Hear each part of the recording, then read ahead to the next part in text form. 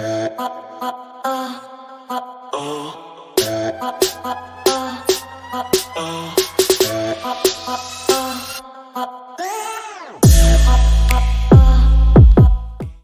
going on, everybody?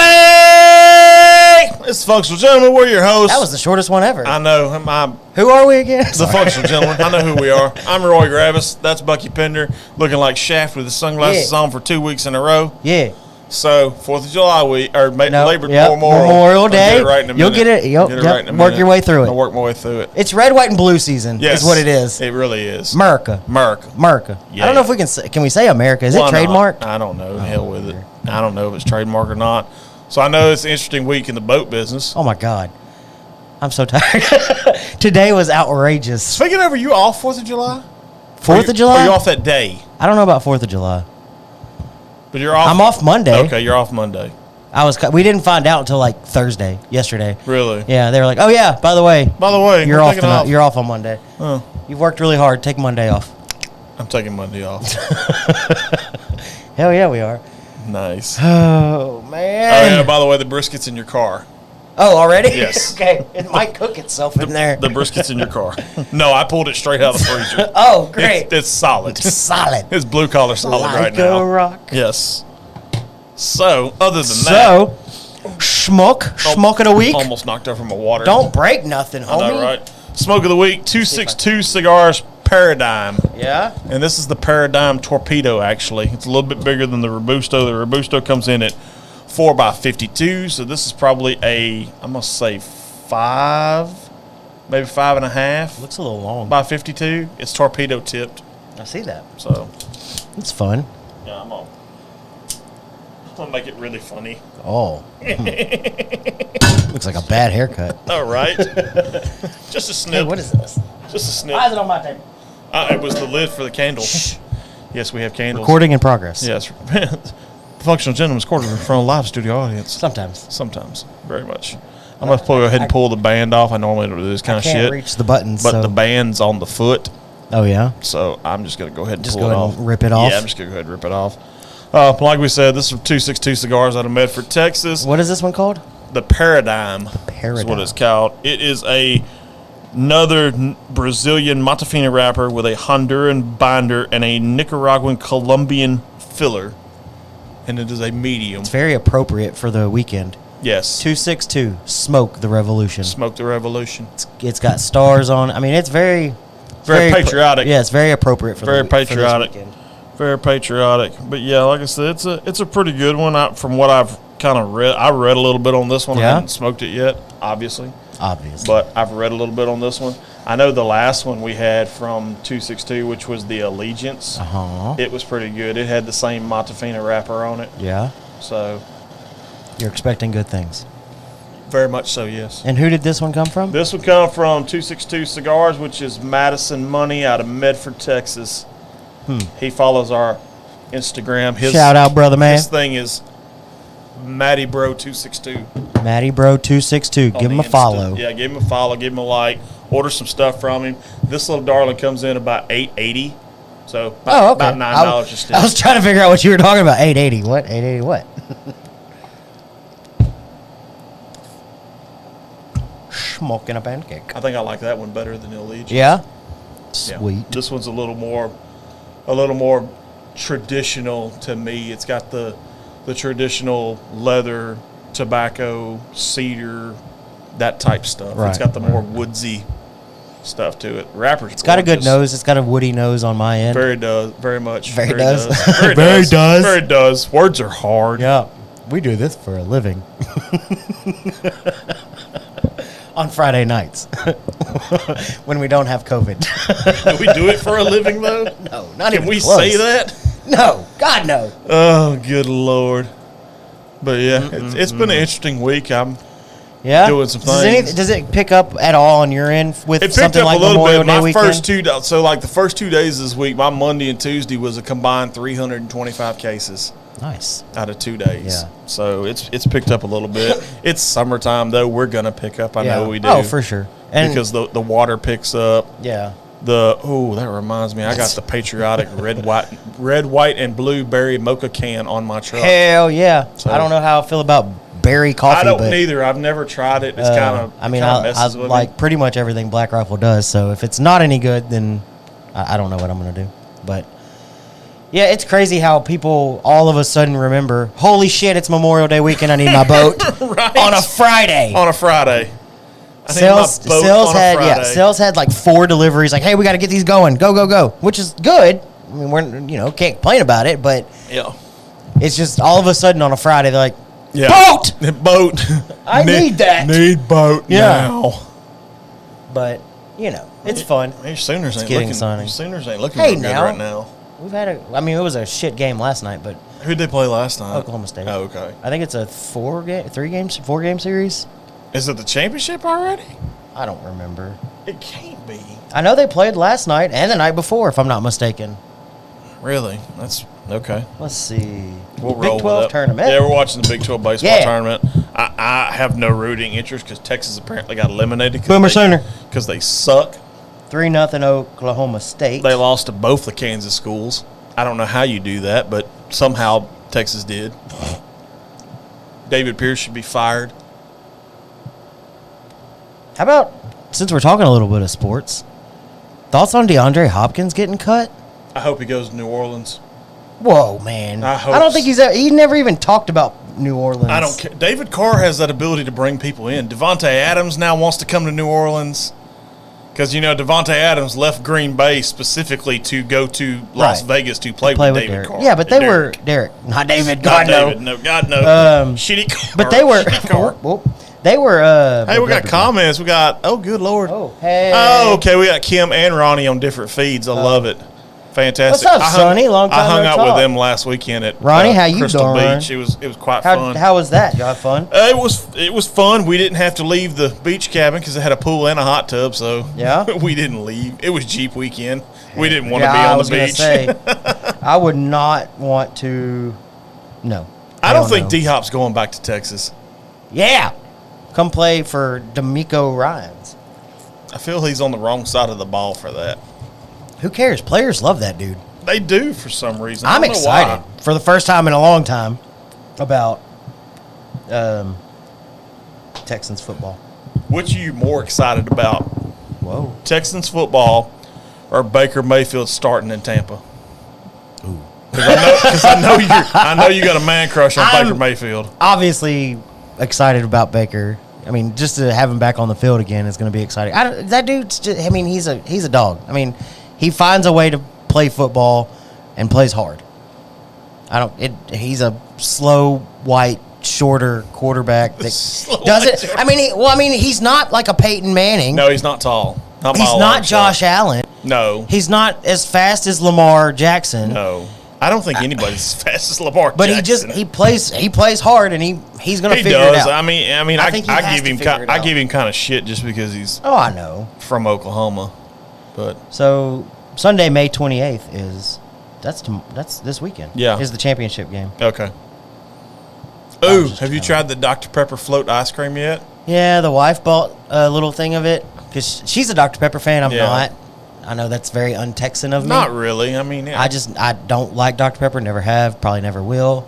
I mean, it was fine ice cream, but wasn't a big fan of it. Okay, I'm just curious. Have you tried it? I have. What'd you think? I enjoyed it. Are you a Dr. Pepper fan? But I like Dr. Pepper too. My favorite is cherry Dr. Pepper. To me, okay. Yeah, they played together. Well, that's true. That's true. They did play together when D'Amico was in Houston. Yeah.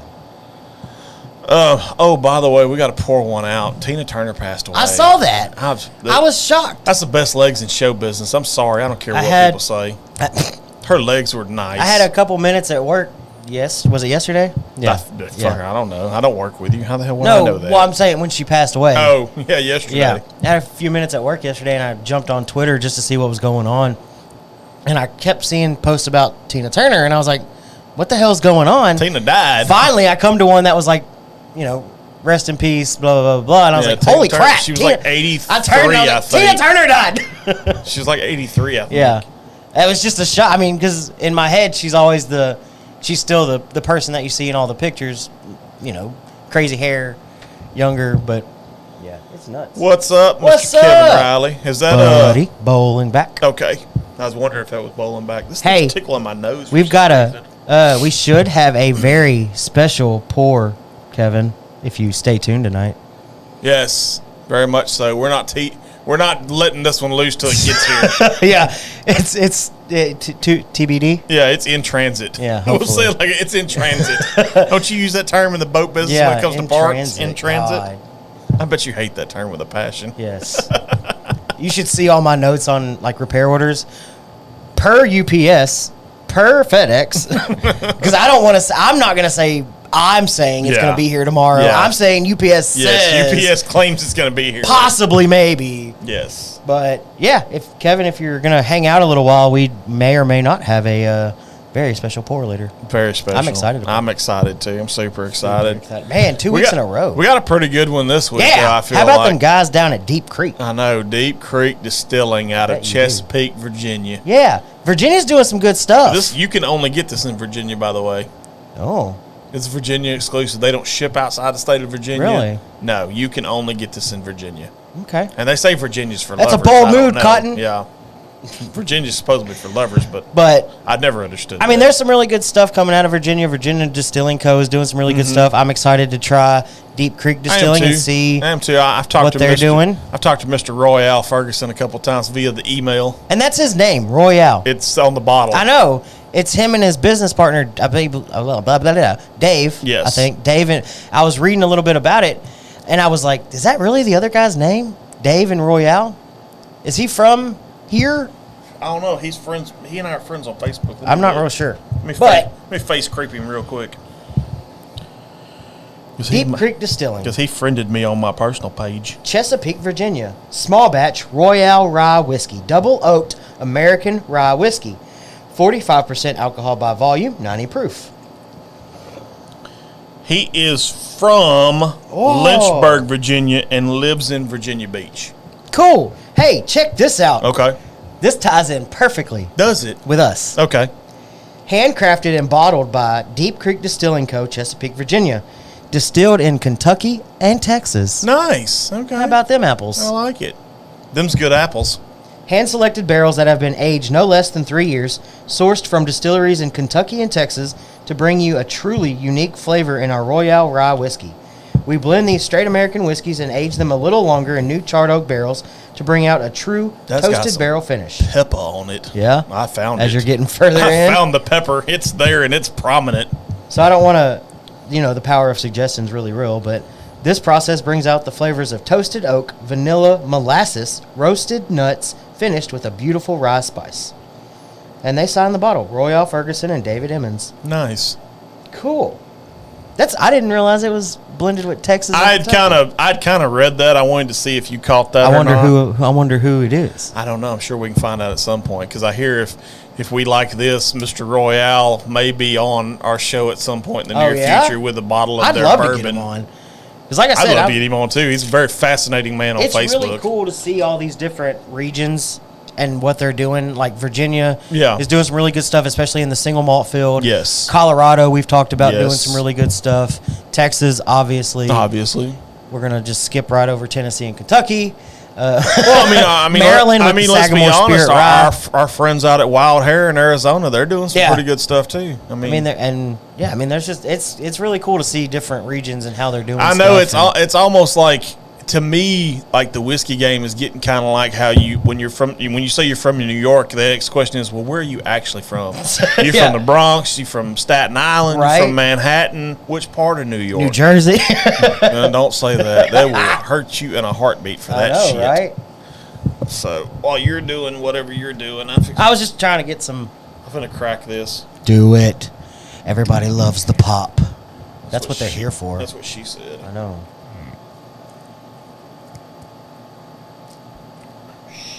Oh. What happened? The cork broke it. It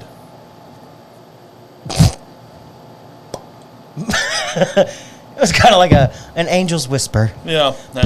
I think I fucked up the cork. I think that's on me. I don't think it's on them. Better glue? It came clean It came clothed. Yep. We need some better glue, guys. Step 1, glue. I'm trying to see if I got some really good 5200. Nothing will ever come apart. Is that the same thing as like E6000 or whatever? Kind of. Okay. 5200 is some badass shit. I'm going to try something real quick. All right, so in 2015, each David and Royall had purchased almost identical 26-gallon stills and were experimenting with different mash bills and grains in search of a product that would be smooth and rich in flavor. In 2016, they were volunteering with Norfolk Greek Festival and enjoying a Greek gyro, however you want to say it. Dave and Royall were discussing their moonshine making skills. Don't try this at home. I am a professional. And just FYI, they did not know each other.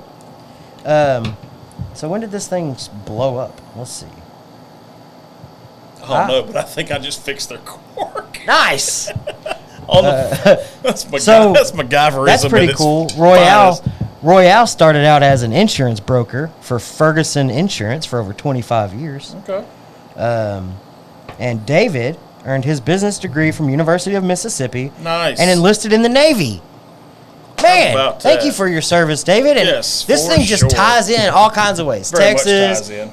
Memorial Day weekend, he was in the Navy. How freaking cool. How cool is that shit? What a perfect choice. Let's see what we got here. This is their Royall Rye whiskey, non-chill filtered, double oaked American rye whiskey. It's got really nice rye It's nose. 90 proof. There's a sweetness there, like an apple. Like a Granny Smith apple, Ooh, I like Granny Smiths. maybe. It's got a good rye spice on the nose, Okay, though. let's check this out. Oh, it does have a good apple. So they received so it was officially incorporated on November 2018, and they received their distillery plant license in March of 2019, so that they could legally produce spirits. Ooh, okay. I'm going to half cork this just in case. Because I don't know if my glue's going to... I mean, I heated it and melted it and stuck it, so hopefully we're getting there. Hopefully. Let's see what we got. I think that red, white, and blue Freedom drink is... Oh, you screwing with your palate, is it? Mm-hmm. You can cleanse your palate with Liquid Death Mountain Water. We are not sponsored. I wish we were, though. How cool would that be? No joke. All right.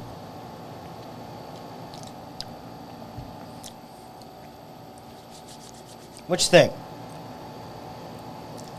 I like it. It's very sweet when it hits your lips, but when it gets to the back of your throat, you get the rye out of it. It's very prominent. Very It's good. non-chill filtered. It is very good. So they make a white whiskey. Nice. I love white whiskey. They call it Deep Creek Distilling Ghost Whiskey. Ghost whiskey. Fantastic. Look at that. They make moonshine, vodka, Royall Rye. I hear they make a bourbon. And gin. Gin for the win. You and JB, man. Hey, JB smooth. So JB and I kind of got in our first official argument today. Oh, really? He was a little more critical of my comments last week on Martha Stewart than apparently. Yeah. Why? Yeah, JB was digging some Martha Stewart in a swimsuit. Oh, on the was cover he of now? Sports Illustrated, yeah. We got to get Gino on that one. No, she was in the background. I got her comments too. They don't really have a whole lot Of course, about then this again, I one. took it down a rabbit hole and I said, which would you rather in a bathing suit, Martha Stewart or Paula Deen? Oh. Well, I mean, Paula Deen can cook. Let's be honest. I mean, she ain't got the street cred that Martha's got because Martha's been in the joint, number one. Number two, she hangs out with Snoop Dogg. If Paula Deen was your wife or girlfriend, you'd have to call her honey because she's thick and sweet and golden. How long you been working on that one? Just came out. Nice. Just came out. But yeah, we talked about that last week. Like I told JB on the phone today, I literally think they could have picked anybody else. Literally anybody I'm just else. not a big fan of Martha Stewart. Not that she's not an attractive woman, don't get me wrong. For being 81, 82, Yeah, something like and that. being on the cover of Sports Illustrated, my only thing when I told JB was I wonder how much photoshopping and airbrushing there was. So would you rather a big-time celebrity that you wouldn't expect to be on the cover, like a Martha Stewart or whatever the case may be, or someone that's not as known, but a person that should be a swimsuit model, I guess. You know what I mean? I think it kind of it depends on the direction you're going. If you're going to do a all celebrity Sports Illustrated swimsuit one, then yes, go with a celebrity on the cover. But if you're going to do a just standardized swimsuit edition, then go with the swimsuit model. Because Martha's got money, let's be honest. She probably took money away from some poor girl that's trying to put herself through college. All right, Martha Stewart or any of the Kardashians? Ooh. Not any of the Kardashians, because I don't like the mother Kardashian. She does not need to be on anything, period. No? She doesn't even need to be on the show. Okay, well, Martha Stewart versus the mom Kardashian. What? I don't know her name. I'd probably take Martha Stewart, honestly. There's something about that lady I don't like. I can't put my finger on it, but there's something I don't like about her. Her daughters are all weird. They got weird boyfriends. Martha Stewart versus Michelle Pfeiffer, because I just watched the newest Ant-Man last weekend, and she's up there in age now too. Yeah, but she's not 80. No, I mean I'm guarantee you she's got to be every bit of 60. Let's go to the Google machine on that. Hey, stats and information. No, wait, we don't have that tonight. All right, so I've had a few sips of this. She's 65. See? Sir. Told you. That's still not 81. It's retirement age. Technically, no. 66 is retirement age. No, you can technically retire at 62. Well, yeah, but I mean, like, to get your full You're right, federal the full benefits, is yeah, 65. 60. Yeah, is it 65 or 66? Sure. They're probably going to push it to 70 by the time we get there. Oh, I don't think it's going to be there by the time we get there. What are you talking about? I know. I keep telling everybody I'm just going to die at work. I'm never going to retire. Nope. You're going to find me dead at my desk. Roll me out in my office chair. Oh, wait, I don't have an office chair. They're just going to have to carry me out. I used to tell Brandy all the time, if you even thought I was dying, take me to my ice cream truck and put me in it. In the back of it? Yeah, because like at Nestle, my life insurance policy like doubled if I was actually on the job. Really? Yeah, my AD&D policy. Yep. Yeah, it doubled. Clock me in, babe. Yes, clock me in. So letting it open up a little bit. It's gotten a little bit sweeter on the nose. Mm-hmm. Still really apple. Mm-hmm. I can't nail it down. I get a little bit of the roasted nuts. Not really getting the molasses. But then again, I don't eat a whole lot of molasses. There's maybe a hint of vanilla there. To me, it's more ginger snap. Like a ginger snap cookie, because really you know how they're kind of molassesy? Yeah. Maybe like a burnt brown sugar. Not in a bad way. No. Definitely got that greenness that I get on a lot of ryes. I love the burn. I love the burn that comes with it.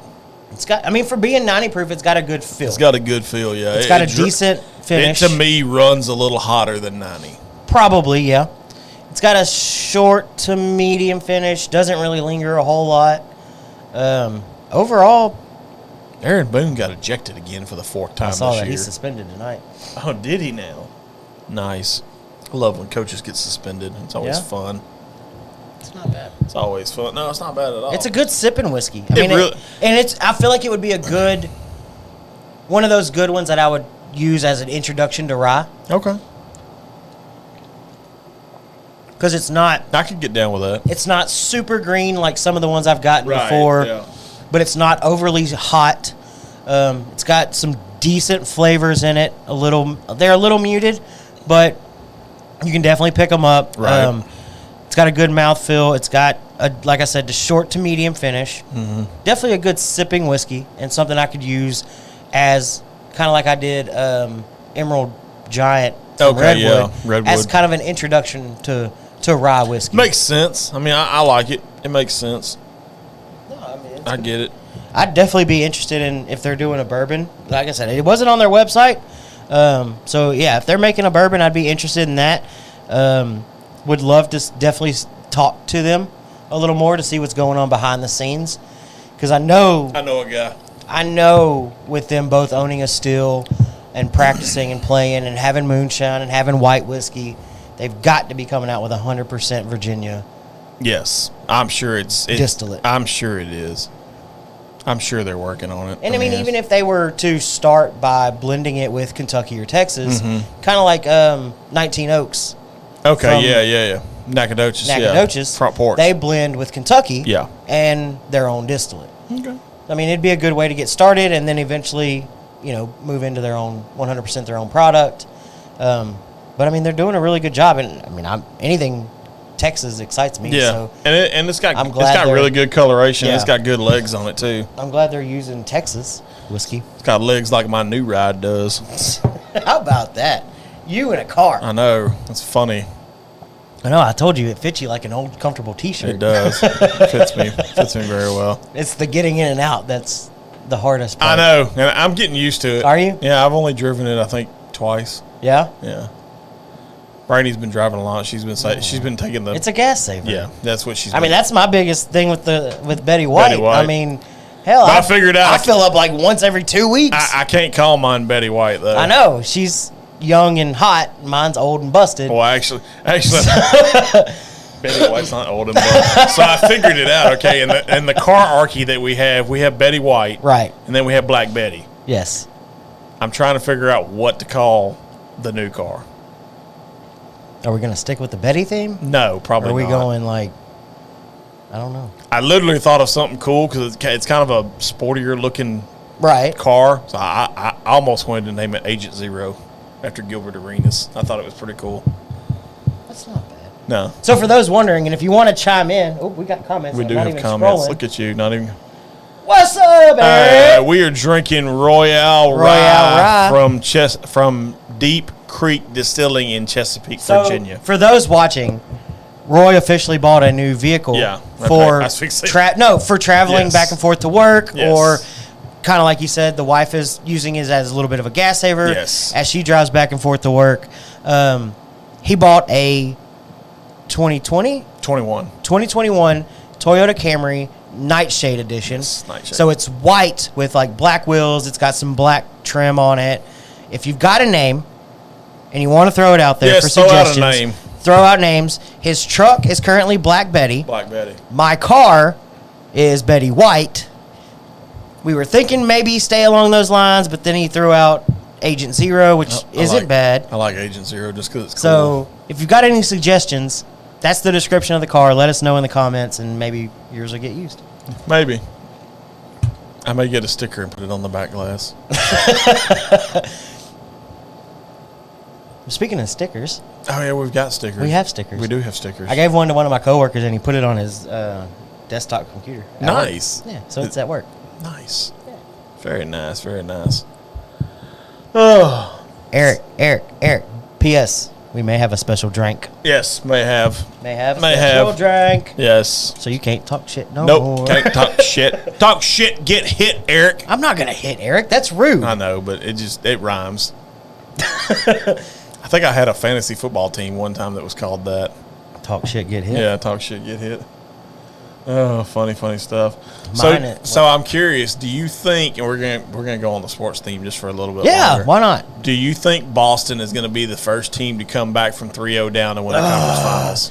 I mean, they were the first team in baseball, so if they're going to do it, why not? But I'm telling you now, I don't want it to happen for the sheer fact that Boston fans, a.k.a. massholes, are going to be so freaking loud. Yes, they are. We're going to be loud.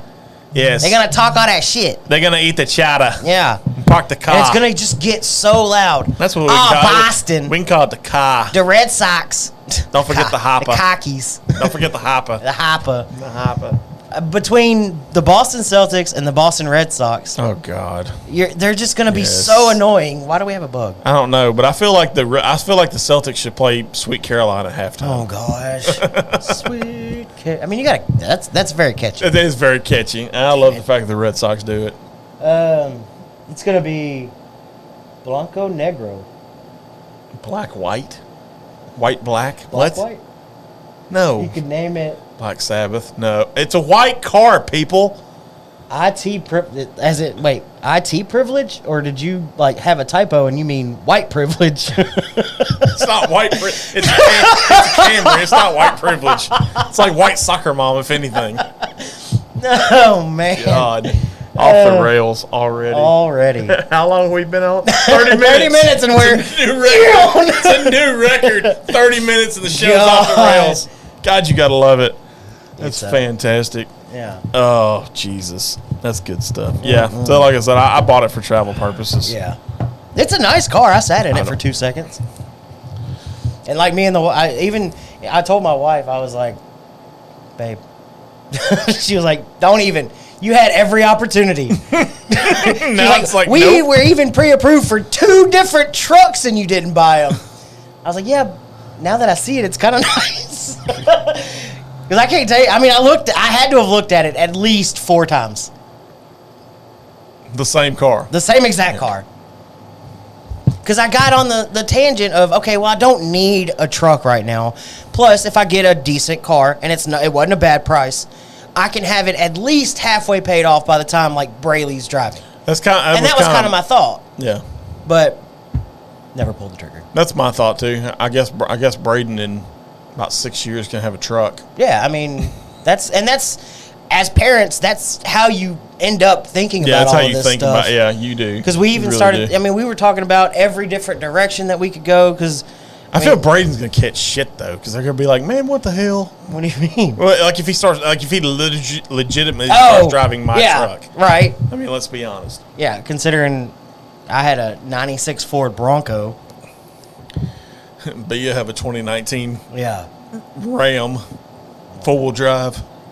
I can hear him right now. Can we put a lift on it? Chitty chitty bang bang. It privilege.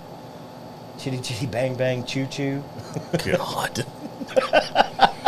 Our fans are something. Well, they're not fans. They're friends. Our friends are something else. We've done away with that one. We did away with. We did the whole hashtag for the fans, but at this point, they're friends. Yeah, at this point, yeah. These are friends. They are nuts. Cameron the Camry. Cameron the what? I don't know. I don't know either. I don't know what you were talking about with that one. So, do you think Boston can come back from? I think at this point, it's a normal series. It's 3. They're up 3-2, or Boston's down 3-2. So I'm gonna pull a John. Okay, here we go. I think the NBA wants this series to go 7 games, just because of the fact that the Nuggets. Yeah, the Nuggets swept LeBron and the Lakers. LaFraud. And had this series ended the other night, there would have been almost 10 days, I think, between the last game and the championship. Because the first game of the finals didn't start till Thursday. Yeah, so, I mean, there would have been a good 9 or 10 day wait period. Yeah, so we're right now 6 days. I don't know if the NBA can survive going 9 or 10 days with no play. I mean, that's a long time. I think it's going to go to 7. I don't know who's going to win. I think if it goes 7, then it's back in Boston, and now Boston has the advantage. Court, yeah. So that's scary. Yep. Happy ending. Yeah. Oh, you get happy ending every day. God. It's funny because I know Kim, so it's funny. That's why it's funny. Oh, man. It's funny. Like I said, I hung out with Kim and Ronnie this past weekend. It was fun. We had a good time. How was your crawfish? Crawfish was good. Is your crawfish game on point? I feel it is. Because since we're kind of just rambling on until hopefully our guest shows up. Well, yeah, I got to cook at your house Sunday. Well, you don't have to cook. Well, I mean, we'll cook together, I feel is what we'll do. We're doing, so it's Memorial Day weekend. Yes. Let's talk about everybody's plans. All right. By everybody, I mean, me and Roy have plans together. Yes. Surprise, everybody. Golly gee willikers. This is my shocked face. Right. Sunday. Sunday, yes. We will Can't be do doing Saturday because your wife's working. Wife's working, and I got to get the backyard cleaned up. But Sunday, whatever day, God dang. Sunday. We're doing a crawfish boil. Yes. Kids will probably swam. Yes. And Monday, we're doing a brisket. Fresh brisket. Yes. Fresh off the cow. Like, not yesterday, but damn near yesterday. Yeah, it's been a hot minute. But fresh, I'm excited. I'm nervous. I don't want to screw it up. It's fine. I have faith in you. I'm not, I'll never say I'm a professional smoker. Like, I'm no meat church. I have faith in you. I mean, I do an okay brisket, and I have faith. Not often I'm nervous about one, but this one's a fresh. I know where it came from. So it came from Spurger. Yeah, that's where it came from. It's got good meat. It's got good parents. I know its parents. Oh, shit. Yeah, don't ever take your kids to see a cow that you're going to have slaughtered because they become attached to it and they're traumatized. Luckily, we didn't do that with this one. I wouldn't. Or did we? Oh. No, we didn't. I'm just messing with you. Then you could, every time you have like burgers or something, you could be like, "Yep, this is Betty." This is Betty. Again yep, with the kiddo. Betty. Again with the Betty. It was the first thing that came I know. It is. It kind of rolls out there. Good Lord. Yes. Chime in. Tell us what you've got planned for this weekend. It's the first official long weekend of summer, which I don't think officially summer starts until like next week. Something like that, yeah. But it's the first official long weekend of summer. It's Memorial Day, which I'm sure everybody knows, but Memorial Day is celebrated to honor those that have fallen protecting our country. Oh, it reminds me. So shout out and much love to all of those that served, are serving, plan on serving. What you got, buddy? Oh, I was looking at the post we had with JB earlier about the on Fame's Eternal Campground. Ronnie, I feel like you need to share some stories. It was stressful because, dude, I showed up. Okay. Here we go. Yes, we're getting into the weeds. Call him out. I get there. Dude has no butter. No butter? Exactly. No butter. He's like, I don't cook butter in my crawfish. Come on, man. That's what butter makes everything better. Exactly. No butter. We had to go get butter. Okay. Apparently, no way to stir said crawfish. I had to go buy a new paddle. I was going to say, nobody had like a paddle. You're at the beach. Somebody's got a paddle somewhere. No, nobody had a paddle. Spray that bitch off and just keep going. Nobody had a paddle. What else happened? That was really it. No butter was the main thing. Ay. And then you had one friend of ours that was trying. That one guy that always was telling everybody how to cook. Yeah, we used to have that guy show up at our crawfish bowls. But anyways. I see what you did there. I know that guy. Yeah. That's awesome. I know that guy. It wasn't. Yeah, there's always that one. It wasn't that stressful though. There's always that one. I mean, it worked. It was good. It was edible. It was edible? Yeah. I mean, it was good. See, that's the only thing to me that it made it kind of. It was not on me, first of all. No. So here's the deal. Whenever I cook something, and you know me, I like to cook. I like watching Food Network. Right. A term I never want to use whenever I'm talking about my own cooking is, it was edible. Like, that's a phrase I never want to use. Well, correct me if I'm wrong. They were good. I'll say it like that. They just had an issue slipping. Right. I mean, obviously, because of no butter, which you got to lube it up. Which the sad thing about it is I'm getting blamed for it, but I literally was told, bring the cooker. And you brought the cooker. And I brought the cooker. Did you do your part? Yes. Okay. Oh, no, I did more than my part. I showed up and showed out. I was like number 1 draft pick. Yeah. What are you talking about? How was the weather at the beach? It was good. A little overcast, but for the most part, it was okay. It rained a little bit, probably about maybe 10, 15 minutes. Not long. Okay. But it was good. Yes. Calling motherfuckers out. That's who I'm talking about. A.A. Ron was an ass. Yeah, A.A. Ron was an ass. A.A. Ron has been an ass as long as I've known him. Complete ass. Total asshole. A.A. Ron. Yeah, A.A. Ron. Sad thing about it is motherfucker put on so much weight I didn't recognize him. And that's coming from me, which I walk around at like 305. Right. So, yeah, for me to say somebody put on so much weight I didn't recognize them, that's rough. Okay. But I can do that. Yeah. The Crawford, yeah. It took us a few trips. It did. It did. The stir paddle. Oh, yeah. He might have been talking about the stir paddle. That's the only thing I left here, though. Yeah. I want to go to Omaha so bad. I know. That'd be fun. Oh, it'd be like a dream trip. I only want to go when Texas is there, though. Is that like a dick move on my part? No, not at all. I don't want to go when anybody else is there. Like, that would be an awesome trip. Like, especially, like, if Oklahoma and Texas were both in it, like, that would be a badass dude trip. Yes, it would be a badass dude trip. It would faux show be a badass dude trip. So I got a guy at work. He used to have a crawfish stand, I guess, in a sense. They cooked crawfish, whatever. A food truck. And he talks all the time about how badass his crawfish are. Oh, he makes the best crawfish, this, that, and the other. So today at work, it was probably 4:30. We were all kind of trying to wind down and not be so stressed. Get the hell out of Dodge. We ended up being there for like a whole another, I don't know, hour or something. But anyways, I was like, hey, bud, we're doing a crawfish boil this weekend. You always talk about how badass your crawfish are. I got to know. What's the secret? What can you share with me? I want to try it. I want to see what it's all about. I want to do it your way. So he starts telling me, and I'm like, okay, that you're doing the exact same thing I am. What makes yours so much better than mine? Nothing. They're not. They can't be. There's no way he does the exact same things we do. Literally the exact same things. Because I was like, well, I throw oranges and lemons in my water when I'm starting. Right. He was like, yeah, so do I.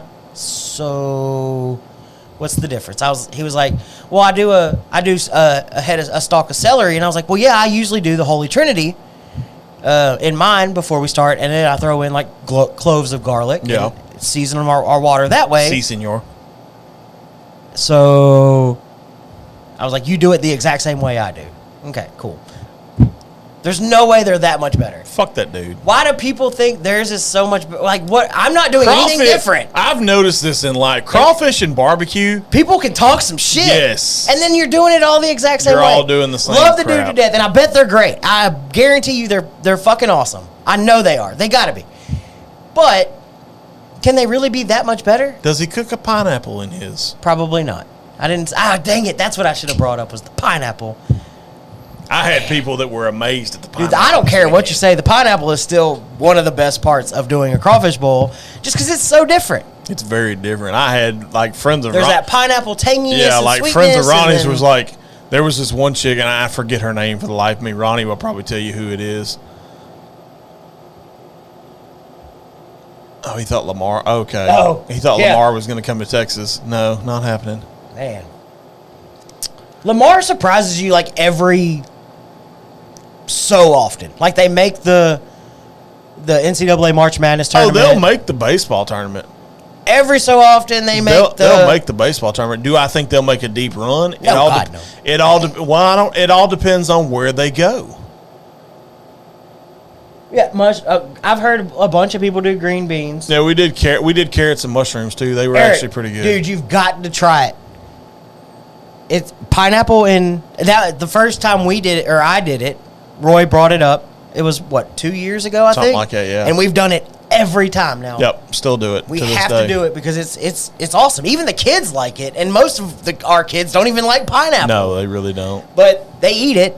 But it's so different because it's sweet, it's tangy like a pineapple, but there's that hint of spice because it soaks up so nicely. It does, especially if you score it right. Yeah, it's definitely the end. You do it, you cut it. Actually, it's a nice dessert. We did this one at the first. Really? Yeah, we did a little different this time, and it turned out because we did it with all the other vegetables and stuff. Oh, okay. So whenever you were bringing your water to a boil. Yes. Nice. And it turned out good. It turned out better But doing I've it heard- first than what I think it is doing it at the end. Going back to what Ronnie was saying, carrots. I've heard a bunch of people say real green beans. Asparagus. Asparagus is another popular one. I've got mushrooms at the house where I'm going to throw those in. I love mushrooms. I do too. Yeah, spicy pineapple is awesome. I mean, and you got to think about it like whenever you think about it in the way like the whole Mexican spicy fruit thing, they do tahini on a lot of things. The funny thing you mentioned that, there was literally a container of tahini at the outdoor kitchen we were Oh, really? at. I started to dust it with tahini on top I love of the tahini on mangoes and pineapple. You mean and mangoes? Same thing. Mango. Fucking weird. You're weird. Mangoes. Bro, like 8 years together. Well, you know this. Our special guest is in transit, by the way. In transit. He's in transit. Check the UPS tracking number. Well, I mean, he should arrive around 8:15-ish. Eric, you can't tell me what to do. I saw that. We see everything. Yes, we see. Oh, and we know all. And we're functionally all. Sometimes not so gentlemanly. Sometimes not. Yeah, no. It's funny because when I bought, so back to my car. I bought my car, the guy called me because I've known this dude my whole life. Yeah. Shout out to Scott Droddy and the guys at Silsby Motor Company. But he called me and he's like, "Hey, am I talking to one of them distinguished gentlemen?" And I was like, "Well, first of all, it's functional. Get it right. Right. It's not distinguished. No. I've never Not claimed in to any be way distinguished, but I am functional." Yes. So we can't say that much. And he started laughing. He's like, "Okay, functional. I get it." He's like, "Hey, if you're cool with this, I'll go ahead and send everything over." And I'm like, "Go ahead and send that. Go ahead and send it. Full send." So yes, I'm just waiting on my title for my truck because I own my truck now. It's not, the bank does not own it. It's mine.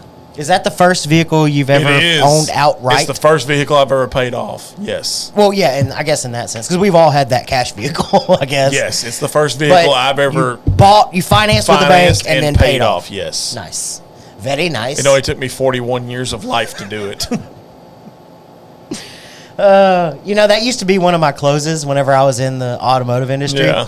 Was, look, sir, when's the last time you actually paid off a vehicle? You're going to come back. You're going to trade this in before you pay it off. Drive it, love it, bring it back to me, and then we'll get you a new one. Yes. Nobody pays them off. No. You don't. So I had to pay this one. I'm partial to Black Betty. I couldn't trade because we It's a nice truck. because we literally talked about trading it in because Yeah. Brandy's like, "I think my 4Runner can pull the boat," which she's right. She's right. It could. She's right. It could. Yeah. But I just told her, I said, No. "No, I don't want to. I can't get rid of Black Betty." A guy turns into a little kid Yes. whenever I you don't threaten want to it. take away his truck. No, Mommy, you can't take away my truck. So yeah, it's officially mine. Like I said, I'm just waiting on the title. I almost blew her up. Blew her up what? I'm confused. Ronnie almost blew me up. Oh, gosh. If that's some kind of freaky sex code, I know. Whoa! I don't know what's going on here. So my wife knows who's coming on the show. Okay. We can't go all night is what she's telling me. Okay. She has to work in the morning. Okay. I'm not saying I got to listen to her. I'm just saying. You can sleep in. It's fine. I got to get up. You can crash here. No. What do you got? Then I'll really get in trouble. What do you got to do tomorrow? I got to mow my grass. The backyard ain't been mowed in like 3 weeks. Oh, wow. It's a damn jungle back there. It's been wet. We cleaned out the pool, so it was muddy. Oh, yeah, that's right. Ronnie did almost set Kim on fire. Oh! Yeah. Yeah, there was a fireball. And not the drink neither. It was wild. I was concerned for Kim's safety, shit. let's say that much. Oh, man. I was concerned. Ronnie was getting scolded. funny. It was wild. It's too funny. It was funny. Okay. But it was fun. It's hot in here. I'm gonna. I know. I literally didn't turn the air on until 6 o'clock. But I can tell you right now, next Friday will not be like that. Next Friday, I'm actually off because the wife is having 2 of her wisdom teeth cut out. Oh! Yeah, so. That ain't no fun. No, it's not. But luckily, it's her lower too. So. Oh, okay. All right. So yeah, y'all pray for me. My wife is gonna be irritable as shit. Faux show. He has to mow. Thanks, babe. Tell everybody my business. If you would get someone to do that. See, guys, listen. I don't wanna. I don't care how many of y'all tell me to get somebody to do it for me. I'm not. I do it. I enjoy I do it. mowing my grass. I pay somebody. I don't care. I like it. I pay somebody. It I'm gives with me a you, sense Eric. of pride. No, it gives me a sense of pride. I worked hard to get that grass to grow in that yard because whenever I moved in, That's true. it was Patches. I give you Patches that. O'Houlihan Patches O'Houlihan. needed some love, Yes. and I gave it a lot of love. Patches needed some love. And now I work hard on that. And I enjoy mowing, guys, with my battery-operated lawnmower. See, I knew that would set everybody off. Get the fuck. Not only do I mow my own grass, which everybody tells me to stop. It's battery powered. I have a battery You powered. live in the oil and gas capital of Texas. You realize that, don't you? I do. And I you're drive a gas pissing car. off every refinery worker that because watches. because a mower that uses 2 gallons of gas has been replaced with an electric one. Yes. I don't think my 2 gallons. Yes, it does. Matters that How often much. do you buy those 2 gallons? It was probably weekly. Well, Exactly. give or take. Yeah. Do the math, buddy. Do the math. Look, it broke my finger. Okay. Well, hey, you got delicate fingers. John's got a delicate throat. It's fine. We all know it. Y'all are all delicate. I gotta protect my fingers. My wife likes my fingers. Okay.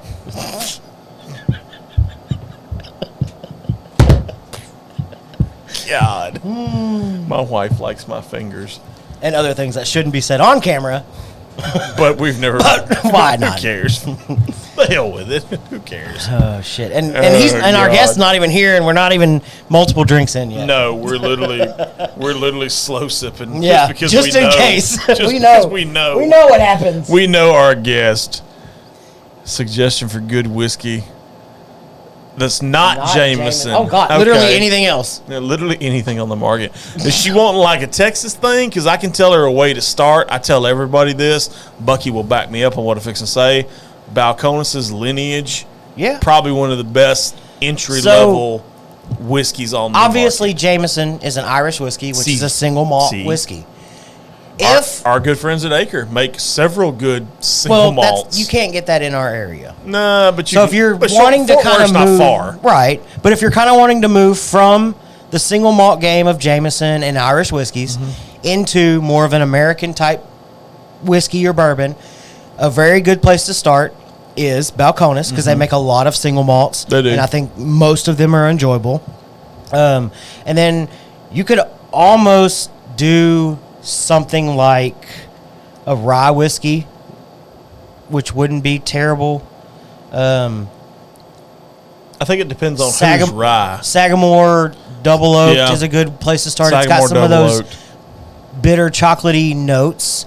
I think you could kind of start moving in that direction, which could eventually get you into more of like bourbon, which is a lot sweeter than what a lot. Penelope's has got their entry level is pretty good. The white label Penelope is always a good place to start whenever you're just getting into bourbon. Maybe that's an idea thinking about Penelope. Try some finished whiskeys. Angel's Envy. Penelope has a bunch of different ones like Rosé, Tokai. I mean, there's a bunch of different ones. Rio. Whoa. Which, by the way, do you know the Muffin Man? Yes. He lives on Drury Lane. I don't know if you know that or not. Man. That was priceless. I laughed so hard when I saw that. It was so hard. I saw that, and you nailed it, by the way, too. Kudos to you, because if y'all don't know what I'm talking about, go check out my dude's, what is that?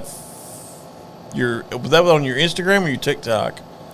It was on everything. Okay, it's on everything, yeah. Go check out Bucky's Muffin Man Serenade. It's pretty funny. Muffin Man to the tune of Cher. Yes, Believe by Cher. But it was really hard to do because she was laughing. I can imagine because you're all like... I know. I was trying to get into it as much as I could. And then you're a little... at the end. Yeah, I'm like, this motherfucker here, like Magic Mike on crack. Oh, shit. Yes, that was very funny, Eric. I cracked up. And the sad thing about it was when I watched it, I was literally on the toilet when I watched it. So you talking about trying to do number 2 and not laugh? That was rough. That was straight up rough. Asian only... Drink that and Hennessy? Really? Is that a thing? I'm kind of partial to Hennessy just because I love an Incredible Hulk, which is Hennessy and Hypnotic. Oh. So... I didn't realize Asians were into Irish whiskey and Hennessy. Well, Kim's not your average. First of all, let's clear the air on that. Kim is not your average Asian. Let's be honest. I know Kim. Right. Kim's like a country Asian. A country Asian? Yes. Like she walked up, like when we got to the beach, she walked out in like a Magellan Fisher shirt and shorts, and I'm like, my people. Yes. Is she saying y'all? I think she does say y'all, actually. I loved it. It's priceless. Who you got, Cody or Brock? I want to take Cody so bad. I knew he was going to ask that question, too. I don't like the fact that they're faking the whole broken arm shit. With who? Cody Rhodes. So literally like Monday night on Raw, Brock Lesnar took an empty beer keg and hit Cody's arm. So they're claiming that it's broken. And they also put him in a Kimura, which if you don't know what a Kimura is, it's a basically a submission to break your arm. Lesnar does it. He's done it in his UFC. He's won a couple fights with it. I think he almost broke Frank Mir's arm, actually. So I'm pretty sure Cody's going to pull it off. I can tell you right now, if the tag team titles change hands, I'm probably going to boycott wrestling altogether because I'm tired of seeing Roman Reigns with a bunch of damn belts. He's just going to have them all. I'm tired of it, dude. I'm legitimately tired of it. Which, by the way, if you ain't doing that at lunch, that starts at 1 o'clock on Peacock. Oh, yeah? Yeah, because they're in Saudi.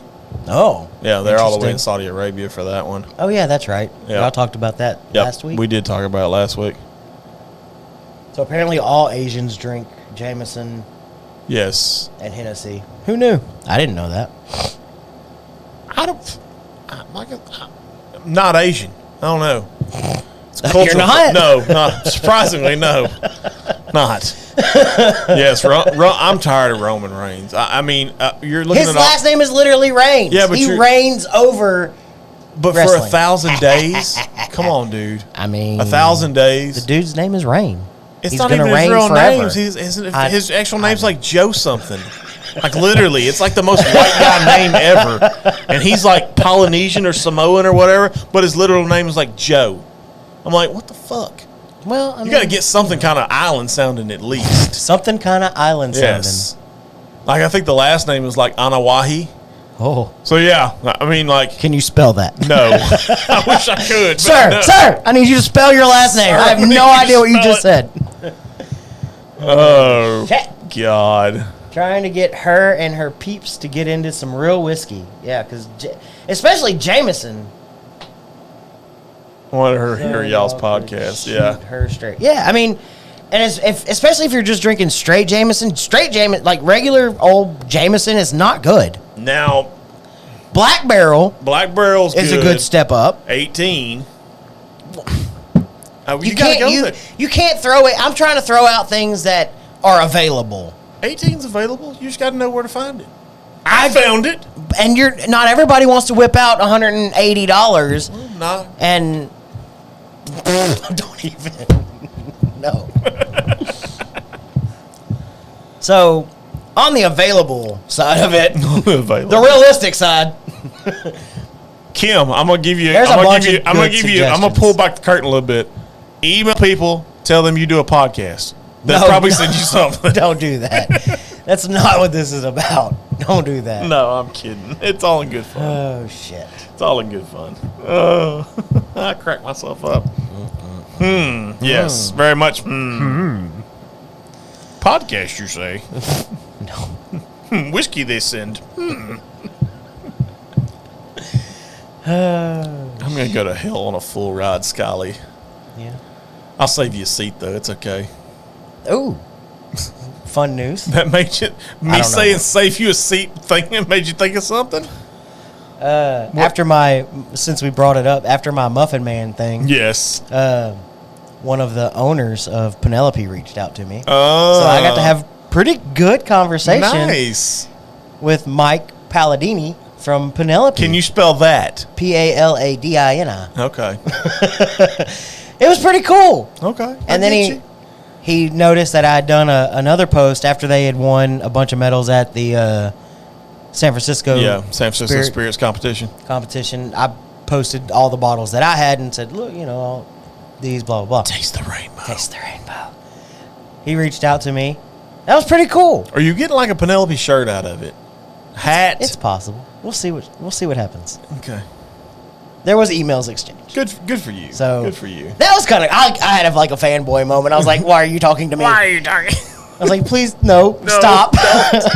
I peed my pants a little bit. I may have peed a little. That was really cool. So shout out Penelope, and that's another reason That is cool. I really enjoy their product. I enjoy The guys shouting at them out. Penelope though are just they're just good dudes to begin with. That's Like what I like told JD's him. a good dude. We've talked to JD several Yeah. times. And that's what I told him. I was Matt. like, dude, there's no reason any of y'all should be talking to me, but this just goes to show between JD, Wendy, the person that took Matt's place as Matt got a promotion. Matt got promoted, yeah. Matt, just everybody is so cool. And they're awesome to talk to. It's a big community, man. But We talk about it all the time. a reason I don't mind shouting them out. We don't mind shouting Acre Distilling out. Smoke Wagon. I mean, all of these people. Gin for the win, by the way. Just saying. Just quit it. Hey, I saw where they're fixing to release some very good gins. I saw what he was saying. I don't know, man. I'm not gonna lie. Anytime you put peach in something, I'm down. Yeah. I love peaches. Oh, peachy peach. Peach, you're so cool. Have you seen the Mario movie, by the way? No, I haven't. Oh my God, Peach! I swear to God, if Jack Black does not win an Oscar for Peaches, I'm gonna boycott a bunch of shit all at once. What? You've never seen Peaches? What? You've never heard the song Peaches? Oh my God! I gotta. I guess not. Wait a minute. I need you to take that to YouTube. Can we? I don't think we can do that. There's Okay. copyright laws. Well, and nobody's stuff. gonna see it but us. I'm not talking about putting it on air. I'm just wanting you to listen to it. We'll do it after the show. We'll do it after the show. We'll do it after the show. Peaches. Peaches, yes. By Kevin, Bowser. for real. AKA I mean, and Jack Kevin Black. knows because Matt is on That One Dude Ryan's lives all the time, giving him shit, a ton of shit. Ton of shit. But everything that anybody asks and talks about, Matt's right there. He replies to everybody. Anybody that Kevin knows personally, I mean, they're cool people. I mean, they're just down to earth. And I love what they're doing. So I might have to get on to That One Dude Ryan's thing. I always think it's Wednesday for some reason, and I miss it. At I think it's 7:30 our time. On the Insta. On the TikTok. The TikTok. The TikTok. Okay. Yeah, I got to get on the Ricky TikTok. Tiki Talk. Ricky Tiki? Vicky Tiki. Ricky Tiki Taffy? Yeah. Wasn't that like a mongoose? Something like that. Okay, just checking. But that's a bunch of fun. Me and Kevin get on there, and he gave me shit last night. Drink Louis what? Louis 4? I don't know what Louis 4 is. Me neither. I need you to elaborate on that. Is that like a Hennessy or cognac or tequila or? What is that? That can't be whiskey. No, there's no way. I mean, maybe. Maybe. Probably not. Probably. If it's Canadian whiskey, it doesn't count. Eh? Golly gosh, don't you know? But my brother is listening now too, guys. Hey, brother. Hey! Kim's brother. Kim's brother. I have not met him yet. No? No, have not. Yeah, so That One Dude Ryan was on Mash and Grain Instagram live last night. Okay. And they were talking about the Borrowed Page Volume 2, which are we about to get a... I just got one. I don't know if you're going to get one. Amber alert. So That One Dude Ryan was part of Borrowed Page Volume 2, the blend that they just came out with. Okay. And they were talking about that, Mash and Is there Grain. talks about you doing a blend with Penelope? God, I hope so. There's not any right now. Even if there was. He literally goes, God, I hope so. God, please let me in on that. I don't know how to get in on that, but somebody, if you're listening, yeah, I'm in. You don't even have to ask. No. They were talking about that, and I chimed in. What is it we told the guys at 10 Mountain? Send the jet? Yeah, send the jet. Send the jet. I'll be there. Yes. I But have vacation time. I chimed in with a question. Okay. Because they were doing a live, and they were asking What was questions. your question? I wanted to know Ryan's favorite part of doing the selection and the blend. That's a valid question. Was it like each individual sample, getting to try them, just hanging out with the guys at the distillery, the blending process? Like, what was your favorite part of the process? Okay. Kevin chimes in. Of course, Bucky has a question. My response: it's what I do. I got a question. It's literally what I do. Question in the back. I got a question. Yeah, see, it's Cognac. Okay. But I mean, that was my response. It's literally what I do. I ask bunches You of asked questions. a ton of questions. Yes. I'm the question man. Yes. You is the Call question. me the Riddler. No. It's not. I didn't like Jim Carrey's The Riddler. No, No. God, no, no. it's a bunch of fun though. God, no. No, no, no. I saw where Ant-Man and the Wasp Quantumania is on Disney Plus now. I might Yeah, have it to is. watch That's where I watched it. We pulled Hector the projector down. Hector the We projector. went full theater mode. Nice. Turn the lights off. Kick back in our little recliner Sound bar, thingy. hold on yard. You have Oh, a yeah. sound bar, don't you? Okay, I thought you did.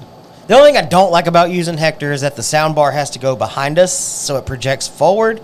It's not as good of sound. Does it have to go that way? Yeah, because they're on the wall where the projector is. There's no plugs. So I feel we can add a plug. I feel that's not hard. I'm not an electrician, and that house is really old. I know a guy. I know a guy. Everybody knows. Everybody knows a guy. Louis 13? Interesting.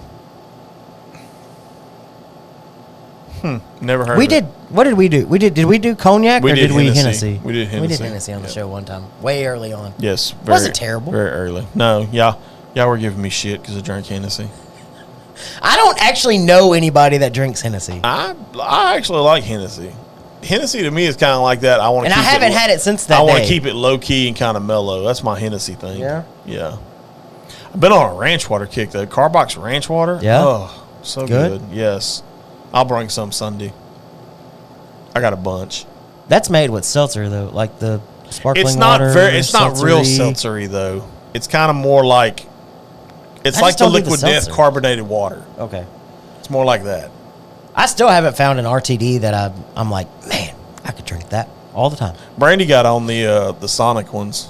Yeah. She likes the Sonic ones because we found the one that actually had like the lemonade, the limeade, the cherry Right. limeade, shit like that. I just want a whiskey company to come out with one that I can just be like, I could drink that quite often. Okay. Because even, I mean, you know, I can still drink vodka. There's no flavor to it. It's not much of nothing. I can still do like vodka and whatever. Ooh, I got pineapple vodka from Texas Tail, by Yes, the you way. do. I had to But bring that I'm Sunday. like High Noons made with real vodka. I'm not even a fan of those. Yeah, Like I'm just not an RTD guy, whether it's a seltzer or an RTD from. I'm I just- very limited on my RTDs. Like, I don't just drink any one. Carbox Ranch Water is literally the only one I found that I'm like, ooh, I have to Yeah. go find that. But I only like the lime one. I don't like any of their other offerings. So they have like a prickly pear. Yeah. They have a watermelon, I think, which Jack no. Daniels came out with the Jack and Coke.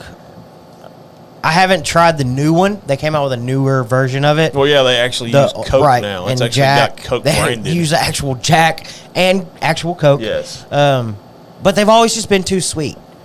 Sagamore Spirit came out with one called an Orange Crush. Okay. I'd be interested to try it because an Orange Crush, if you make it with whiskey, isn't a bad drink. Ooh, we can make Cronita Ritas. Cronita Ritas. You know what a Cronita Rita is? What the hell's it's a like a Cronita frozen Rita? margarita with a little bitty Corona turned upside down in it. It's the best of both worlds. You'll love it. It's fantastic. Ay, ay, ay. You gotta have a big glass though. I'm just not an RTD guy. I just can't find one. If Well, I no, ever you found actually one, make this. It's well, not right, but I RTD. mean, I don't know. I'm just thinking. I just like the Cronitas because It's- they're kind of cute. It's a It's so cute. it's a blossoming part of the industry. It very much is, yes. There was a report from Drizzly, RTDs accounted for like 2.8% of their sales, and for the first time in years, it actually overtook the hard seltzer section, which was like 2.2%. So it Yeah. overtook it by a little bit. So it's obviously becoming a big part. Sagamore's doing it. Pernod Ricard, I think it was them. They just invested like $2 million or some crap in a whole Talking new about the cologne facility. company? No. Okay. They own spirits. Okay. Sounded like you were naming off a cologne there. It may be. I mean, Pernod I'd wear a whiskey cologne, I use a whiskey body wash. That's about it. but I don't know. That's fun It's a stuff. blossoming industry, and I think I don't know. It is. I wish there was one that I could find that was. I know that's the bad thing when you think of like all the stuff that people are coming out, like the Orange Crushes and the Jack and Coke. You want it to be like, You buy it thinking, yes, I like Jack and Coke, Yes. or I like Sagamore Spirits whiskey, yes, and then you're like, Nah. so underwhelming. Yeah. Or it's like hard seltzers. They're just too seltzery. I don't like the taste of seltzer. Well, The High Noons weren't so very good to So me. I'm curious if you've seen this, number one, because I've seen this. Did you know Monster now has a hard I did. I seltzer? saw it. It's called the Beast. She went to HEB and couldn't find what? Oh, the Liquid Death line. Yes, I gave some of my Liquid Death line. Oh, I she got lo- another one hooked. Yes. Everybody that tries it loves it. They love the Liquid Death line. I'll have to bring you a case, Kim. I'll figure it out. I know. Went to HEB and couldn't find it. I know Walmart just started carrying Yeah, I it. know Walmart carry, and I think they just started carrying the 4-packs or whatever I at don't know Walmart. about Maybe that. I know, like me, I have the choice between the 12, 16 ounces and Yeah. the 8 tall boys, which are the 19 Right. point yeah. whatevers. But Um, I have to. I got to get in a side business. Apparently, I got to start jacking Liquid Death in the warehouse, turning around selling it out here to these Right. Southeast Texans. Kevin, I don't think I've never seen Long Drink, so maybe it's a What? northern thing. I'm not sure. It's called Long Drink. Apparently, it's Scandinavian. It's Scandinavian, high on citrus. Okay. Interesting. Love it in the summertime. Might have to. I mean, I've never specifically looked at it, and I'm not a huge RTD kind of guy. Maybe next time I drop by somewhere, I'll take a look and see. Long drink. I feel like if anybody were to have it, it'd be the big one in the big town. Oh, yeah. 20 minutes up the road. Yeah, I got you. The one with the rabbit? Yeah. Okay. I feel like if anybody was going to have it, it'd probably be them. It would probably be them, yeah. Maybe I'll look next time I roll through. I may roll through tomorrow. I got to go to Beaumont tomorrow and pick up some stuff. Thank you, Eric. They have them. Okay. That's even better. I don't look. You got to love the fact that we have people that... Shout out Longhorn Liquor. Shout out Longhorn Liquor. We were doing everything in the world to Yes. not say the other place. Yes. Shout out Longhorn Liquor. They got long drink. They got it. They got long Is that what drink. it's called? Long drink? Hey, speaking of, what's your thoughts on Leinenkugel? I'll try it. Who? Leinenkugel? The Leinen- beer lemonade Oh. thing? Never had it. The summer shandy's actually not bad. I've seen a lot of beer cocktails lately. Yeah. I don't know if it's called a cocktail if it includes beer. There was one on TikTok I saw last night. It was like, oh shit, what beer? Oh, called for Miller High Life. Take a pretty decent swig out of it. Nope. And then you put I'm out already. Aperol in it, I think. You said Miller High Life, I'm automatically out. But it's supposed to be like a refreshing the type champagne of beer's my Yeah. ass. No. drink. So there was that. Then the Leinenkugel Google thing, whatever you just Leinenkugel. said. Yeah, that thing. I feel like why are beers all of a sudden becoming a cocktail thing? You just mentioned a Cronarita. Cronita Rita. Cronita Rita. It's a margarita. It's So I mean, frozen that's a margarita beer. with That's a beer Corona turned- cocktail. Is that going to be a thing? There, it's at every restaurant just about here. I mean, you walk into like Tijuana's has them, Floyd's has them. I mean, there's a lot of restaurants in Beaumont. I think that I've have said them. it before, and since Longhorn, shout out Eric. Thank you for chiming in and letting us know you do have long drink. I think at some point maybe we need to do like a quick series of some RTDs. Okay. I've thought about doing it on my little TikTok thing, my little short form videos. Gin is in. Gin for the win. Why do you keep saying things like that? Because I feel like if we're doing RTDs, we got to talk That's about not gin too. an RTD. Gin is an alcohol, a spirit. Yeah, but you can mix it with a lot. That doesn't make it an RTD. That's a cocktail. But it's pretty. It's clear. What do you mean it's pretty? It's clear. It's a clear liquor. That's the whole point. But yeah, y'all can give me shit about vodka. Vodka's Russian. No comment. I don't even know. See? Eric thinks that'd be fun to watch. I think it'd be fun to watch too. We may have to dive into that Do one. a- do But a not few- next week. We're do not some- diving into it next week. No. Next week we have the I'll see what I can find. I want to do like next week's RTDs. gonna be interesting. I wanna I'm do RTDs so that pertain geeked to up us. for next week already Um. because we're gonna have the Louisiana gentleman Oh yeah, himself, that's right. I was Eddie like, what's Mathis. happening next week? And we got a Louisiana only liquor that's gonna Well, be not making anymore. well, no, not anymore. But it's not here yet. No, I haven't seen it yet. I need it to be here. Yeah, I'm excited. And I'm excited to try it just because I've heard so many good things about Yes. it. It made a pretty big top 100 list. Fred Minnick. But yeah, I think that would be fun to do like RTDs that have something to do with us. Like, Well, if you remember, many moons ago, we did the whole Bang versus Bang Hard Seltzer thing. Which, yeah, that was a seltzer. I don't like seltzer. I'm thinking like RTDs, like the Jack and Coke Okay. thing, Sagamore Spirits RTDs. I'm in. Maybe long drink. I don't really know what long drink I is. don't either, but we'll try it. But any suggestions for RTDs that you want us to try? Tag us in them. Yes, make a list. Make a There's list. comment. I just saw it pop up. That'd Pop be up videos. pretty cool to do. Yeah, I've The seen. bu- okay, I've seen the bullet yeah, ones. The bullet ones. I I feel that's stuff one. like I that. feel if I was going to get behind one, I feel Bullet would kind of be the one. Really? I think so. I really want to get behind Sagamore Spirits just because I love what they're doing too. Right. I hadn't found because they gave. Can't do I it. had a couple of cans of. It was something like honey something. It was okay. I don't know. I want to get behind. I need to find one I can get behind. Was that with your bounty from Southeast Yeah. Texas Whiskey Fest? Yeah. We got to get bigger backpacks. Bigger backpacks. That's why I keep telling my wife I need you to carry a big purse. Oh no, Big purse. I got it figured out. I found the 3-day assault pack. Yeah, we're getting down this year. All right. So let's plan for an RTD segment. Yes, we're planning for an RTD episode. Couple of them, maybe. Okay, we'll do it over a couple. I mean, I'm not gonna sit and drink 6 different RTDs on one episode. That'd get God, real no. slurry Yeah. real quick. But Yeah. all right. What else? Interesting enough. I was trying to pull up. I had a little I'm bit gonna of break the notes. stick Of course, before you're always that dude going to comes break the busting stick. up in here because it's gonna get real crazy real fast. You may catch him in the driveway. I'm okay with that too. Yeah, that's perfect. What was I looking at? So we do want to give a shout out to all our graduating seniors that are graduating tonight. I know locally, Silsbee graduated last night. P&G graduates tonight. I know Evadale graduates tonight. Lumberton, I think, graduated earlier today, I think. I'm trying to figure out who. I'm literally going through. Ooh, I want to talk to Bucky about that. I'm so glad that popped up on my feed. I'll get his thoughts on that in a second. But yeah, seniors, be safe, be responsible. Don't be doing nothing stupid. If you got an op grad, go. Op grads are pretty fun to hang out at. I did my op grad back in 2000. It was legit. Who's outside? Oh, it's just Bucky. It's just me. Yeah, so I was congratulating all our seniors who are graduating. Oh, yeah? Silsbee graduated last night. Yeah? We got a couple schools that are graduating tonight that I know of. But I want to get your thoughts on this. This actually just popped up on my Facebook feed. The U.S. Patent and Trademark Office has denied the trademark application for the Washington football team for the name Commanders because somebody already owns it. Really?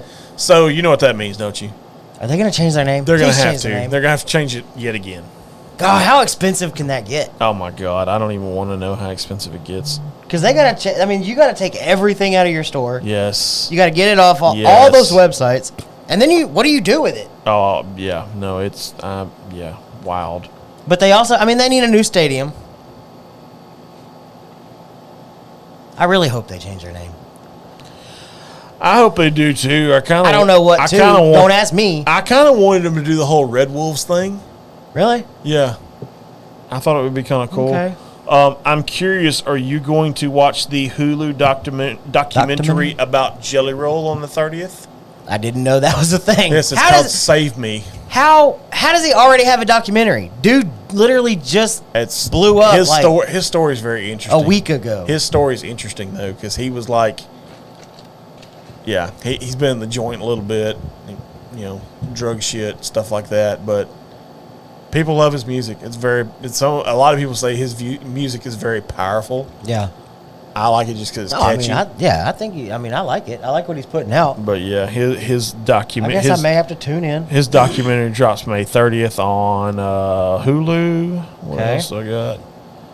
Let's see here.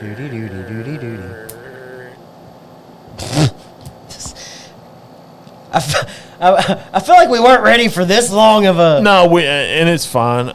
But I do want to get trending on Twitter. I don't do Twitter. That's a you thing. So here's my thoughts.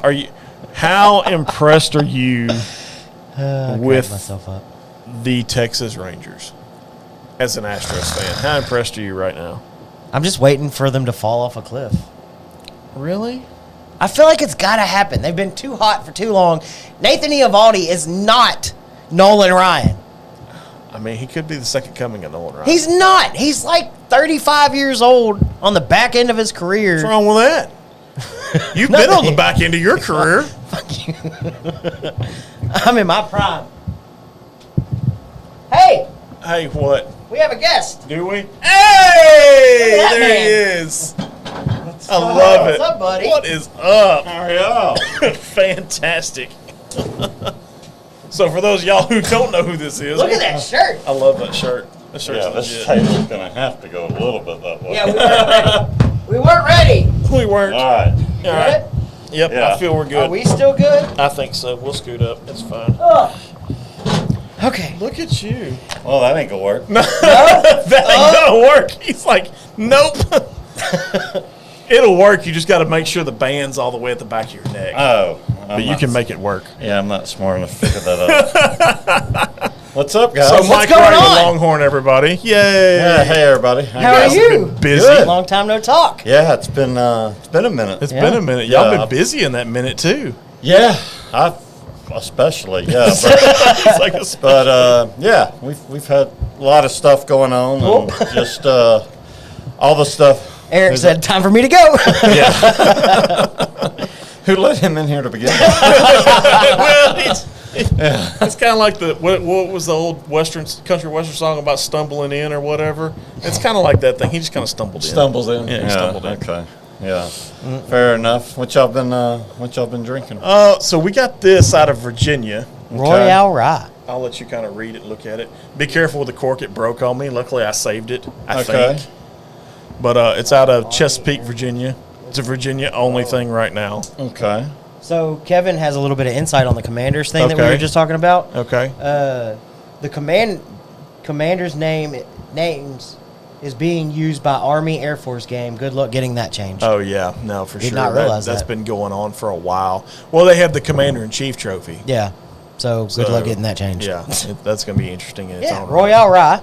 It's from Virginia. Do you need a glass? Okay. I feel you need a glass. Yeah, I didn't bring any tonight. Oh man. You got an extra one? Yeah. I did bring some goodies. Did you? Oh. Yeah, I'd like to try this first. Goody. More This than is welcome. still in Kentucky and Texas. Yeah. Yeah, we don't know who. Bottled in Virginia. Yeah, we don't know who from Texas. It doesn't really say that. But I'm sure your sophisticated palate can tell us real quick. Double oaked American Rye. All right. All right.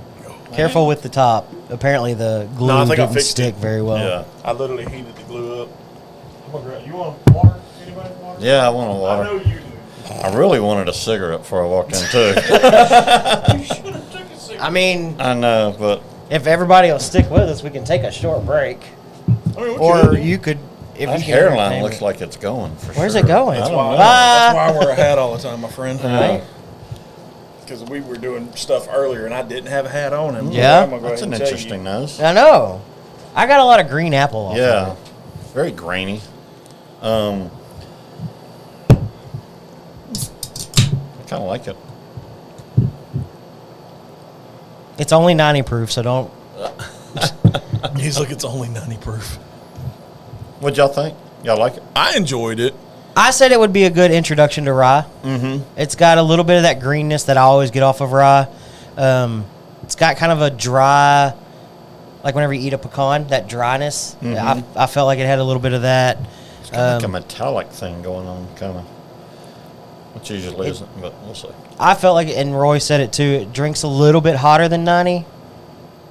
To me, it does at least. My palate, you literally feel the pepper in the back. Yeah. On the back end of it.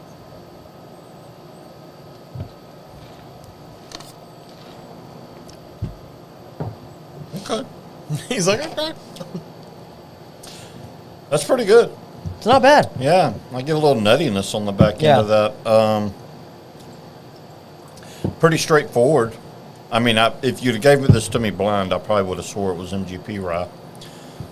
I've got a lot of some of those characteristics, but surprised that some Texas is in there. I know. I'd love to know where that's coming from. That's what we were talking about. I'm curious of where, I feel we'll find out at some point. because it's, Mm-hmm. you know, it's just different. I mean, it's Not a whole you lot don't of get Texas distilleries making rye to begin with. I know. No, and that's odd to me. This is not Balcones rye in there. No, I can tell you. no. But there's not very Unless many It's small. contract distilling or doing that in Texas. I don't Yeah. think.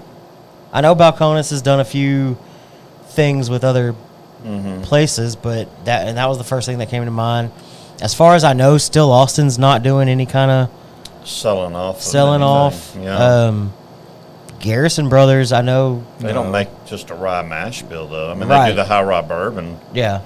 but I couldn't think of anybody that, but I'd be curious. Where's William Price? Houston? Houston. Yeah, I mean, I know it's in Houston, but like, are they making or are they? I thought they were. Well, could it be Giant? Who could it be? Giant, Texas, maybe. Yeah, Giant. Yeah. I mean, Giant makes a rye. But I don't think they're selling, because they're still bringing in some stuff, trying to do like experimental batches and stuff. Yeah. I don't know. Iron Root. Did they make a rye or no? I haven't know. seen a I rye haven't from seen. them. Yeah, I haven't seen one neither. I haven't. That's one Texas distillery I really wish I would have dug off into more. That I just never I don't know a have, whole lot about them. Yeah, we don't have a lot of their. Yeah, I was going to presence say on the we only shelf. had a little bit of their stuff in Bee Cave. Yeah. Because they were out at Bee Cave. But they only had like 1 or 2 offerings. Yeah, out they there. didn't have a their whole lot. They didn't have their whole I did portfolio. have that, those Saint The St. Alley. Alley. Yeah, those bottles Yeah. that were a collaboration between. That was them and Yeah, some bourbon guy up there. Something. the guy with the thing. Some pit guy. Makes yeah. Some guy famous for drinking whiskey. So Maybe one day I'll be famous for drinking whiskey. Maybe. And he'll refer to me as, the guy that did the thing. The guy with Do you the thing, remember that guy I used to do the thing with? you know the guy that dances all the time on TikTok while he drinks whiskey. Yeah. He sings the Muffin Man, yeah. Yeah.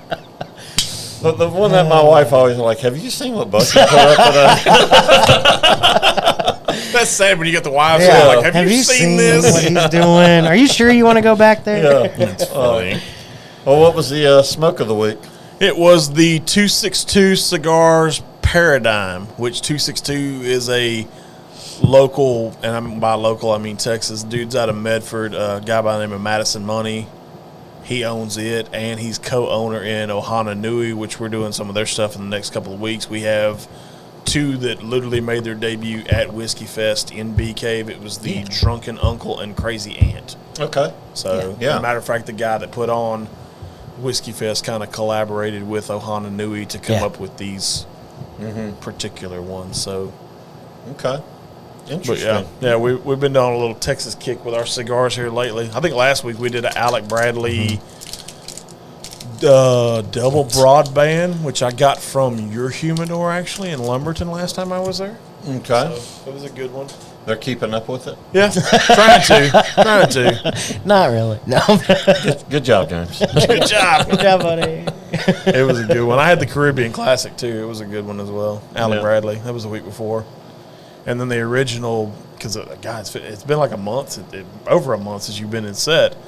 We did the 262 Allegiance, which was Okay. out at Whiskey Fest in Bee Cave, and it was pretty good too. I like this one a little bit better. I've just talked a whole lot, so I hadn't really smoked a whole lot of it, which that will change quickly because I know me. But I was thinking about that on the way up here. Last time I was on was I just flew in from yes, you just flew Kentucky. in. Yes, Just made it. Just made Yeah. it. You And seem now to like to join us. I leave Yeah. Monday to go back out there. Oh, dang. Nice. So, yeah. Nice. Nice. Any Yeah, Buffalo teasers? Trace. Really? Yeah. We're Oh, so you are actually going to get to do the pick? Yeah, 'Cause we're gonna get to If do I'm the not pick. mistaken, last year's Yep. you didn't actually get a chance to. Yeah, from what I understand, nobody did. Yeah. Yeah, it was, I guess, like we call it ghost pick. Yeah. Kind of. They pick it for Nice. you. Okay. Which, the way the pick process is up there, it varies from distillery to distillery. I love Buffalo Trace whiskey. Right. It's a cool distillery. I mean, it's super old if you're into super old things, but. I mean, I chose an older Yeah. co-host. So. But from the pick process, Our ashtray is old. they've already got 3 barrels of that Okay. particular, let's say Right. Saz Rye.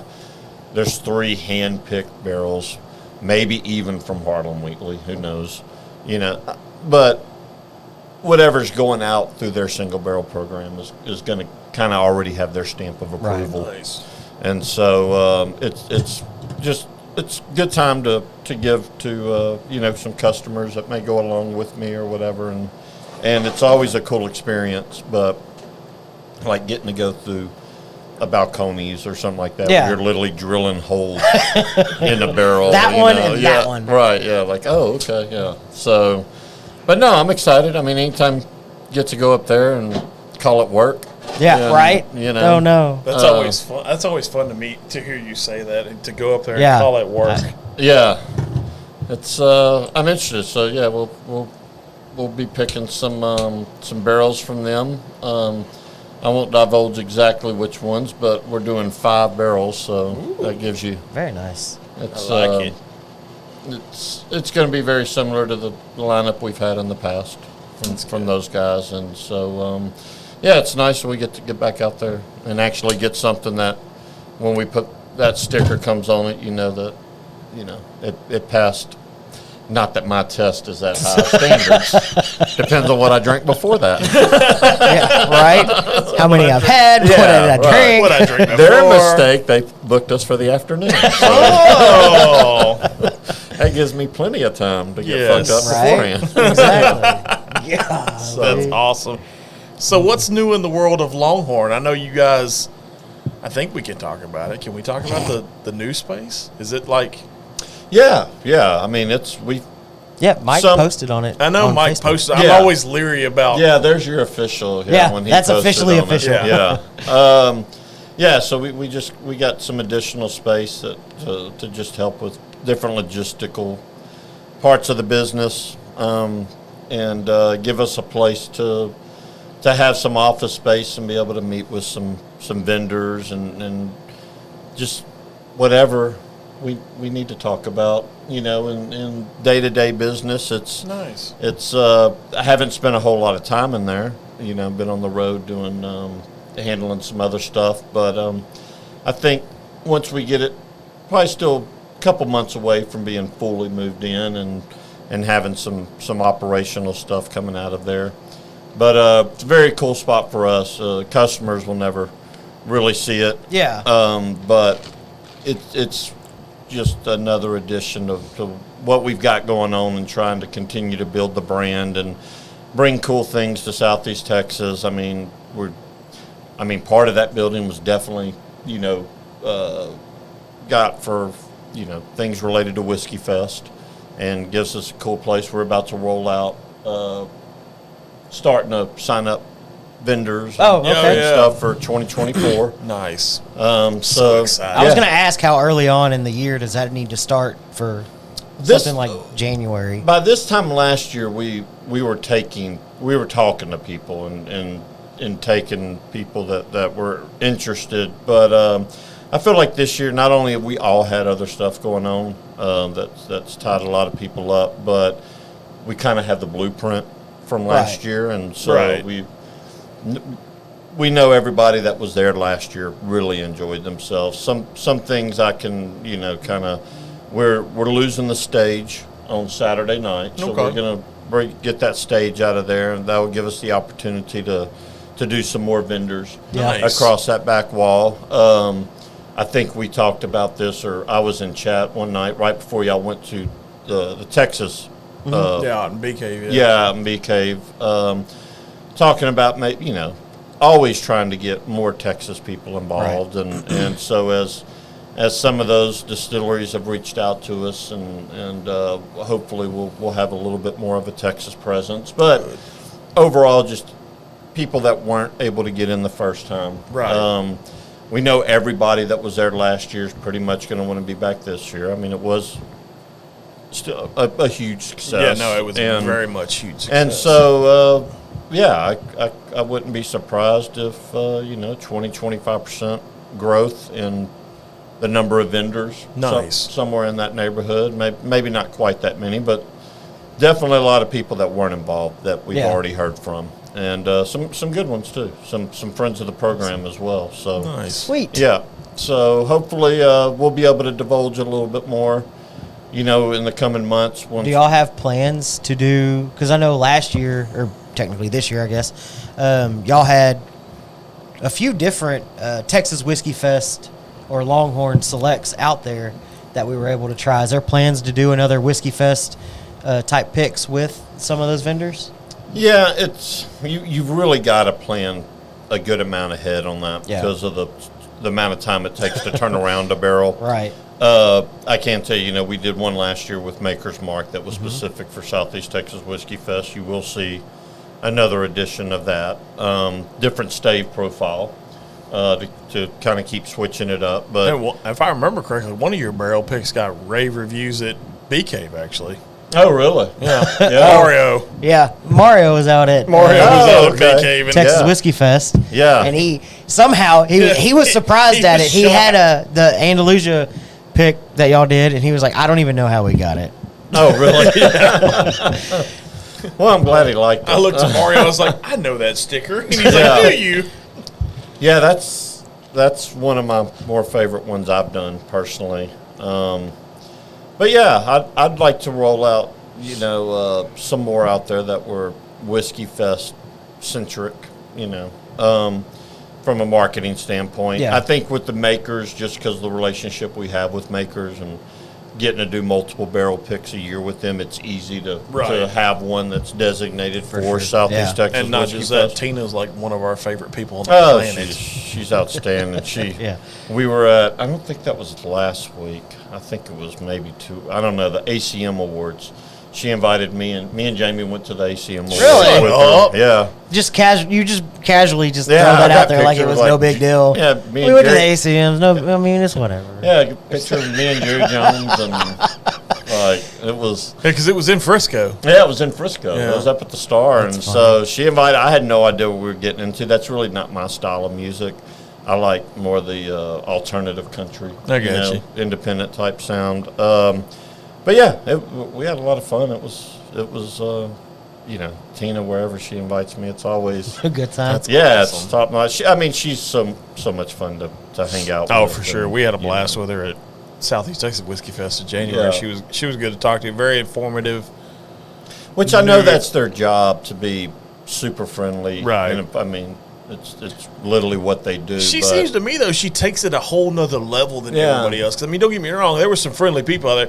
JD was pretty friendly. Megan with Laws, super friendly. But Tina, to me, just really, stood out. Yeah. As a consumer, she stood out. She's one of those, and you just named some great people, some of my favorite people that I've met in the industry as well. But certain ones come through across with this certain level of, genuine. Yeah. You can tell it's not, they're not trying to sell you something. They're not trying to blow smoke up your ass. They're really just, that's who they are. And it's always nice. That same, going up there with Tina, I was able to have lunch with Logan from Laws. Oh, okay. Which is Megan's direct buy, and he's just a phenomenal guy. He's literally one of the nicest human beings I've ever met in my entire life. I couldn't be y'all know how I love Laws whiskey. Yeah, Laws so, is- oh, yeah. I mean, it's funny, somehow me and Al become buddies now, and he texted me last night about a bottle I sent him, and he's got some rare single malt bottles that he's from their stash that he's sending me. Nice. And I was like How does that- this is Al Laws. This is ridiculous. This is the guy. Yeah, this dude's making, but I mean, no more than I remember watching the show when y'all had, is it Aaron from Smoke Aaron Wagon? Shepard from Smoke Wagon. It was crazy. That's one of those moments you're like, Yes. Yeah. is this really And- happening? But that guy came off as completely fucking genuine. Yeah, you he know, was- in that, he He was for moth sure. in here that we can't get rid in of. that The Mike, interview. the Mike Pence mouth. Yeah. And so it was just super, refreshing. Yeah. To see Super that. cool to talk to. Super cool to see it on y'all's show. Yeah. Right. Yeah. But at the same time, that's my first introduction to him in that type of format, and I was just blown away. So, yep. Yeah, he's a very insightful dude. Well, I'm glad we could bring that to he's you. very insightful. That's what I learned about him real quick. I was like, man, it's just when he starts talking, it's just a plethora of knowledge that just rolls out. Yeah. And Well, y'all have been at it long enough now, and y'all put yourself out there in different situations, going to Bee Cave at an event like that, coming to Whiskey Fest. Y'all have come across a lot of people, and I don't know if maybe it's just this industry, but how many shitty people have you come across? Not very many. not very many at all. Because there was a couple of people out at, there wasn't a whole lot that were at Southeast Texas Whiskey Fest that were out at Texas Whiskey Fest, but there was a couple, and I walked up to a couple booths, and they were like, I remember you. You were out at Southeast Texas Whiskey Fest. Yeah. I was like, yeah. Yeah. What's going on? Yeah. That's pretty cool. Yeah. I think we all have this common, thing in our love, our passion of whiskey. To be able to put on the headsets every week and do what y'all do. There's a certain And amount even of passion. Old Humble, we've never actually Yes. met him before, but we walked up to his booth and he had a couple things out there, and he immediately kind of knew who we were, and that's just from me watching a few of his lives and Right. commenting and him emailing us. And, Yeah. it's really cool to gotta have that moment. His No. Snowmageddon's pretty legit. It was I gotta give pretty credit good. on that. It's pretty Yeah. legit. And y'all get, I mean, like, you can't buy that bottle in Texas. Exactly. And whether it's your favorite or not, it doesn't matter. Besides like, the point. getting to try something that is somebody's labor of love. Yeah. You know, like it's pretty cool. Yeah, it's been a crazy ride so far. 2 years in. Yeah. I mean, my ride hasn't been much longer. I mean, Yeah. I've been with them 2.5 years. Yeah. You know, and so it's been a crazy one, and it's somehow our roads crossed. Somehow. Who'd have thunk it? Yeah. But well, what else has been up with y'all? Enough about me. Not much, man. We're just grinding and staying with it, and Yeah, we've had a couple of different people on. I mean, Yeah. it's been really that's been the best part about where we're at now is, you know, and granted, they've already said they want to come on. They weren't able to come on tonight from Deep Creek. yeah, they had a Royall tasting. actually had a tasting that he was doing. But I mean, tonight. getting to talk to the guys out at Dead Drop, those guys something were that's cool. not available in Texas, and just Yeah. getting a chance to talk to those guys. You know, a Midwest whiskey is not something we often get around here. You know, just having everybody say, "Hey, well, since you're going to try it, let you know, can we come on and let's talk about it?" Yeah. That's been really cool, and I've kind of geeked out on a lot of it, and I mean, you know, I enjoy coming up with the questions and learning and the knowledge and just asking questions that maybe not they get, because a lot of these people do podcasts or whatever, and that's one of our first warning is, hey, we're live, so whatever you say goes. There's no editing. We're not editing. Oh shit! This is live. oh yeah. God. Recorded in front of a live studio audience. I can't hit the button. But Yeah. that's the fun part about it is trying to ask questions that they don't get asked on every single podcast that they Yeah. go on. Sure. Yeah. And learning something new. I mean, Yeah, because you want to be different when you Yeah. when you go into your line of questioning. I still think the biggest and most geeked out moment was kind of like what you brought up with Aaron Shepnick. I mean, that's something. Yeah, that was Yeah. yeah. Well, I mean, Smoke Wagon has been one of those that I mean, it just I would wait They now. blew- Wait a minute. they blew I up. would say Yeah. second biggest geek out moment was Aaron Shepnick for me at least. First biggest geek out moment was at Whiskey Fest in Bee Cave. Oh, Yeah, we Meeting met Daniel. Yeah, we met Daniel from the Whiskey Vault. Like took pictures with him Oh, on yards. yeah. It was. Yeah, Bucky's like yeah. I mean, whenever you first get into something like this, you look it up on YouTube. You know, Well, I think a YouTube warrior, and Daniel those are and one of the Rex first are- ones that pop up. they're two of the first people I came across way before I started working on Longhorn. right. Yeah. Love to absorb as much content as I can, and so yeah, it started on YouTube. You know, there's probably many people that we've never discussed, but Yeah. Yeah, Exactly. kind of cut our teeth on. yeah, But it's There's a pretty lot, cool yeah. to see somebody like that they've got, you know, millions of followers or whatever, millions of views on their video, and you're like, man, that'd be really cool to get to that level one day. And I think it's really cool that they went out kind of like Bourbon Pursuit did and started a whiskey. I mean, they Yeah. turned a passion into an even bigger passion. Right. And they're doing something that not a lot of people get a chance to do. Oh, for Yeah. sure. They are that. or have the balls to Yeah. go do it. Right. Yeah, that's So- scary to jump into. Yeah. Very much. All right. Well, Do we want My glasses. to? Do we want to take a short break? Do you want to? Do you yeah, want to if- take a short yeah, break if real people quick? will hold on. I've got If y'all some, stay tuned, yeah. we're gonna take a short break. He did come in from really fast. Really fast. Yeah. Got here, so give us just a few minutes. He came We'll in be- hot with a side of bacon. We'll be Yeah. right back. I don't know if I can. Yeah. Oh, I don't have a commercial. I left her set in the up. car. So Seriously? The side of bacon. Oh, we're gonna go black for a minute because I didn't make a commercial break on it's it. fun to go black. I It's didn't know we fun. were gonna do that. It's fun. But let's do that real quick. We'll come right back. Give us a few minutes, Yeah. and we're out. Yep.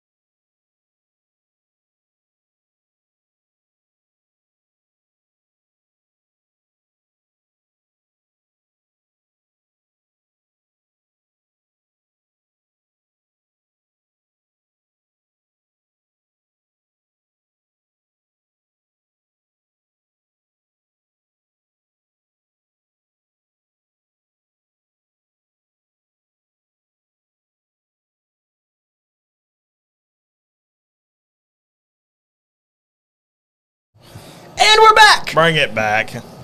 Who Love hung it. on? Hey guys, we're back. Well, a bunch of people hung on. JB's in. JB, G for the win.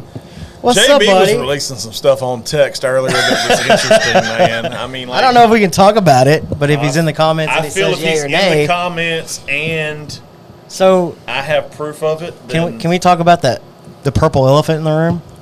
It's literally sitting right next to me. Oh, the purple. Okay, the purple. I can elephant, feel yes. it. It's Yeah. touching me. I did have all intentions of cracking this with y'all, But you already cracked it. yeah, I cracked it. I couldn't wait. So Yeah. tell us a little bit about this. So for those watching, we've got Garrison Brothers Lady Bird on set. Very, very limited release. It comes with some seed They pack too. they sold out quickly at the distillery. Okay. It was pretty limited at the distillery. I heard 1,000 bottles. Oh wow. It is. Limit 1 per bottle at Right. the distillery, where it's usually been 2. Well, hell, now I hear they just changed that. Texas legislature just changed that to where you can get 4. It Kevin, is, yeah. Kevin, I told you it was a special bottle coming on set. Me and Kevin literally just talked about this bottle, and he was asking if I could get one, and I was like, "Well, I might have a little bit of a connection, but Maybe. So this I get to is, try it." for those that don't know, I'm wearing their damn shirt. Yeah. So you're a fan. I'm a massive Garrison Brothers fan. It's where my whiskey journey started. Yeah, that's where you started. Yeah, It was Garrison Brothers. So yeah, it always holds a little. I love Garrison Brothers to begin with. I think it's, we all come to this and we get into Kentucky bourbon, and that's Of kind of course, king. yeah.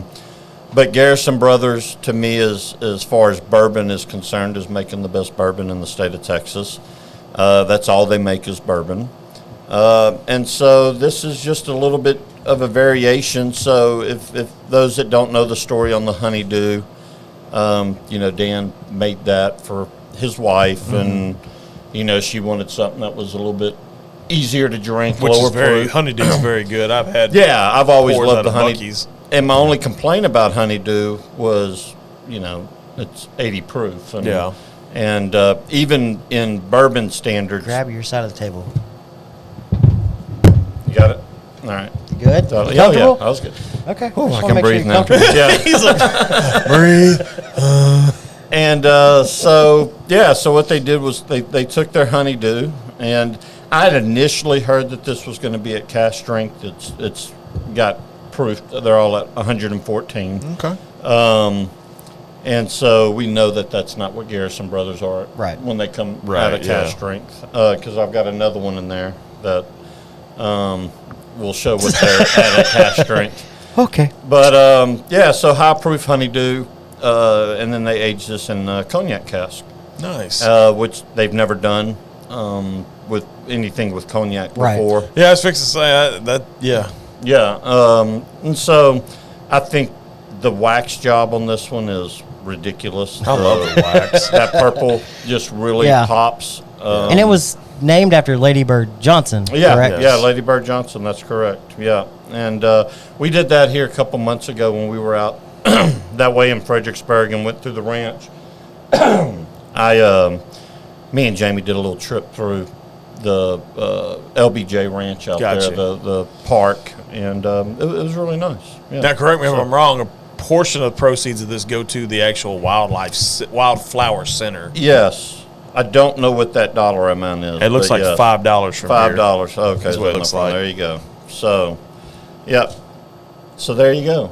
I think it's really cool on the glass on the back of this one. Good bourbon can change the world. Yeah. I've never noticed that. That's not Yeah, on every it bottle. is. I like Yeah. I I've love never their noticed it banding on before. this one, like because they have the band around every Yeah. single one of them. But this banding in particular, like, really stands out to me because it's purplish. It's it's a good looking band. Yeah. Well, and I think even on the star, if people Yeah. will look, there's some artwork in the points of the star that differ from what They're normally do. their normal bottles are. So, What's up, Clint? How you doing this evening, Trent? Clint. hey, Clint. It's always fun when he can join in. Yeah. And just kind of to expand on Garrison Brothers a little bit, I mean, the work that they're doing, the product that they're putting out, love it. But, I mean, just to see the reach, because Kevin is actually in Michigan. Yeah. From Okay. Chicago, Yeah. Illinois, I believe. Something like that. So, I mean, and he just said, love Garrison Brothers in all caps. So, I mean, that just shows the reach that they're getting at this point. Yeah, they've definitely made, especially over the last couple of, even the last Guadalupe release, they had more of a national release. Probably why this guy is so allocated and tough to come by, even in Texas. It got spread around. I'm sure a lot, and they're and I think a total of 5,000 bottles. Oh wow! To start with, which sounds like a lot, but in the grand scheme of a bourbon release, that's not very many at all. So you've talked enough. Let's crack this open. Damn. I mean, I'm just being honest. Bucky's like, you've talked enough. No, pop the cork on No, it. Mike can talk as much as he wants. No, for sure. This is bottle number 1170 of 5,000. Nice. Nice. Look at the pour. Yeah. I love the coloration coming out. Just to kind of give everybody an idea of the coloration. There we go. That's good. It's a very, I'd say, dark amber. Yeah, not dark. as dark as some of their, and for comparison. You gotta love when he says. Yeah, in comparison, let's pull this one out. Wow, that one's really dark. That's super dark.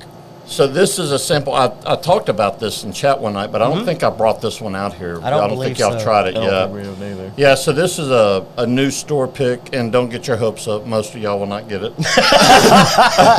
Love the honesty. This barrel that we picked yielded 6 bottles. Oh wow. No way. 6 bottles. And Did y'all know that when you tried it? yes, That it only was gonna. I'd gotten a little hint, and That's like coffee dark. yeah, and so you can just see how dark that is. This is sitting at 148.2 proof, and so this is one of their cask strength single barrels. Like I said, this was a sample bottle.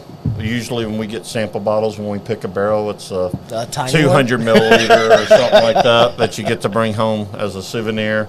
And this was a whole damn bottle. And That's crazy.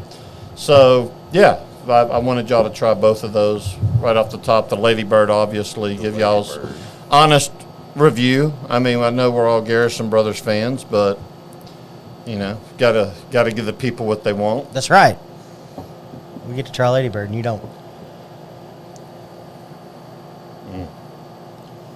Okay. That's so good. There's a sweetness on the nose.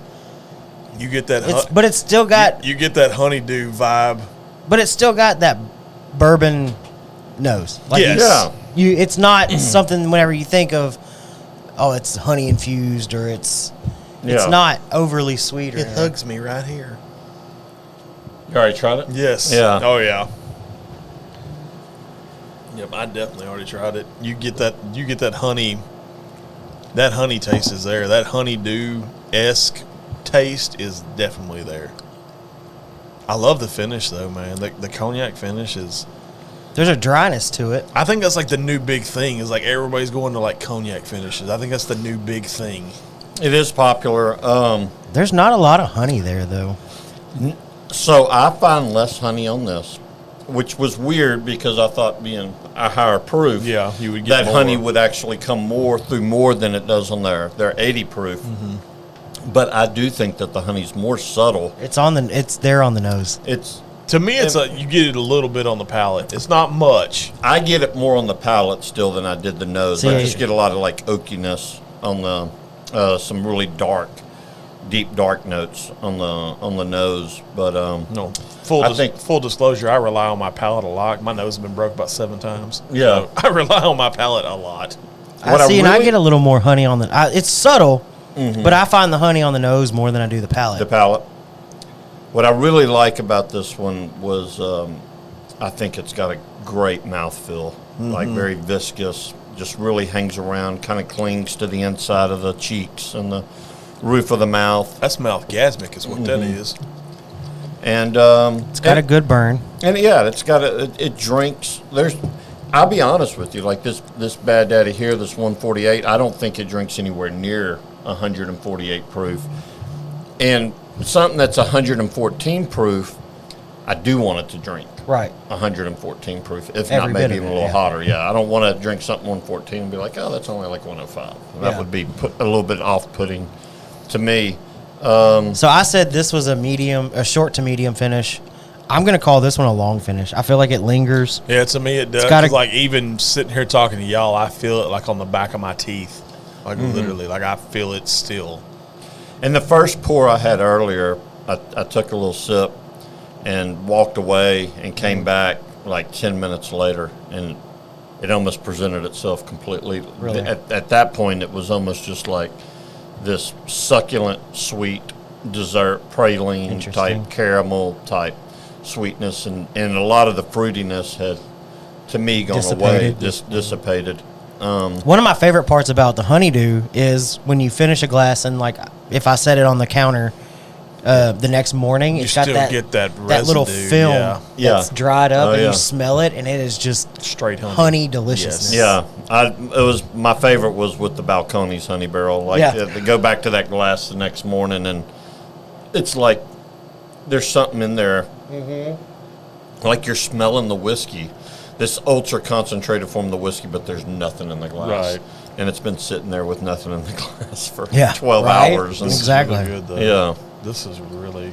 yeah, it's good. So MSRP on this one is $199.99. So it does come with a premium price, but Right. if you're It's a a Garrison premium Brothers product. fan, you're used to it. You expect it because they're putting out a premium product at a premium price. I mean, even their small batch, I think, is what, 60, 70, 80 Yeah, bucks? about $80. $80, typically. yeah. I mean, 70 to 80. Yeah. Yep. In that range. So yeah, it's just a little bit more of a premium price product, and And this is their normal mash bill, like the small batch mash bill yes done yeah, like honeydew, finished in cognac. yes, And their mash bill is a weeded mash bill, correct? yes, yeah. And the only one they did was that they did the high rye. I remember we Yeah. we tried the high rye. Yeah, but yeah, that's the only time I think that they've strayed from their regular mash bill. Yeah, No, So good. so it's good. It's really good. The bird did deliver. The bird, the bird delivered. Yeah, the bird delivered big time. So good. That's what I told Eric. I was like, yeah, a little birdie. I'm going to tell him a little birdie told me Little that birdie. you had a bird. well, good. I'm glad y'all enjoyed that. I love the one. fact that Very it much so. like it hugs you too. Like I feel it like literally like right in my chest, and it's like it's got a good hug to it. I'm not mad about it. No, not mad about it at all. So Man after my own heart. just do a little bit. Yeah. We don't want to get. No, let's not get crazy. I just did a rinse, so we should be good. Well, That's this good. is Garrison Brothers and Garrison Brothers. right. Right. We ain't got no rents. Well, I like the rinse anyway. All right. So give us the one more time. The Yeah, specs so on this this is one. this is our single barrel. Cask strength. They have a single barrel they have out on the shelf every day, part of their core lineup, 94 proof. Instead of the small batch, it's just a Right. representation of one single barrel that goes into that potential small batch. Yeah, this one is. Let's see. Barrel number 93 something or another. I saw it on the front. Yeah, distilled in February of 17, Okay. so we're a little over 6 years old. Okay. Yep. Yeah, barrel number 9939, maybe. Something like that, yeah. Yeah. So, but Sure, he can always play. JB, you gotta love JB. JB cracks me up. He's funny. so You enjoy. can't get too close. Yeah, You this cannot. one's- I just made that mistake. You cannot get too close. Ugh. It's got a molasses. Like I felt a molasses nose hair burn. Like it literally shriveled up. So like to me, this one is all about the molasses. So I'm, It almost. So I'm on par. This one almost actually drinks very close to like a very dark blackstrap molasses rum or something. Yeah, It's, I see where you get that for sure. Oh yeah.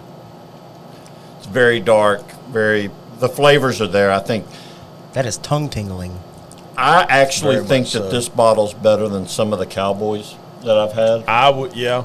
And I was Really, well, you can see this bottle was full, and Seems like it was full. So you Yeah. enjoy it. Yeah, I've enjoyed this one.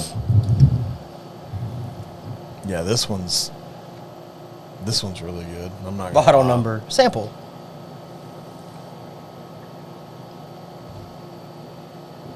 Man. I love the coloration of it. Honestly, that Yeah, for those dark, wondering. yes, deep dark. I don't have very much in my glass, but very, very dark. Like Super that's dark. Cowboy for me. I thought was pretty dark. That's dark. Yeah. That to me is darker than Cowboy. Yeah, this is it's one of probably the on it. darkest ones I've seen. Yeah, that's dark. I mean, you can't see through that. at No, all. that's like pitch. Yeah. That's like pitch black dark. Yeah. So in comparison, when you were doing this barrel pick, what was it about this barrel versus the others that really stood out to you? Well, as we, some of these distilleries, we're very fortunate to get multiple picks from them every year. Right. And so Garrison Brothers is one of those. And so when we have somebody that we can get multiple picks from, there's a fine line when I pick barrels as to maybe not necessarily what I like, but what's marketable. And I think we've talked about this before on the podcast. But there's some times when I'm just looking to appease my inner child, which is just what's the weirdest, funkiest thing we Right. can find. Like how hot. Hey, I got. Yeah. If you want weird, funky, I got Bucky and I tried it. Matter of fact, he's sitting there looking at me in the face. Which one? The Acre 111 barrel. Oh. The one that was. It was finished in English stout barrel. Oh, English strong interesting. ale. Yeah, Yeah. I would. Yeah, Yeah, you're more than welcome to Yeah. have a pour. Yeah, it's So the fact that it was, I mean, obviously, when I first saw this bottle and saw the color, I just like that looks like an English stout. I mean, Yeah, that it's looks that like dark. Yeah. And then the proof, but it reminds me of Guinness. Actually, looking at it, like it's Guinness dark. but really once you drink it, like you really kind of forget that that's 148 proof. Yeah, I was gonna no, say it I'm not doesn't- gonna. I wouldn't. If you put this in a blind, I'm not gonna tell you it's 140 plus proof. No, Yeah. nah, I'm gonna tell you it's probably about a 'Cause I've had- 120, 130. I'm somewhere I mean, there. shit. I'm not gonna lie to you. I've had some 90 and bottled and bond 100 that drinks hotter than this. Yeah. Yeah. So I mean, But that's yet, it's dark, but yet you've got like a ton of flavor down there on the palate. To me, it's very sweet, very candy-like sweet. Yeah. It's It's almost like pecan praline. candy yeah, almost. yeah. I think that's a good analogy there. The pecan praline. It's I just think it's a fantastic representation of amazing. what Garrison can be at a high strength. And you've been to Garrison and you've been a part of a few barrel picks. Do they have, I guess, how do I put, do they have more than the common number or average number of hazmat barrels there? So, interesting fact, I've yet to do a barrel pick at Garrison Brothers. So all the Interesting. ones I've been lucky Part enough of. to do has been with Elena and samples that she has gotten. Nice. And this particular one, when she saw it, she immediately thought of me. Really? And so, yeah, she really helped out, and getting something. We've had a lot of conversations. She knows my style, and when she saw this one, she like, oh, this is Yeah, I feel she nailed it on yeah, that. it's like this has Mike all over it, and so That's super good. yeah, so it's something a little one-off. It's obviously there's 6 bottles coming. Very How do you okay, so when there's something that small, how do you divvy that up? yeah, I don't. Because y'all have a lot of locations. Yeah, it won't hit the shelf. I don't need it to hit the shelf. Like, and I apologize to anybody who's out there like, oh, that's bullshit. Like, there's 6 bottles, like with something like this, being only 6 bottles, knowing the people that I know that are big Garrison fans to begin with. Yeah. Big customers that I like to take care of. Friends like yourselves that are Garrison Brothers fans.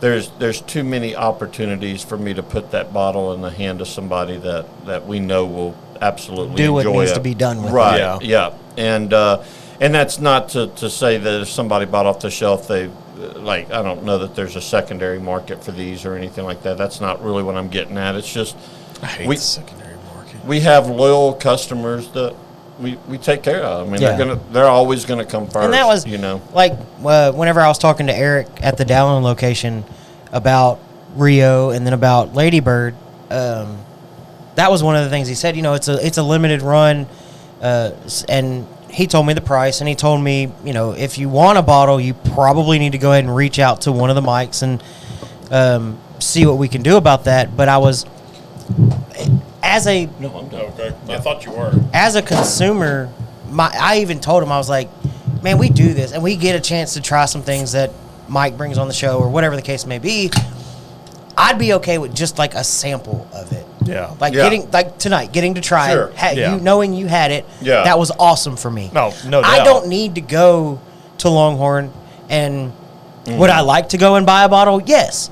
But if there's somebody like behind me in line that maybe doesn't have an opportunity to try it or whatever, I would much rather that guy get it Oh, Yeah. yeah, for sure. than myself. Yeah, and I think a lot of even our customers, but people that may not just be a sole customer of Longhorn, but shop a little bit of everywhere, don't understand there's a whole nother side to this, which is we service bars and restaurants. Right. And I've got to do a good job of keeping those guys happy. So if you being in the Houston market now and having some wholesale opportunities over there, we got to be cognizant about how we can use these bottles that are for our customers and help continue to build that brand through for sure. the customer loyalty and if I'm not mistaken, the Tree is one of your clients in Yeah. Lumberton. Yeah. Mm-hmm. I mean, their whiskey selection, because I had just had it, not too long ago. Their whiskey selection is I mean, I even made a TikTok about it, like showing. And I was Yeah. like, I can't. This is the best whiskey selection I've seen in Southeast Texas ever. JW Patio's got a pretty good one too. But that was the first time I got to try E.H. Taylor, Booker's. I mean, I got to try things that normally I'm not going to get a chance to buy because they're so allocated. And, I mean, let's face it, we don't see a lot of that in Southeast Texas. So that was really cool to be able to go somewhere like that and get multiple pours right of something that is an allocated bottle. Or, you see it all the time on TikTok or Facebook or Instagram. Yeah, everybody gets a chance to do those bottle or, the bigger names in the whiskey industry as far as social media goes. I don't get it. I don't get that opportunity all the time. So to go somewhere like the Tree and get a chance to try that was really cool for me. And I'm okay spending $12, $15, $18 for a pour of it. Yeah. Because I don't need to go out at that point and buy it for a little bit higher. Well, than that's like retail or whatever the if case you may be. remember when we did our very first live, you, me, the wives all went to dinner and we had, what was it, blue corn for the first time? Oh, okay. Yeah. Balcones? Yeah. Nice. We had it at what was the name of that restaurant? It's Yep. right there on the water. Yep. In Galveston. Yep. I Cannot think of the it. name of it. Katie's. Yeah. Katie's. They had it. But it's cool. It's awesome that y'all work with restaurants like that to give the opportunity to try some things that aren't always available. Which one is that? Is that the center cut? Yeah. Wow, that's an old one. Yeah. That's a 2015. 2015 batch 3. Booker's center cut. This I can die now. yeah. I mean, I don't know about all that. No, I literally can die now. We're getting low, so I figured maybe Are you doing a thing again? we kill this bottle tonight. Why not? I'll See? break Yeah. out big glass. I'll break out big boy for this one. Do you have a favorite Booker's? No, I don't. Look, I drink so much different stuff, and I go to Booker's every now and I love Yeah. Booker's, Yeah. but it's not like I'll I'm be drinking- honest. Never had Booker's before. Oh, really? Never Yeah. had it. So somebody like Jeremy Smith, that's a friend of the show. Yeah. He could probably rattle off his top 5 or 10 like that. I And bet. He's Yeah, just I saw his post. I mean, he's got a the geek lineup. about it. Like, and I love people that are like that. This guy that Paul that done the last 2 Four Roses picks with. Like, he flies up to Kentucky just to meet us at Four Roses, and Four he Roses. is like Awesome. he can taste all 10 recipes blind and No, which pretty is much which. tell you. Oh, which that's is which. OESK. Right. Yeah. It's amazing, and so I love those people that have really gone. That's what into I was fixing to say. You love that kind of stuff when Yeah. you hear about people that geek out over certain brands and certain distillers and stuff like that. Yeah, for sure. Yeah. That looks amazing, by the way. Well, I kind of kicked myself because last year, I don't remember when it was, but last year the Dowling location had 2 bottles of Booker's, and I don't remember which release it was, but it was one of the 2022s. And I looked at it. Need to kill this tonight. Yeah, right. Oh man! finish it later. But I Chesty looked at Pours. it. Yeah. He loves it. I still remember that. He loves it. Yeah. But I mean, that's the thing. As I look, you look at it and you're like, okay, I've heard good things, and I know the idea of Booker's. And I left, and I came back, and there was one left, and I'm like, I'm gonna get it. Yeah. And I Damn, didn't. they are very specific on their aging. 7 years, 2 months, 28 days. That's one of the really cool things about the Booker's releases is the way they do them with the names of them, the way they put the little tag on it that just tells you everything that, as a whiskey fan, you want to know. And you know where it's coming from, and it's Booker. I mean, it's a no. I mean, And one of the stories, like Jeremy could tell you, and people like Brandon, That's interesting. some of the older book, like they did what were called round table picks, where like Booker No actually got with people within the industry, like whether they were whiskey, journalists or sommeliers, however you want to, Yeah. Booker's was all kind of started as for his friends, just kind of a batch they were doing for To me, his buddies. that's really that green grassiness that you get off the rise. That's what I get off of that. That to me is green. No, yeah. So it's but he would do some picks. Most years you get 4 releases. Yeah. That this particular year there were 6, and so at one time I had batch 1 through 6. Oh wow. I don't anymore, but they're all made to be drank at some point. Oh, for sure. Yeah. Yeah. So just if you're a Booker's fan, again, I think it's one of the more well done, high proof bourbons out there. I'm a big fan of that Jim Beam profile. The Knob Creek, and it's almost spearmint. yeah, you're getting some raw off there too. It Yeah, sounds it's like very- them. It's very green, very Yeah. minty, very. Yeah. At first on the I love nose, the way it feels on my lips. That's the crazy thing to me. Like I feel the spearmint almost tingle.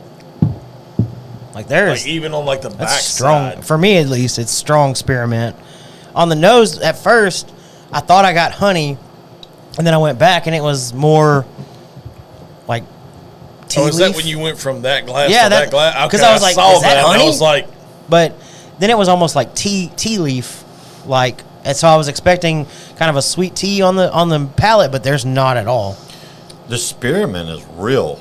I'm telling Yeah, you. no, I get it. Let me tell you what I really kind of get. I don't know if it's spearmint. I mean, it does tingle like spearmint, but to me, this is almost like green tea eucalyptus almost. It's kind of in that wheelhouse. I definitely get some tea vibe, That's surprisingly good for my first. which is weird because usually when I get mint, it's rye related. Yeah. Usually when I get tea, it's wheat wheat related. related. Interesting. And so both of those are not in here. No. But I'm not gonna lie. For my first actual Booker's pour, I can believe the hype. Yeah, it's good. Yeah. That's good. Cheers is what it is.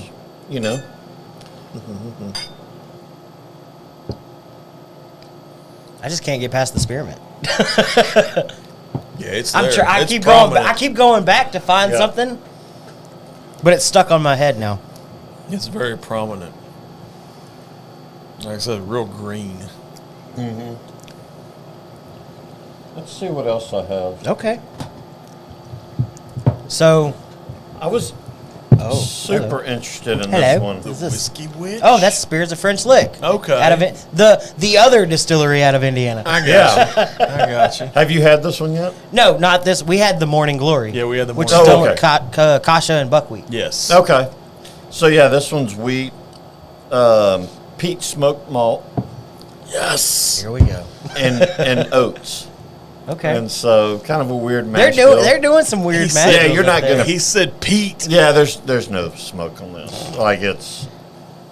I had to pour this earlier. So I've been letting this last little bit of Ladybird sit while Yo, we've been talking. there you go. That Yeah. is now it's straight honey on the nose. Yeah. It's straight honey. Yeah, those That is honey. That those vapors, Yeah. did what they evaporated. That's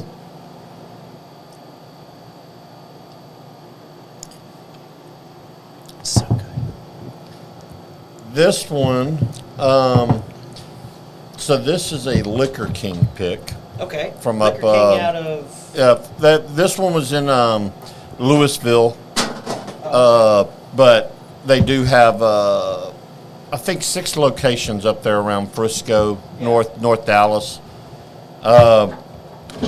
Very cool liquor store. One of the more interesting experiences I've had in a liquor store. They really didn't focus on like Tito's or Fireball or like what even what you'd see at Longhorn, where it was really honed in on like the more premium side of the game. Really? Their whiskey selection wasn't as big as what Longhorn's is, but Okay. they did have some different picks. Obviously, this one was a pick, but really, two things that drew my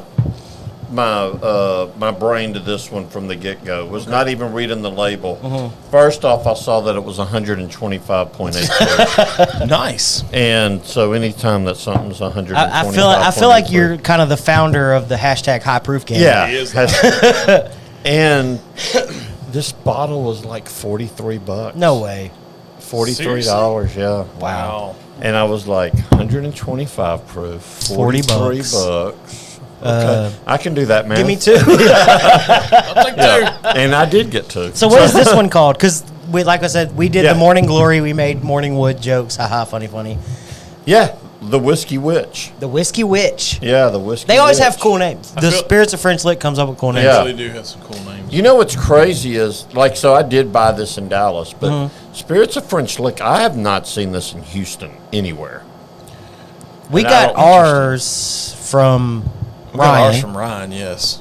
and I don't remember where he got McGee? it. Yes, Yeah. Ryan McGee, yes. Yeah, you gotta love Ryan. Oh, love Ryan. He's always giving us cool Who stuff. doesn't like Ryan? Right? Yeah. That's what I'm saying. He's always giving us cool stuff. Like we did Yes. the Buzzard Roost Toasted, which is a Kentucky only release. Yeah. That was really cool. I mean, he's always giving us cool stuff to try. Yeah. I mean, you got to love hanging out with that guy. Ah, he's a great guy. He's a wealth Sure. of knowledge. Yeah. Oh, So, okay. Okay. Yeah. I was curious on what you pulled out of your bag, and I just happened to read the label because it's facing me. Is it facing you? It is facing me, yes. That is really dark. So Whatever's in there. so my man here tried his own infusion. That is a Benchmark foolproof peppercorn infusion. Peppercorn. I'm afraid to try it.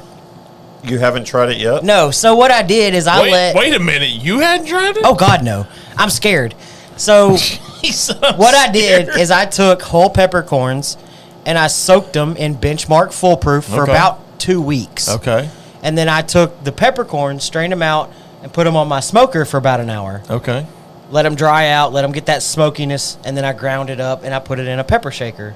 And now I use it on steak and stuff like that. It's delicious. Okay. This is the product of what was left over. Okay. And I'm afraid to try it. Let's It's going to wreck your palate, so we need to try other things before you ever taste this. Let's But do if you that. want to try it, we can. That shit is super dark. What's in the other one? So this one is my Texas Whiskey Fest blend. This is everything yeah, I yeah. tried out at Texas Whiskey Fest, all turned into one. Yeah. So I'm curious of your thoughts on it. We tried it on the show. It's Yes, not we did. terrible. It's not terrible, but it's all Texas, all the time. Yep. So I figured let's break them out. If y'all want to try them, we can. If not, we don't have to. I'm Well, afraid. hell yeah, we're gonna try I'm 'em. afraid to try this one. I'm kind of intrigued actually to try that one. Yeah. I'm not gonna lie. Y'all but try this. Let me try this. Yeah, And let I'll me- try yes, The yes. Texas No. one or the pepper He one? wants the peppercorn. Okay, Yeah. go ahead on. You do you, boo boo. I want weird. I want weird. I feel Mike is the epitome of the whole keep Austin weird. Yeah. Mike's that epitome when it comes to his whiskey. Careful.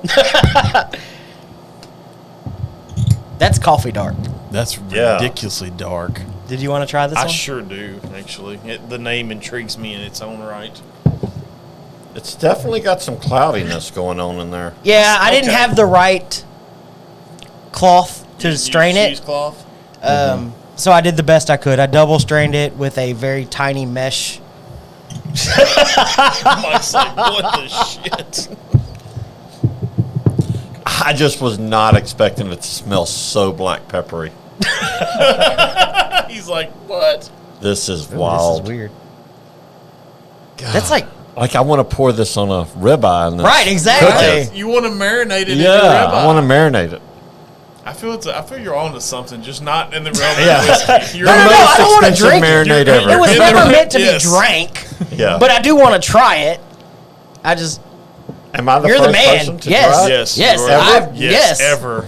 Yes, you were the guy. that's why I'm intently staring at you. He's I mean, look at that ring it leaves. Oh my god, that's wild. You're gonna totally wreck your palate with this. So don't try anything new.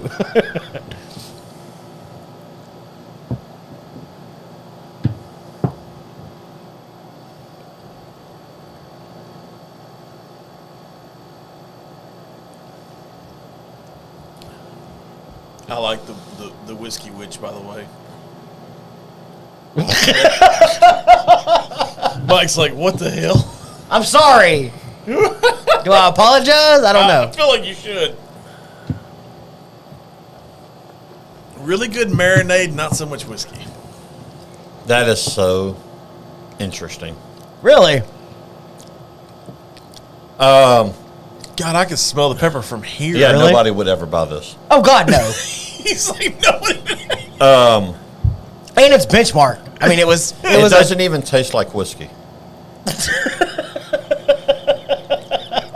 It's like hot pepper sauce. You're gonna make Mike not ever come back because of this. I don't know. Like I love this stuff, Okay. but So it's benchmark foolproof. It was a It doesn't taste- $23 bottle. like if you took and concentrated pepper Uh-huh. to some sort of tincture, like it's spicy. Mike, sorry. it's spicy. And I don't know. I like spicy, That's a spicy and meatball. I love That's black what pepper. that is. But that is hot. Is it? Try I'm some. gonna have to try a little bit. So this Y'all is. got me wondering. I trying can to see think. that it's dark. Like it's super dark. Candied apple on the nose. Are you doing the whiskey witch? Yeah.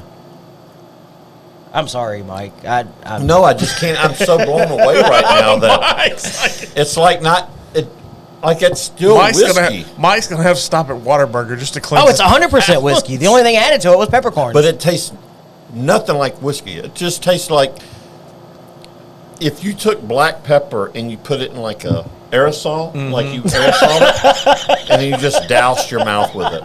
So you feel like you could spray this in somebody's face and it would Oh. self-defense you? Yes. Could I- 100%. It's stopping an assault Well, my- in its tracks. Now my Yeah. thought process on saving the whiskey, because I originally thought I'm just gonna drain pour it and not do anything with it. But my thought process was I want to try The pepper.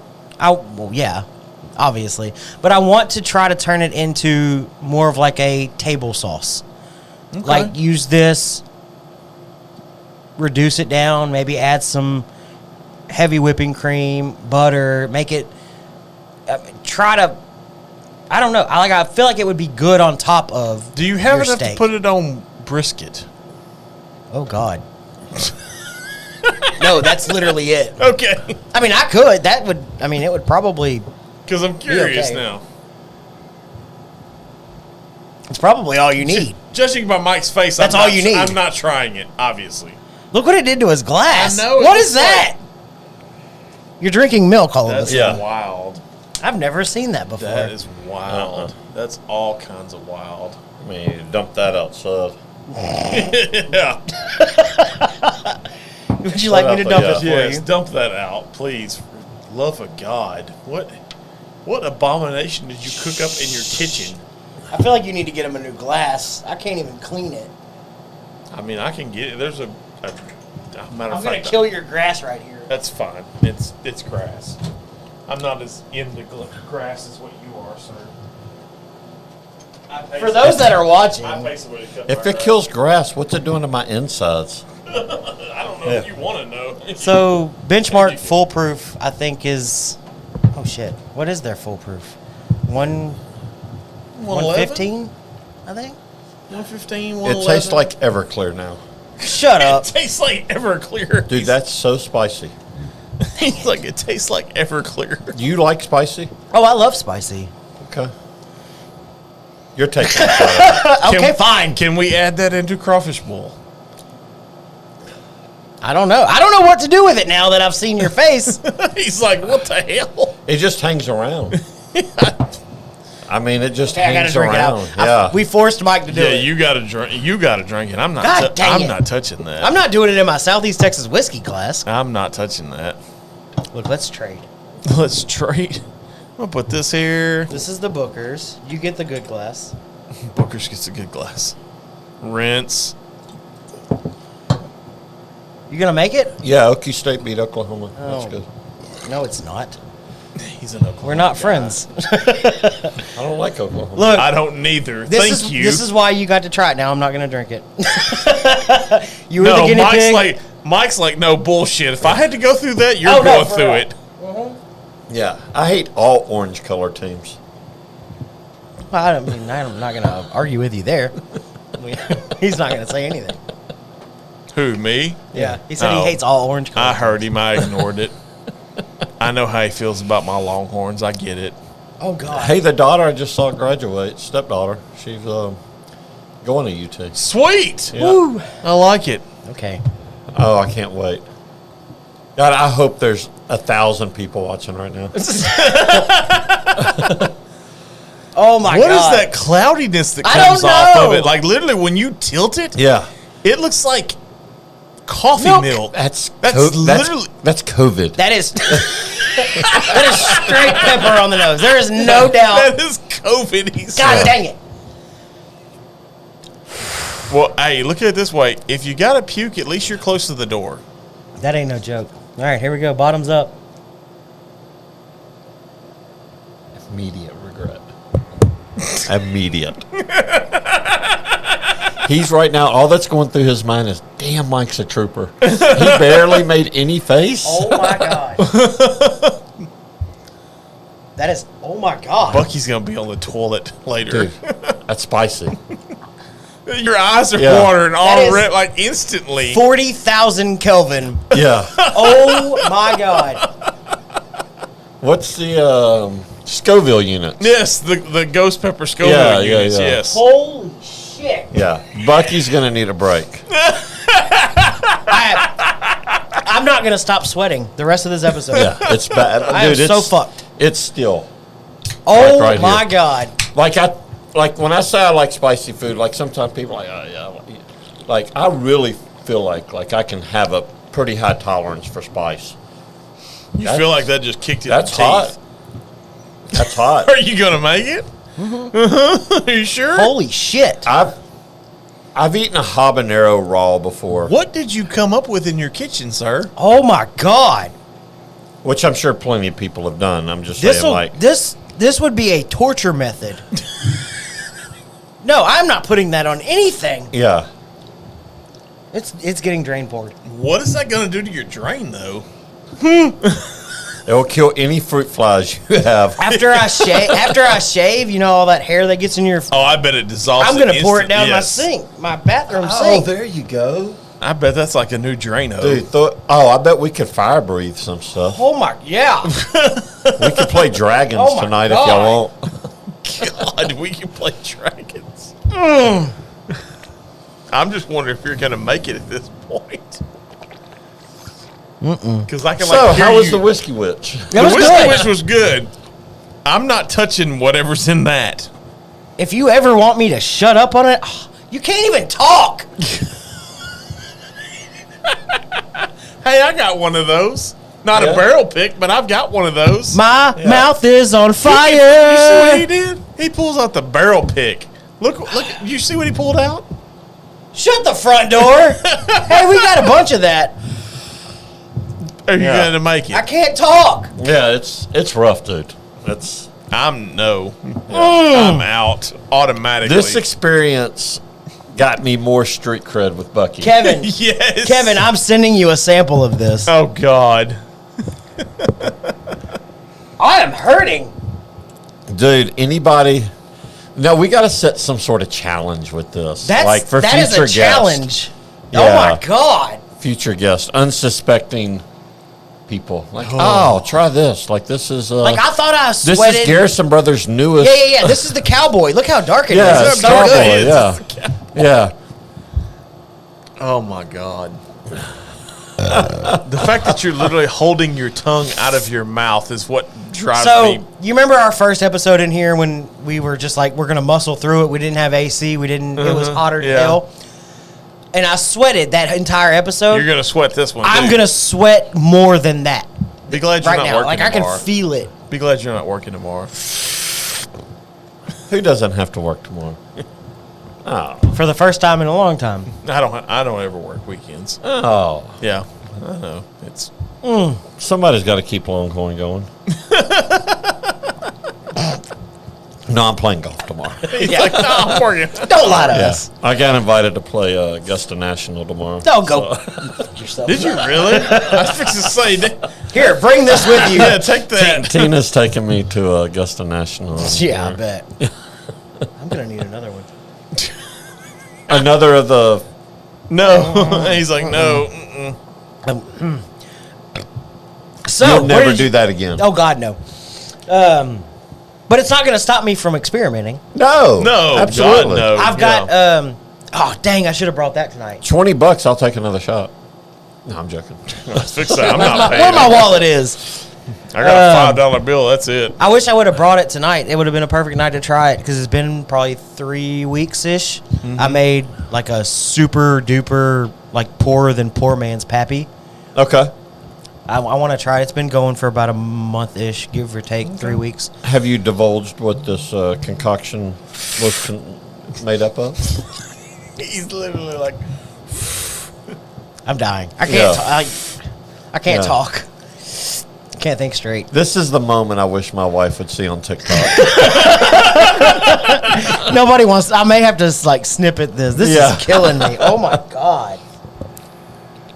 All right. So I'm where not did you touching- get this from? I'm not touching. Liquor Tell King. us about Liquor this. King also up there.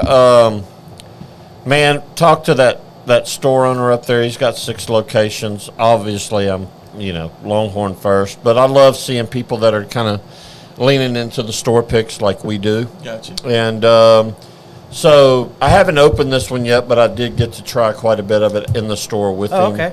okay. He was very gracious. And so, yeah, I thought it was good. Obviously, we've talked about Casey Jones before, Yes. and I've talked with is it Cody?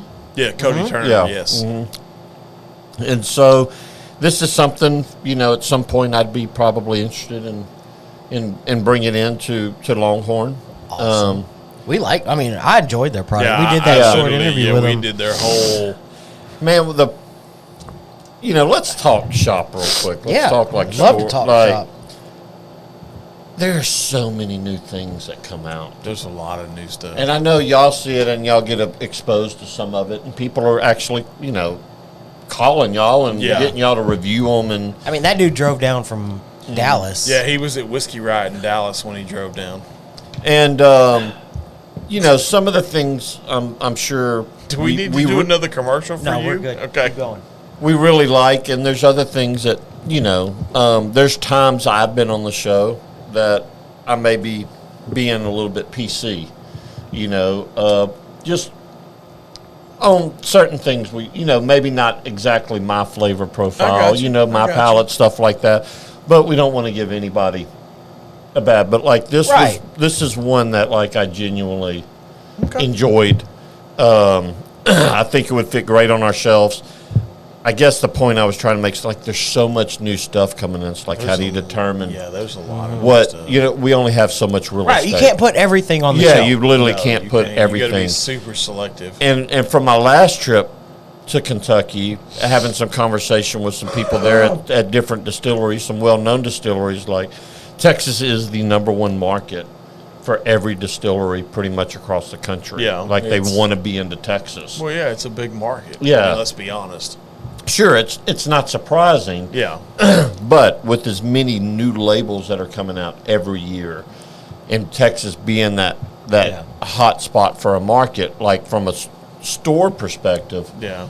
if we were to bring in everything, we're literally adding 1,000 Oh, labels for every sure. year, and that's impossible to do. Well, yeah, because you only have so much SKU real estate, and when That's you get right. into Yeah. when you get into SKUs, you got to look at, hey, I have X number of SKUs to work with. I need to bring in exactly what I know my clientele is going to buy, because we talked about this on a previous episode. What you sell on Dallin Road is totally different than what you sell in Lumberton. Yeah, you and I absolutely. both know that. Yeah, they're completely different stores, and we have some stores that are way completely different than our Ivanhoe store is way different Oh, I than, can than imagine, any yeah. other store. And so, That's a cool location too. It's right there at the front of when you come off 69 and you turn into Ivanhoe. You hit Longhorn before you even hit the gate at Ivanhoe. really? Yeah, Yeah. it's right there. it's right there on right the off on the road. Yeah. It's right off of Highway 69. So, and just kind of a quick side note. Uh-huh. I don't know if we've ever asked, and maybe we haven't. I just don't remember because, let's face it, there's been some long episodes. Yeah. Is whiskey's y'all's number one seller, or does that belong to something else?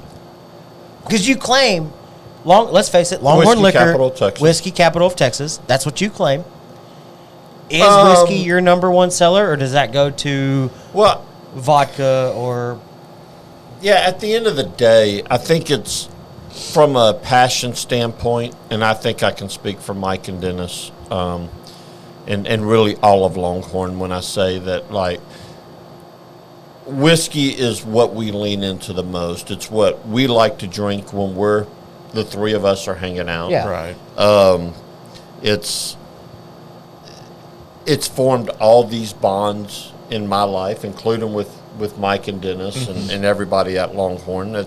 That's all because of whiskey. Well, I feel you guys as a chain in general are very whiskey forward. Right. I think we are. I think part of that is like there's not like we've really leaned into this. We love doing the single barrel picks. Right. That's obviously awesome. And y'all crush it. Yeah, and it's amazing, and every time we release one and people text me and like, oh my God, this is so good. Like it really feels good. But let's be honest, there's not a whole lot of spirits doing barrel picks. Right. So it's really only whiskey. Yeah. Like there are a few, I've done a tequila. We've got one on the shelf, a Codago pick that I did. And there will be. That's George Strait's tequila, isn't Yeah, it? George Codago? Strait's tequila, Okay. yeah. And there'll be a couple of more that probably come out over the next year or something like that. And so tequila is a very fast growing market for sure. But when you get down to it, like, God, we sell a lot of Tito's vodka.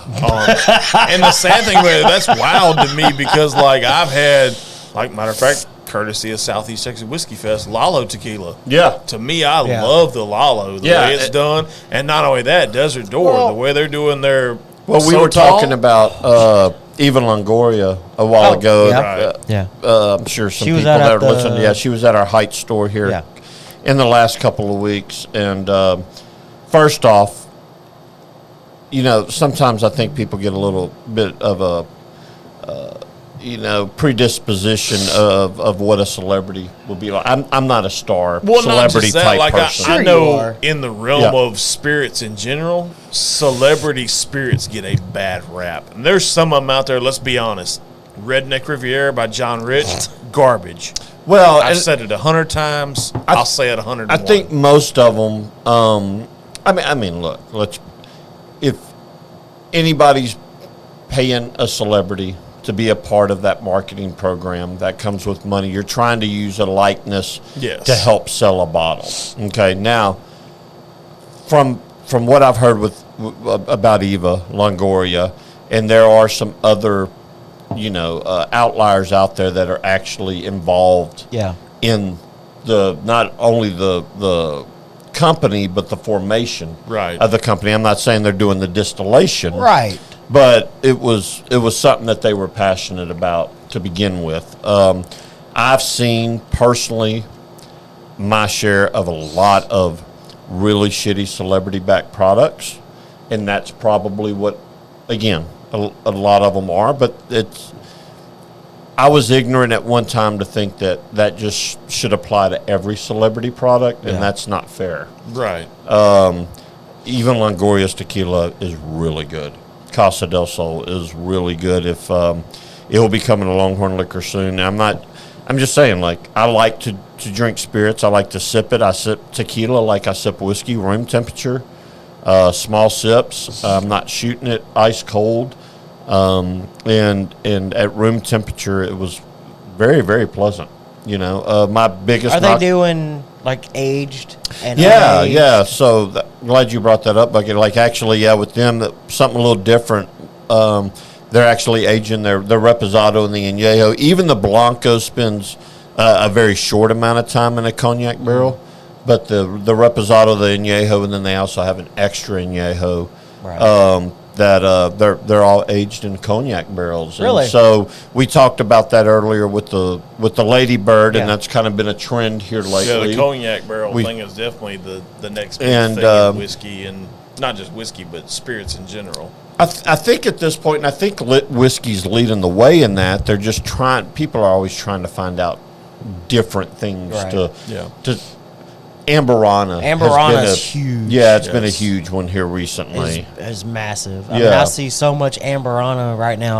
I've never even heard of Amberana. Yeah. We're like 2 years ago, or maybe even a year and a half ago, Rum Cask was a big. I mean, obviously with the Angel's Envy kind of leading the way with their rye. They're the ones that started it. I mean, let's be honest. They started the whole port wine finish, all that kind of jazz. Yeah, and you have your bourbon purists that are from other Facebook groups and like, it's not bourbon. I mean, fuck off. Like, who cares? That's why we say, and I very clearly state, this is bourbon finished in. Sure. Yeah. And I love any type of education to the customers and stuff like that. But for the most part, like if the three of us are hanging out, like, I mean, I don't care what the clinical. It's semantics. Yeah. I mean, like, really does it taste? Do you like it? Like, I'm not a big fan. If I say, hey, you want to try this bourbon, I'm not going to stop and correct myself. I mean whiskey.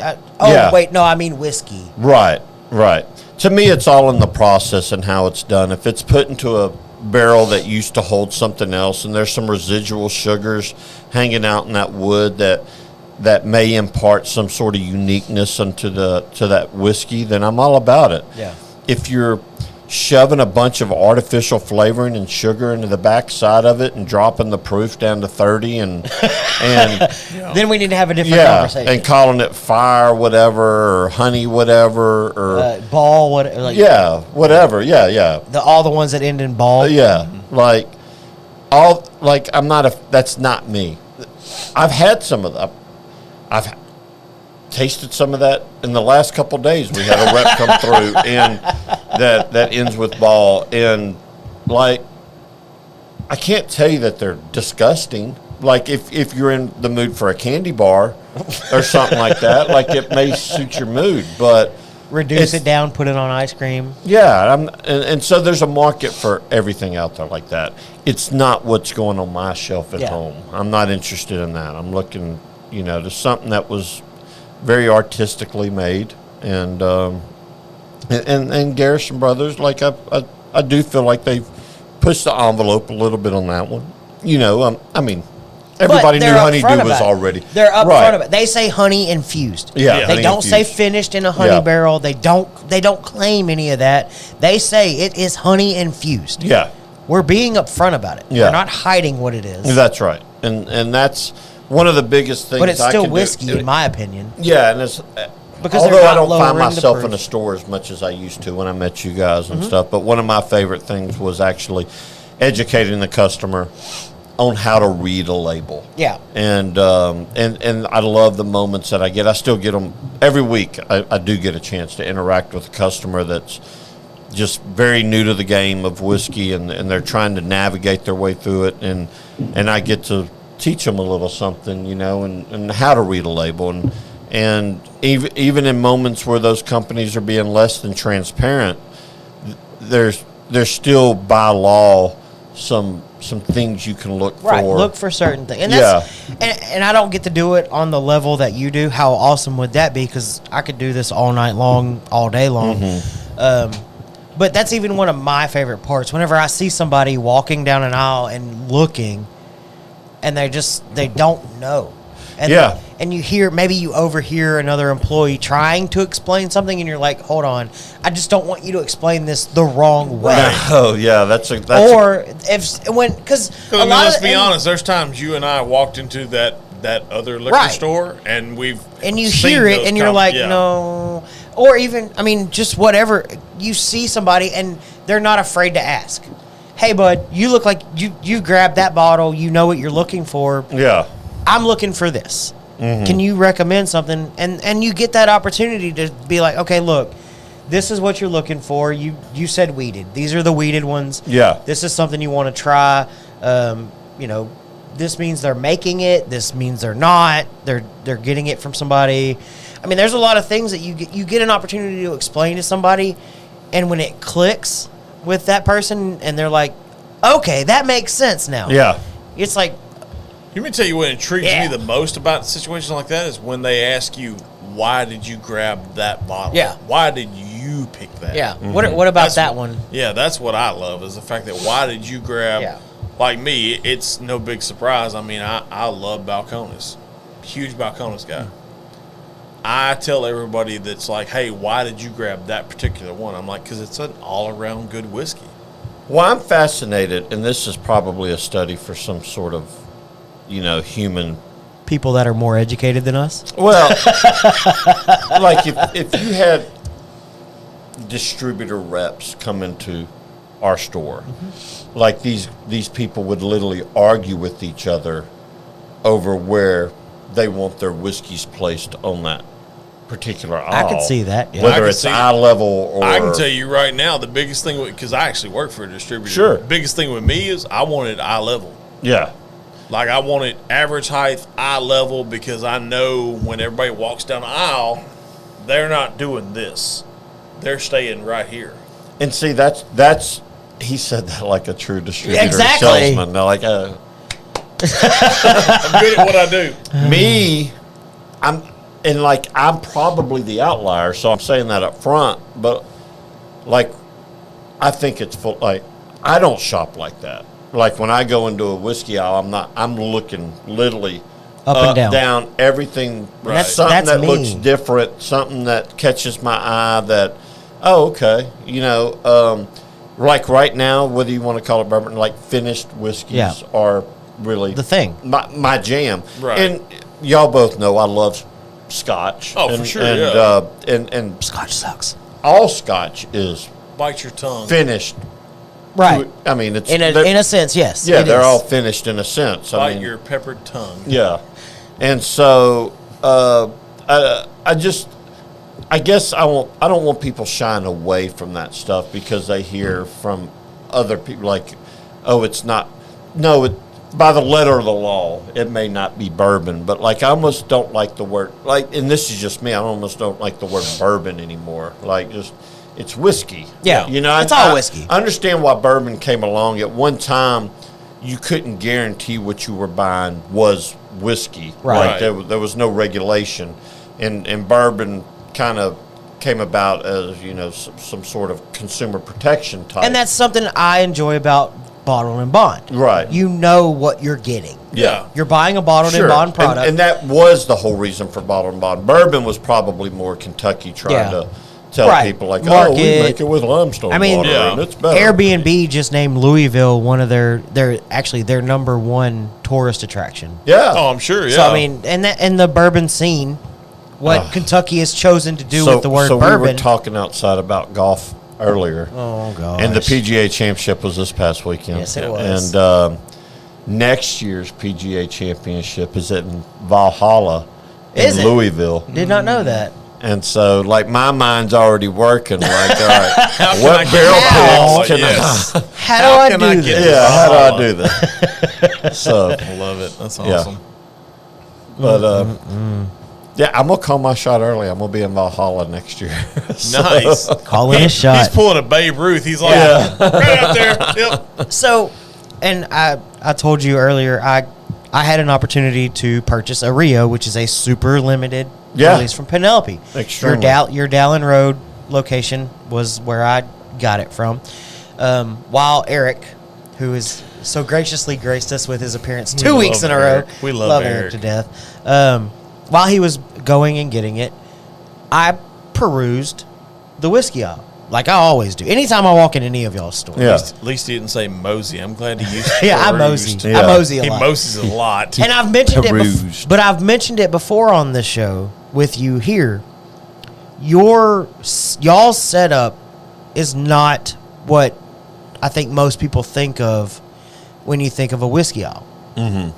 There's 30 and 40 and $50 bottles on the top shelf. Mm-hmm. There's $80 bottles on the middle shelf. Mm-hmm. There's $10 bottles on the bottom shelf. Mm-hmm. There's some $40 bottles. I mean, I look like this whenever I go in y'all's store for a reason. Yeah. And I think And a is lot there- of that's a strategic thing. So, and that because was of the fact good. they want you to I don't look think at I ever everything. really asked in that sense. Is there a strategy to that? Is that more distributor related? I just think it's a trend that we're looking at setting these stores up different. Not something proprietary to us necessarily, but maybe a change in trends in the industry where people aren't,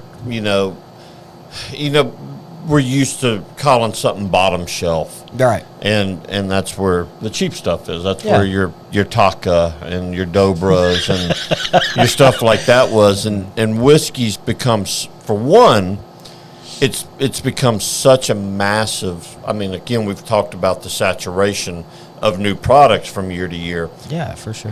Very, very, very, very, very, very, very, very few of those Yes. are in any type of price range to consider bottom shelf. Okay, so if your bottom shelf is bottom shelf, then you're taking out a whole row that you're needing to commit real estate to something else because you don't have enough bottom shelf products to fill that up. But also, I don't believe that the same customer coming in looking for McCormick blended whiskey is the same person looking for Penelope Rio. And so if you're every now and then I got to throw in a McCormick. Hey, I always like what I refer to as the snake method, okay? So snake method literally is where you look at a I've shelf heard about this.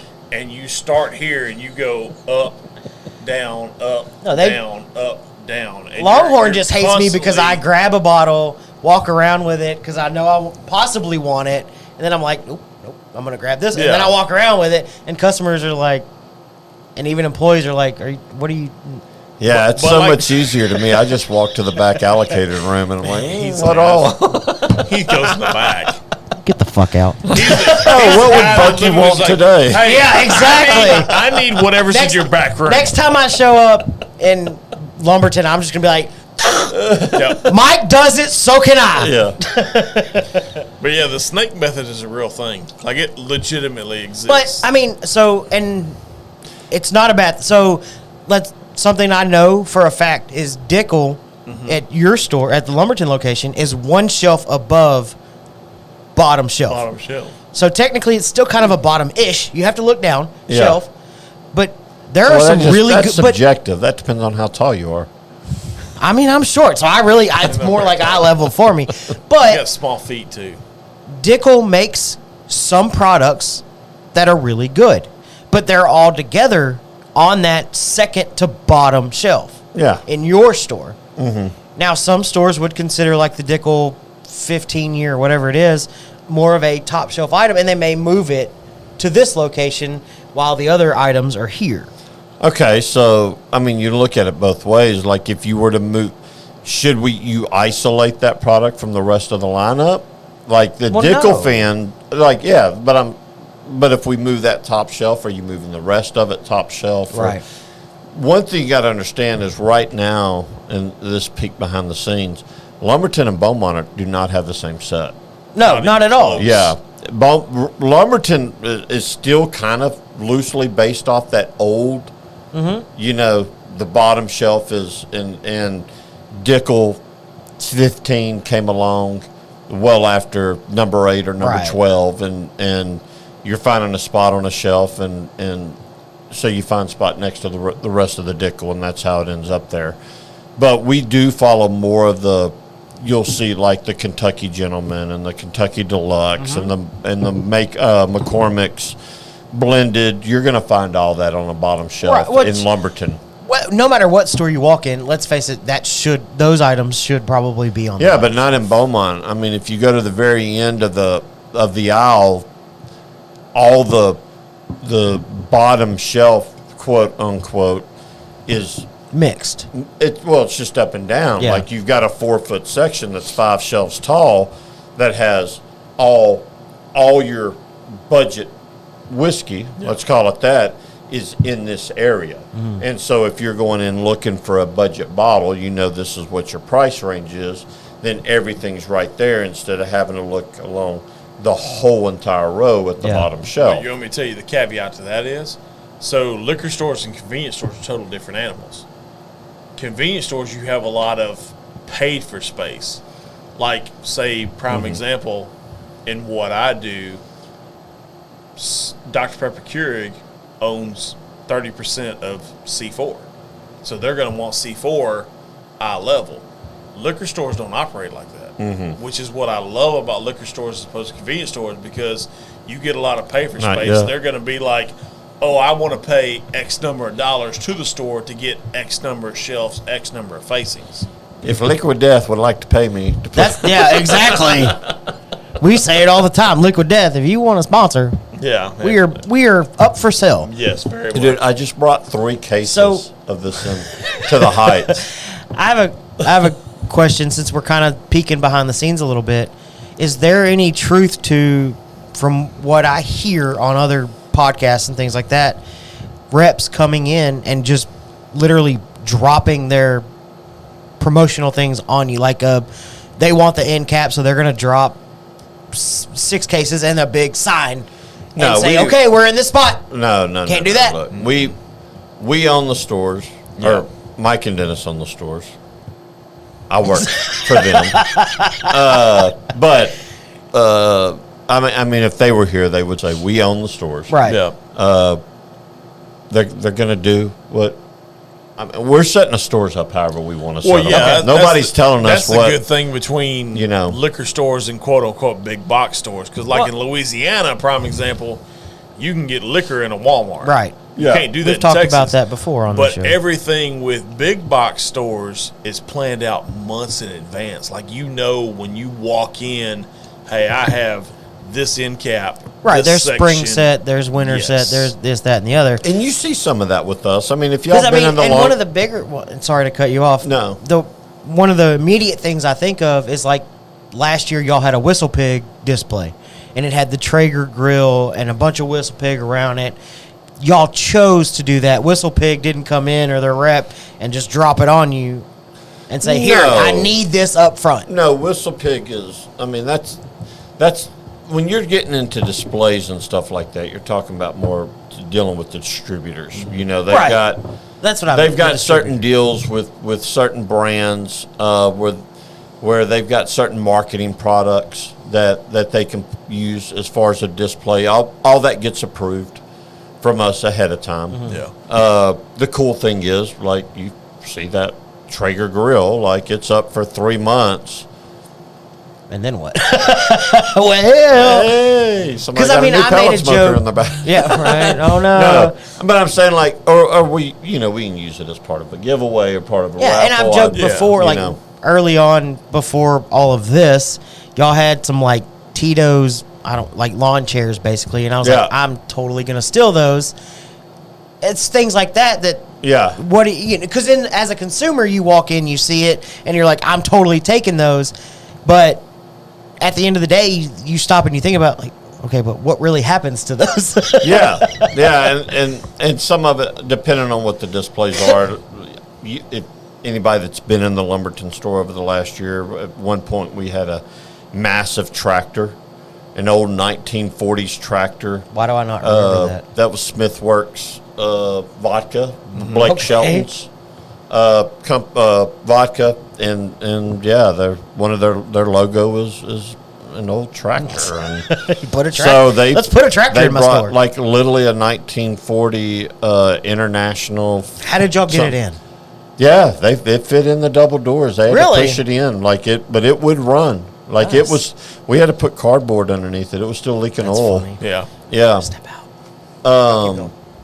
But we've done some really cool. We had a huge cow in there for rodeo this past year. Yeah, I've done a lot of cool stuff. I mean, Yeah. like your Most of Maker's those- Mark with the Astros. Sure, yeah. When you see some of those Something like that. big over-the-top display pieces, like a full-size cow or a tractor. Last year for the Kentucky Derby with Woodford Reserve, we had a full-size horse Right. in there. Those things go back to the distributor, and they reuse those. in Well, different sure. displays. I mean, they move it. Yeah. But yeah, part of it is, they've got a certain marketing budget to do certain things with certain products Right. that you see, and those things should be used for the most part in in-store promotions. We do use some of them like that. I mean, sometimes I just have them come pick everything back up. It's a lot to keep up with. Well, yeah, because I mean, let's be honest, your space is kind of limited to begin with. Number one, so Yeah. you don't want to house a bunch of somebody else's stuff. We have to think out our so like usually like we'll get with Glazer, like if we're gonna order in, let's take the Lumberton store. I'm not in there anymore, but like it's where y'all know me from, or a lot of people may know me from. We do a ton of Tito's in there to the Yes. point that when we're ordering Tito's in there, sometimes we're ordering 200 cases at 200 cases at a time. They go through a lot of Tito's. And Yeah, and so Holy you got to shit. drop 200, 300 cases somewhere, and it's either in our back stock room or sometimes it's just easy to put out on the floor, and then Right. and that's what we did. We were building pyramids with we got 300 cases in one time last year, and we figured out this pyramid that took exactly 100 cases to build this pyramid, and so we built 3 of them. We wanted people to think they were in Egypt when they came in. Hey, you But- laugh. He's 100% right. 'Cause there's Yeah. times literally like when Whenever we when went Bang was last in its year, heyday, I built a quote unquote 200 case pyramid in Dallin Road for Kroger. that's ridiculous. Yeah. That's crazy. Yeah. Like you have to get creative because you have to use like milk crates and other kind of stuff to kind of build up around it and all that. Yeah, So- it's wild. So what they did for us when we got that Tito's in, like Glazer come out and they literally pulled up in a moving van with power tools, and they built us a display around it. Like earlier this year, it was rodeo themed. You could had all the look like picket fencing around and stuff like that. But some of those they're really good at the displays. They do catch a lot of people's. I've always been interested in marketing. Yeah.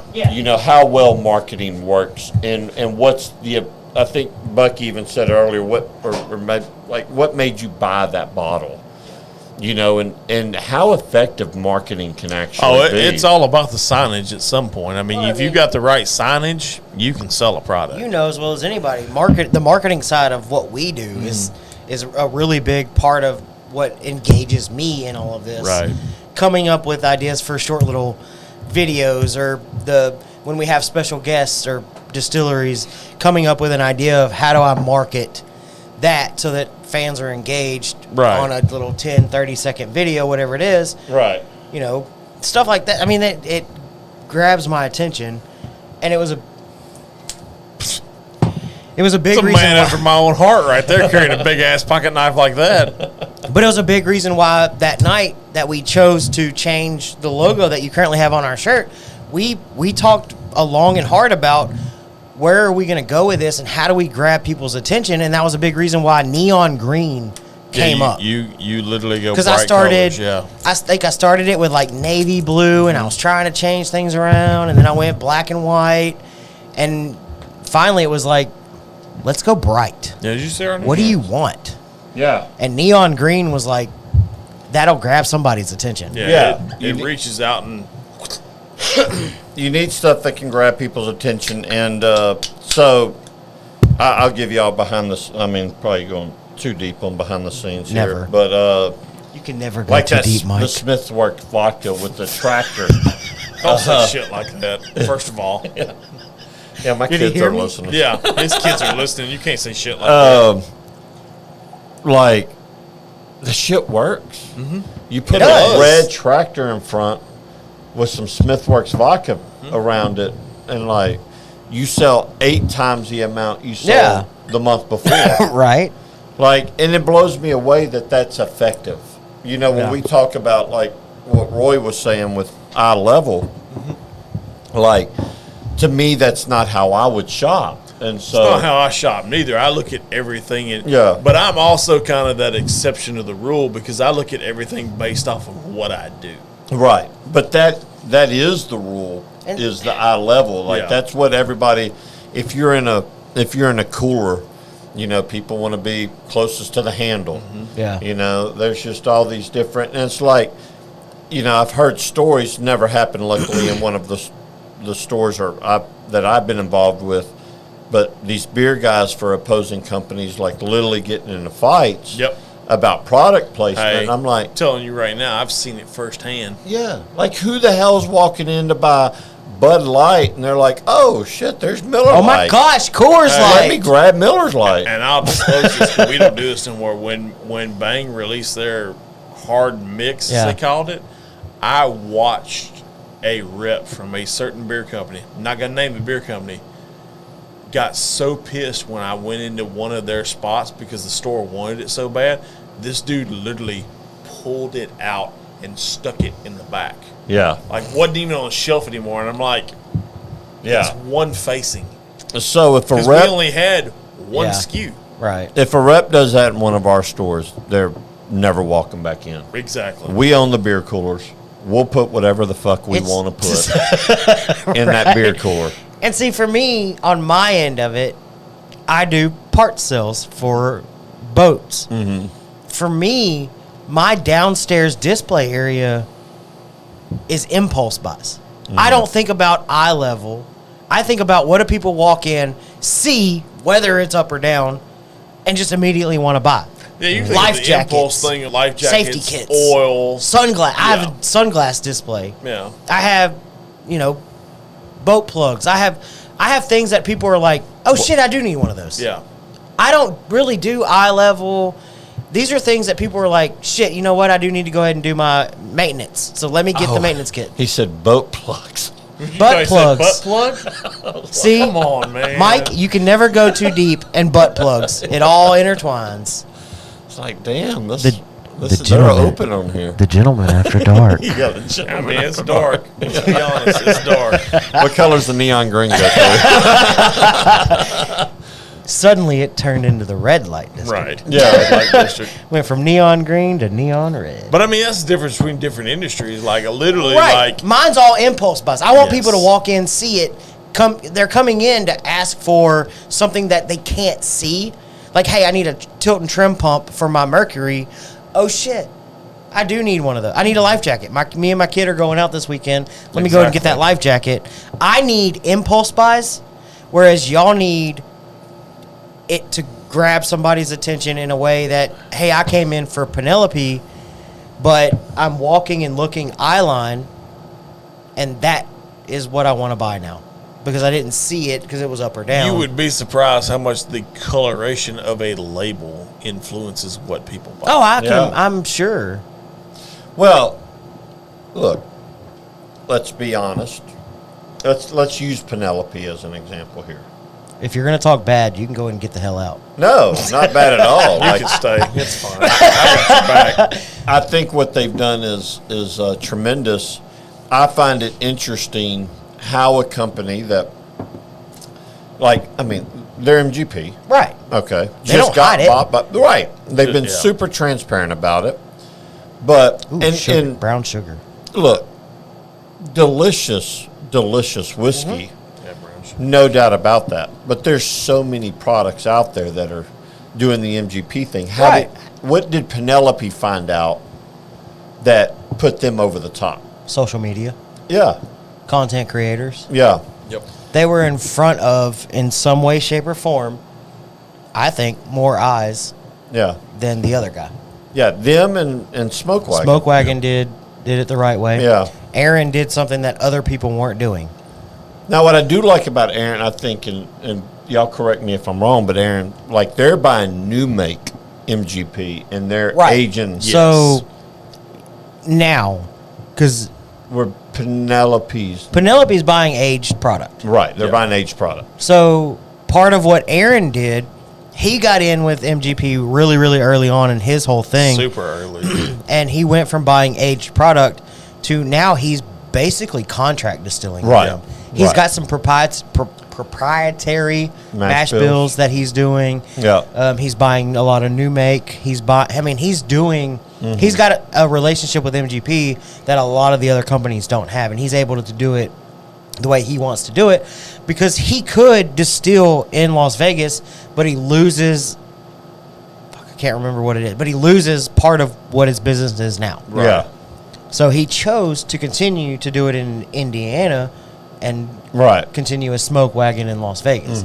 But he's getting an opportunity to basically contract distill, have his own mash bill, and he's only recently started bringing a lot of those, after a couple of years, barrels to Las Vegas and start aging them there. Yeah. Because obviously Las Vegas is hot and dry. Total different climate. You can't, Yeah. you would lose more money than you make.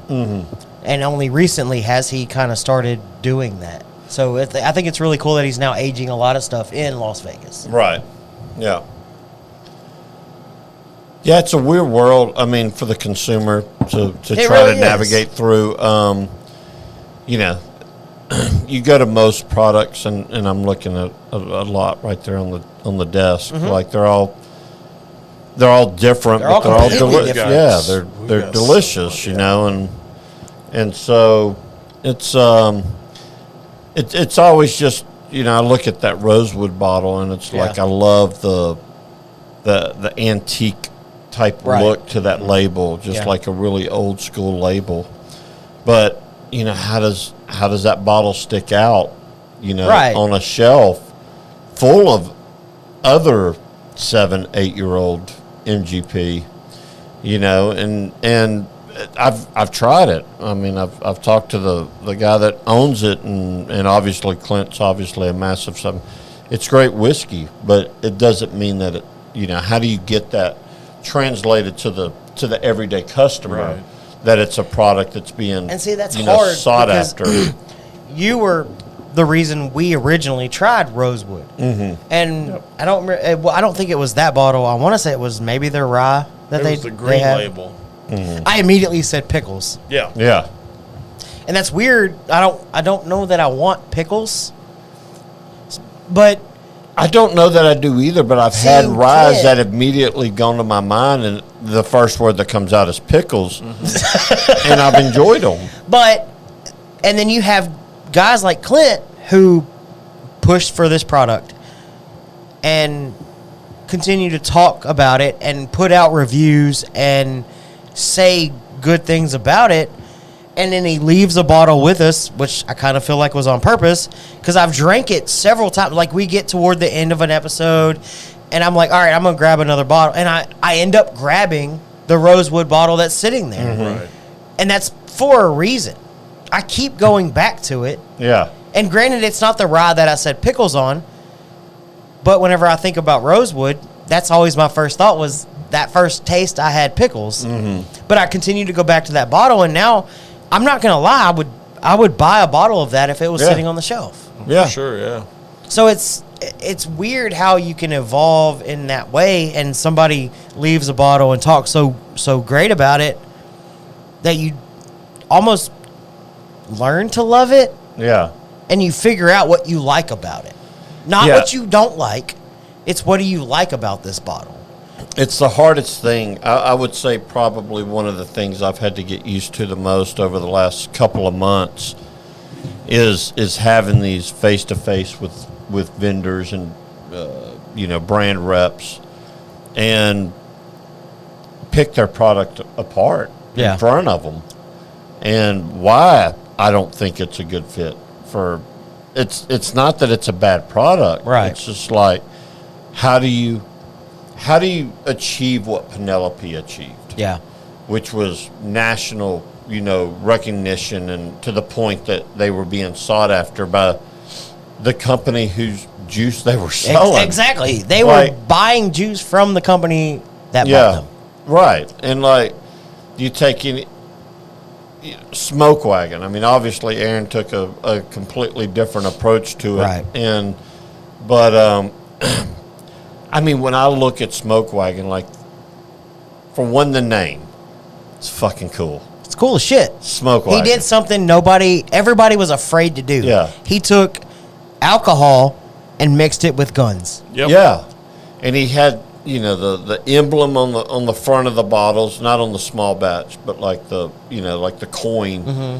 And then the raised edges on the uncut, unfiltered. Yeah. Just to give it some texture to that bottle, so when you hold it, you feel those ridges. Right. And it blew up. And he was, like I was saying, he did something on social media that nobody else was doing. He said, okay, I brought in all of these from MGP. It was on floor 4E, blah, blah, blah. They're palletized. And I'm going to blend them, and I'm going to tell you, as I blend them, whether or not they're very good. Yeah. And what do I get from them as I'm doing it. He brought you behind the scenes with something that everybody was afraid to admit. So let's, on the other side of this storyline is let's take a company like Nulu. Mm-hmm. Nulu became popular because of people like us that were in the Facebook groups or these pick groups. Mm-hmm. And, these pick groups, they can't really get their hands on Buffalo Trace barrels or Four Roses barrels because those are awarded to stores, and stores aren't willing to give up those picks to a group. But Nulu would do a pick with anybody. Literally anybody. It's MGP. A lot of these pick groups are putting cool stickers or wax on them, different color wax, and that makes them appealing. And I bought several off of Facebook that came with the cool sticker and the cool wax, and it's at the end of the day, I know it's MGP whiskey, and I love it. Yeah. Because I love MGP whiskey. Right. But then they release into Texas, and now everybody can get it. It's no longer is it just these pick groups. No longer do they come with these cool stickers. No longer they do have wax on them, but they're hard to sell. Yeah. Now they're very hard to sell. Where before that was what was cool. Yeah. Was if you were in a pick group, you go with Nulu, get a barrel, and you're going to sell it like that. Yep. I mean, it's kind of the thought process behind Whiskey Thief Company. I think it's Whiskey Thief out of Kentucky-ish. They do that. They always post pictures on their Facebook of people that get to come in and thieve the barrel and do these picks and all this other stuff. And it's something that I think is really cool about one that we've done on the show previously, Good Times. Mm-hmm. Their stickers are really fucking cool. You and I were literally thinking the same They're thing. holographic. They got the cool sticker on the back. And I'm scared of if that bottle comes to Texas as a normal, everyday bottle, then it loses the allure. Yeah, it's going to lose it. Yeah. All of a sudden, Nulu or Good Times becomes just another MGP bottle that. Yeah. Well, let's face it. If I'm going to go pick an MGP bottle, me personally, I'm going to grab the Penelope that's on your shelf. For sure, well, I think Penelope, and maybe that's personal choice, and somebody may prefer Smoke Wagon for or sure whatever. it's personal choice, but at the same time, Penelope's done a good job with earning the trust of their consumers. I mean, it is solid product. one thing I can really say about Penelope that I appreciate is, and we talk about some of these other brands, and, you know, Smoke Wagon's done a really good job, and actually Aaron touched on that with y'all's podcast, is by buying the new make, it was able for him to keep it at a certain price point. Right. Because the aged MGP stuff is so goddamn expensive. Yeah. You know, and so, but Penelope's done a really good job at keeping things at a respectable price point. Yeah, I mean, when Architect was hot, you know, which I never really, like, that's 105 proof or whatever. And I was like, oh my God, people are searching out 105 proof now. You know, like, but. What is this? But, like, $60, Yeah. you know, like, really pretty respectable for, I mean, for where whiskey's going now, where it just seems to be going, you know, the Bardstowns that are, you know, $160, you know, Garrison Brothers, you know, like there's all these whiskeys that they get more and more premium pricing, and people just kind of accept it to a degree. But when you see, I brought it up earlier, that the Spirits of French Lick bottle, 126 proof at $43, like, okay, like I'm still a value buyer at the end of the day. I Like, mean, I don't buy a whole it. lot off the shelf. It's usually stuff like Lady Bird or stuff that I'm really waiting for, but that's because I've got so much damn whiskey on my shelf at home.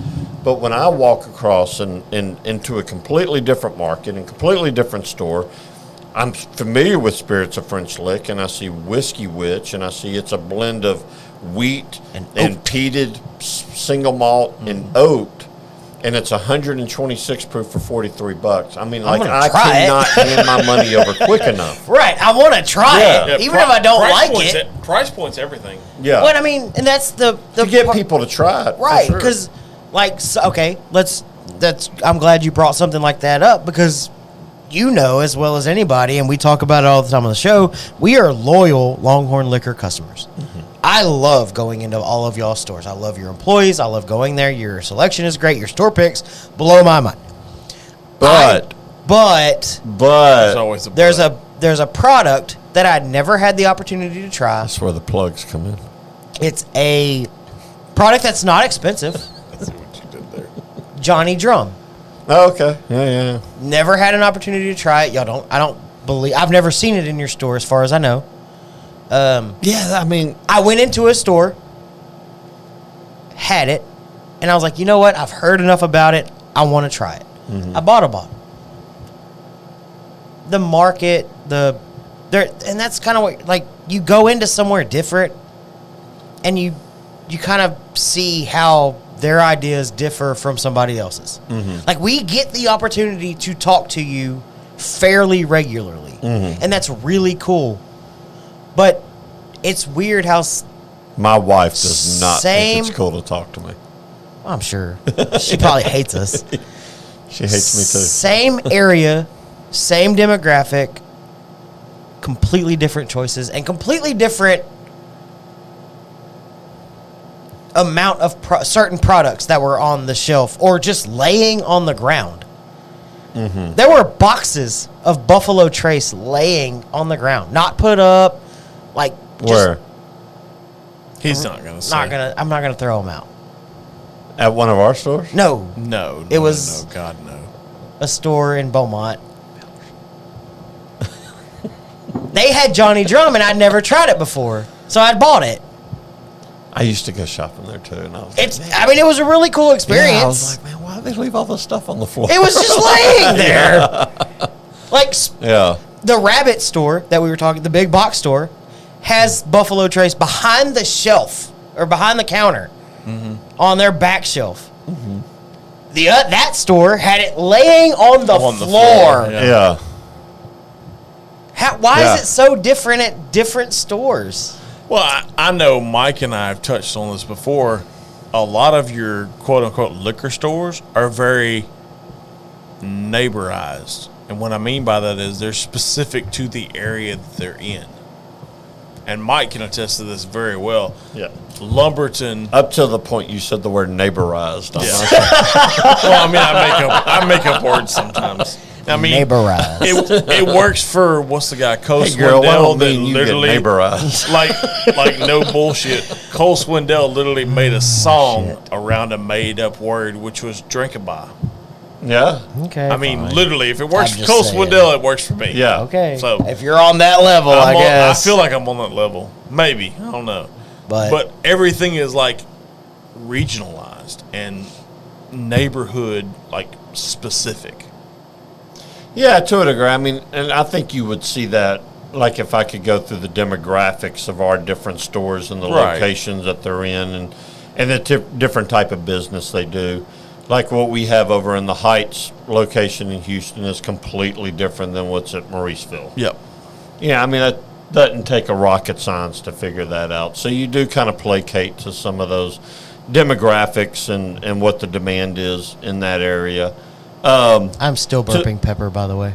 To get to like your Buffalo Trace deal, like, you know, so we're one of those locations, probably a lot like the rabbit store you described, where like we get a good amount of foot traffic. Yeah. And so like we limit Buffalo Trace and Weller Special Reserve to one bottle per person. customer. And the reason is if we didn't, nobody would ever get it, Right. because we do get people that come in from Louisiana or Ohio, these states that claim they never get any Right. sort of bottles like Right. that, and so they see it, they would buy up the entire shelf. And I've seen it happen before. Yeah. That's why we started instituting. And see, things like that I'm not mad about. I Sure. don't mind the fact that y'all have the Starburst that says limit one per customer. But what I tell people when they do come in, and we still do run out of those products, Right. because they are allocated for the true sense of what the word means, Yeah. is like, if really literally all you drink is Buffalo Trace, and that's fine, and you're going to leave this store because we don't have any, which I understand, your best bet is probably to go to a store that's not as well traveled, Yes. because your chance of finding it there is going to be better. But like we do so much foot traffic, especially in Lumberton and Beaumont, it's not going to last long on the shelf. And Well, I mean, it let's be doesn't, honest. but- We've had that in our own right, because prime example, and I just happened to glance at it, is what made me think of this. Western Sun. Yeah. I've never seen it Exactly. since you walked it into the studio. Yeah. But I will say that's one of the things I like about going to y'all's store is and everybody knows it, I'm a Buffalo Trace fan.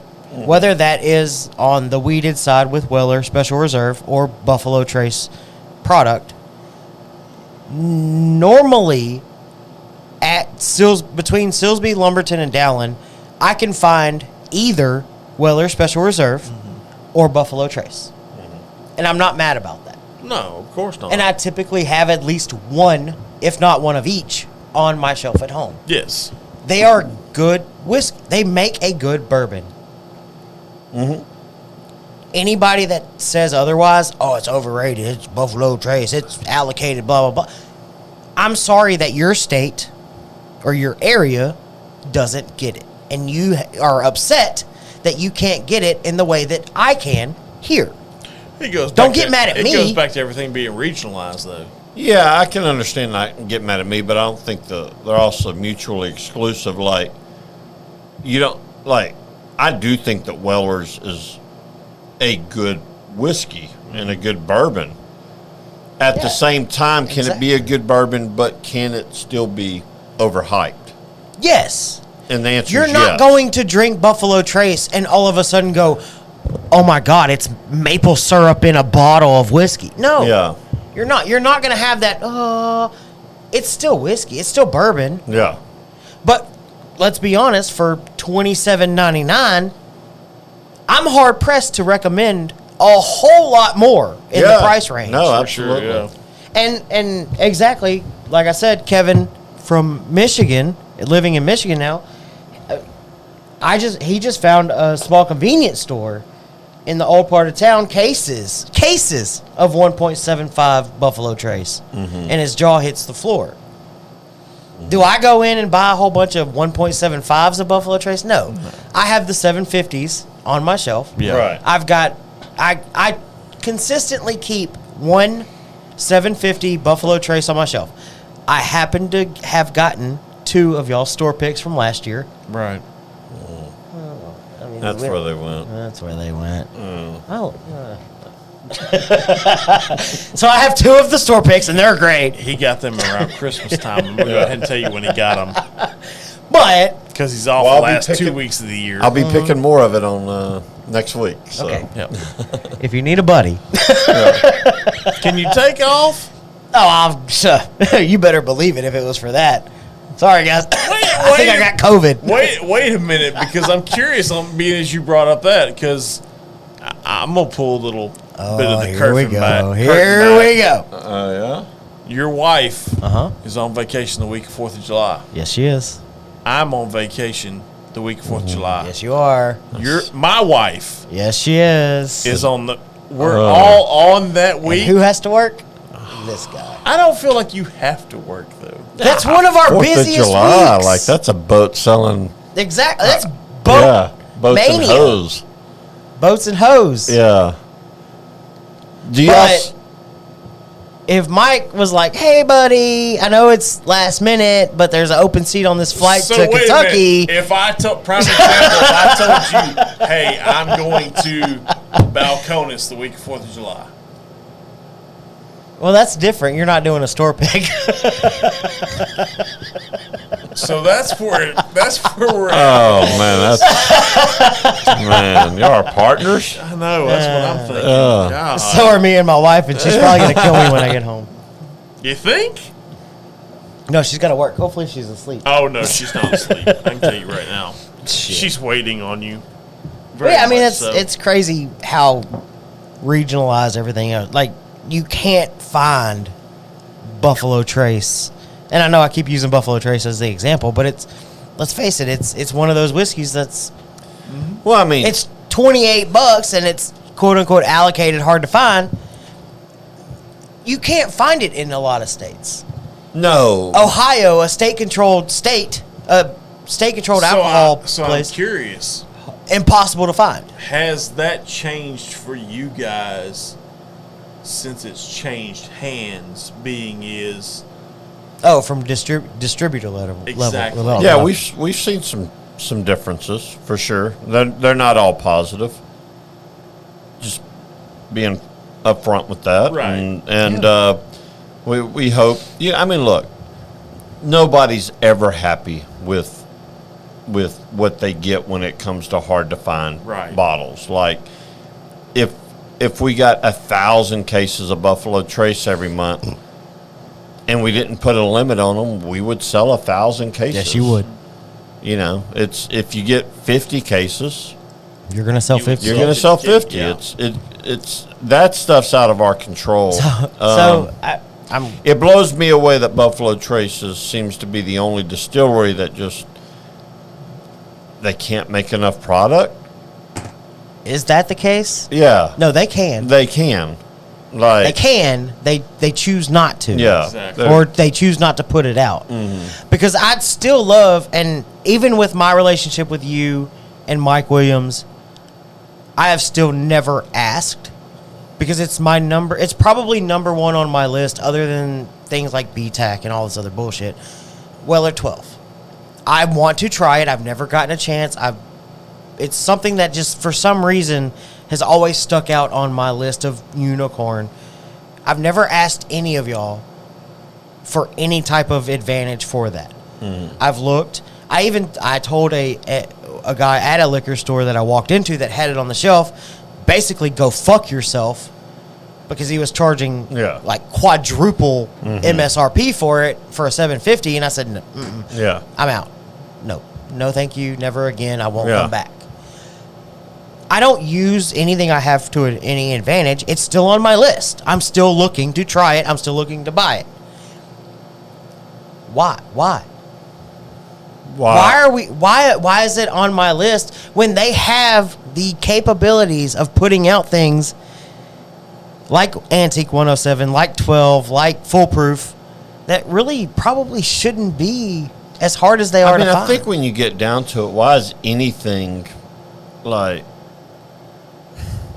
Man, there's some hard to find whiskeys out there that we would all love to try at some point, but The fact of the matter is, whenever you try that said whiskey, you're going to realize that there's 100 whiskeys. Don't get me the wrong. shelf. I love what we do, and I love what we try. Sure. It's just it's on a list. But We all have that list. That's right. And everything that we've tried or that y'all have spotlighted on this platform is, if it is available in Texas to buy on the store, it's somewhat easily available to go be able to obtain. Like, and it's all excellent. So why are people walking into the store and saying, "Oh, this is all I want," or "This is all I drink," and then they don't want to give, the Acre or the Casey Jones or the different. Now you got me in trouble. My wife's still up. Oh. And she heard me. I can take vacation for whiskey, but not for family. I'm just stating the fact. So here's a fun question. And it's a joke on TikTok. They have TikTok surrounded by this. Everybody knows the joke of the guy that comes in and says, "Y'all got any Blantons in the back room?" Yeah. I'm curious, and maybe you can The or Ohio can't. State of whiskey. Maybe you can or can't comment on this because you're not in store as much anymore. Is there a whiskey that is most requested or asked for? Blanton's. It's still Blanton? 100%. Really? Yeah, it's not even close. Not even close. If y'all are out there and you're listening, I've got a bottle of Blanton's that's only got a few sips out of it. Yeah. Let me know. You can have it. Oh, by the way, I know somebody that's got a black, a green, and a red label Blanton's. Yeah. That I interested in. love the guys that send their wives in to look for them, and then the wives are like, "Oh, I don't know. It has a horse on it or something." Like they tried playing dumb. And You it's literally like- want to look at them people and be like, Yeah. Like, "Get the fuck." I was born at night. Little horse. Yeah. Oh my god! Oh my God, my horse is so cute. My husband's dying of cancer, and he just needs an ode to No. complete his No. set. No. No, that never happened. Okay. but I would still say no. I love it. That's awesome. Cancer gonna do what cancer does. Cancer do what cancer do. Yeah. Wow, That's funny. that is funny. That's funny. Well, God. Well, you got anything else you want to talk about? Anything Longhorn related? Anything Mike Wright related? I think, yeah, let's maybe about 3 weeks or a month from now. Okay. I feel like there's some foreshadowing there. Yeah. Hey, we tease a lot of stuff. Yeah. I call it foreplay. And I'm not talking about golf. Yeah. For some reason, I heard George Michael's "Careless Whisper" go Yeah. off of my ear, like literally. No, All right. Put it on your calendars, everybody watching. 3-ish weeks from now. 3-ish, 4-ish, Yeah. somewhere in there. let's do it. Let's do it again. Yeah, we'll do it again and Okay. have some more stuff that I can probably get into. Okay. that, I like it. We like getting into stuff with you. Yeah, I've got to be careful because I like No, it's talking, fine. man. I get diarrhea of the mouth. Real quick, sometimes. have you had an opportunity to try Clint's newest 4.0, BMF 4.0. turkey endeavor? We all know about Clint's love of turkey. I was much. supposed to go by last night and get my bottle, and I had the CCA banquet I was at, okay. and I didn't realize it was. We're usually a part of that. I didn't oh realize really? it was- Yeah, that's my first time to go. How was it? It's one of the better events in Beaumont. Yeah, I will say It's that. always a good time. It was really nice. We enjoyed it, and I luckily over the last Y'all did couple it as a years- Longhorn thing, or you did it as a? Yeah, you we personally? were there under the banner of Southeast Texas Whiskey Fest. Okay. And partnering with those guys, and so yeah, we had a good time, and as our calendar turned, we've been having a lot of focus on our stores here lately, and getting some stabilization going on there, and we're starting to turn our heads towards Whiskey Fest, and so it's It starts, man. I remember the excitement I had last year. I just want to smell it. Don't do it. I'm not drinking this shit. Okay. Yeah. Not even close. We'll work up I'm still burping pepper. some sort of challenge. Yeah. I mean, that would be a Clint, good one. you're to do. next. Yeah, let's, Christ. That thing is Hey, straight pepper. Clint, I'll trade you a bottle or a sample of mine for a sample of yours. Even, I came up with the sticker, one of the 2 stickers that are on that thing. That's true. You did come on. yeah. You could put this on the end of a warhead and knock out a small country. Yeah, it would take out some. Yeah. Oh, take yeah. out. Yeah. Yeah. I agree with that. But yeah, I've come back and maybe have a little bit more we can talk about. Okay. That'll be fun. More It's always pertinent What am I talking about? to Longhorn. Okay. But I'm down. yeah, I Always appreciate so. y'all guys always Put it having on the me board. Yeah, put it on the board. What was that from? God, I listen. That was Hawk Harrelson We've from all the we've Chicago said it for the White longest Sox. time. Put it on the board. Is what that was. God, we've used Oh, that it was, for the last yeah. 2 years. I used to listen to. Y'all know who Matthew Berry? Fantasy Yeah, football. yeah. Okay. Yeah. Back when he was still with ESPN, they do a show and him and Phil Yates would get into an argument Yep. about Yeah. a player and they'd make a Is little that what it side bet was? and they'd put it on the board. I never knew where we got it from. Well, Yeah. the We've sad thing said about it it for is the Matthew longest Berry time. and them got it from Hawk Harrelson, which used to be a Chicago White Sox play-by-play guy. Okay. That was his big thing. Was Okay. Whenever every I time never a White knew. Sox hit That a makes home more run, sense. Like, if y'all go back Like- 2 years ago when we started this thing, there's an episode somewhere in there where I said, Mark- put it on the yes. board. Yeah. And the sad And it thing just about turned it into is a thing. every Yeah. time a White Sox hit a home run, that's what Hawk Harrelson's line was. Oh, was that's probably what put nobody it on the remembers board. it. There's not many Yeah, 'cause White it's the White Sox. Sox. White Sox, gambling, Black Sox. whatever. Same Yeah. thing. Close. Black Sox was like Shoeless Joe Jackson and stuff like that. We gonna. Oh, you know what? I better end it with our drink of the week. Shout Well, I mean, out! You can. I mean, you can. You can Shout end out it with- Deep Creek Distilling and their Royall Rye. Yep.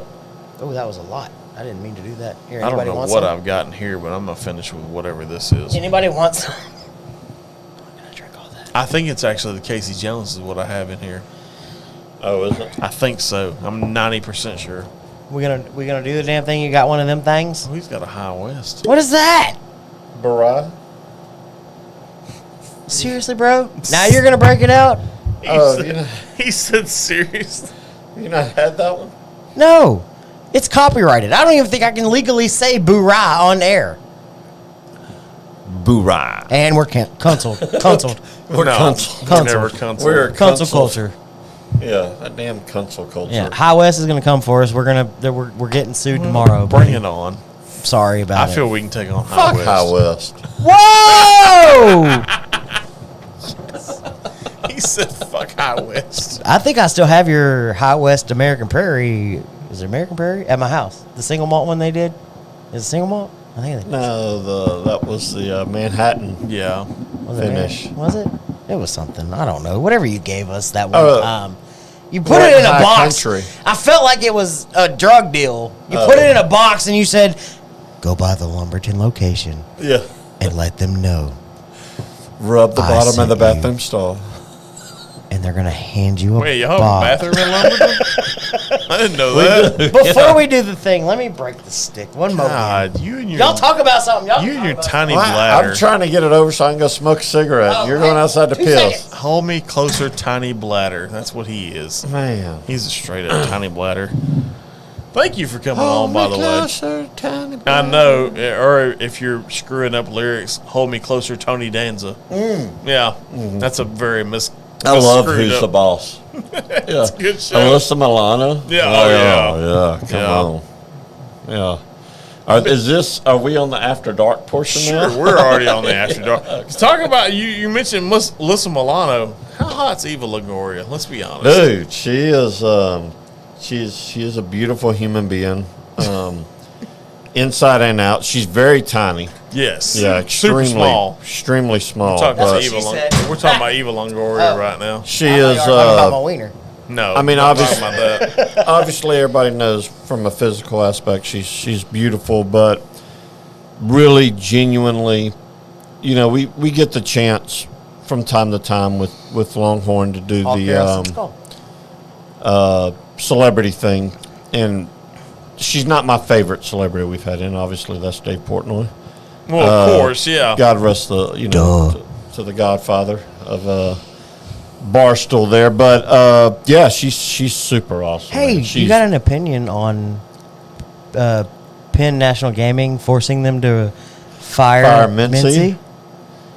Love Mincy. Also, it was fun. Yeah.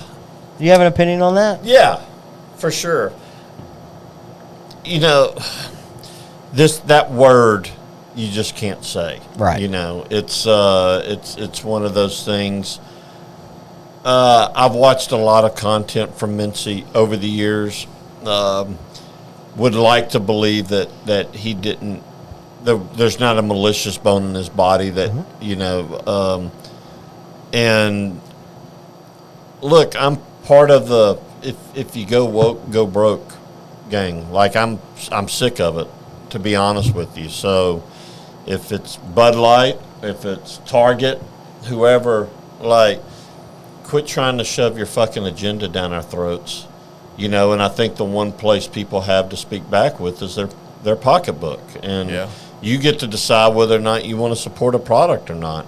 And I could care less about anybody's lifestyle. That's their own choice. I support anybody being happy in whatever body they feel like they were born in. Preach. But when you start trying to dictate, you know, law or the way people, you know, even encroaching upon First Amendment rights of what you can and can't say because you may upset a minority of the population, like, that's not how this country works. It's never been how it works. And, like, more power to them. I hope nothing but happiness for anybody.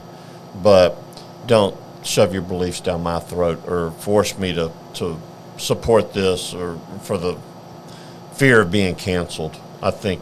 But I think, and I 100% agree, but at the same time, I agree 100% with what you said at the very beginning of that is he said a word that you just can't say. Right. He did. But everything else you said following that, 100% also believe.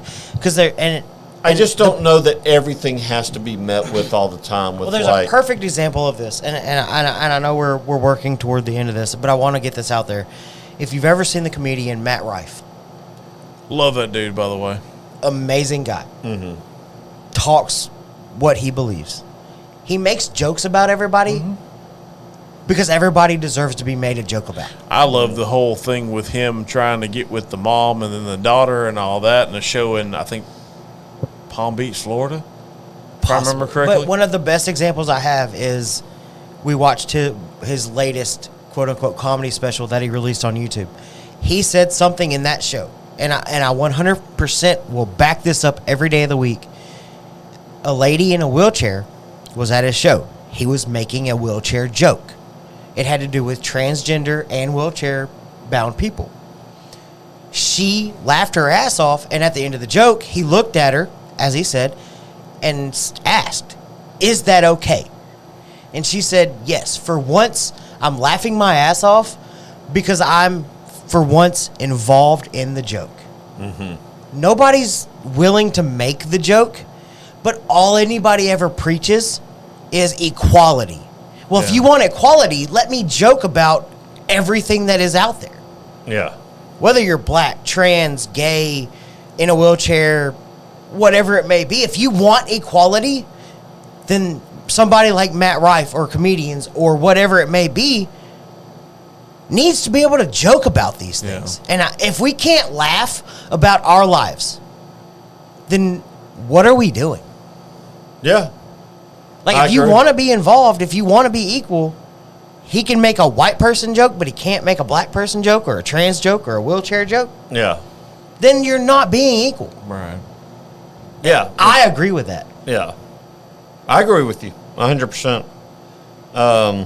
It's unfortunate, you know, again, I've watched a ton of Mincy content, and he seems just the most aloof motherfucker I've ever seen. Fucking hilarious. Yeah, and, you know, I mean, and for one, I mean, he was reading rap lyrics, you Yeah. know, and so that's where I also have a problem. Like, if this is like a forbode word that nobody should ever say, then, you know, oh, it's okay for certain people to say it, but not other people. When like none of the people that are saying it now from either side were part of those atrocities and injustices Right. that happened.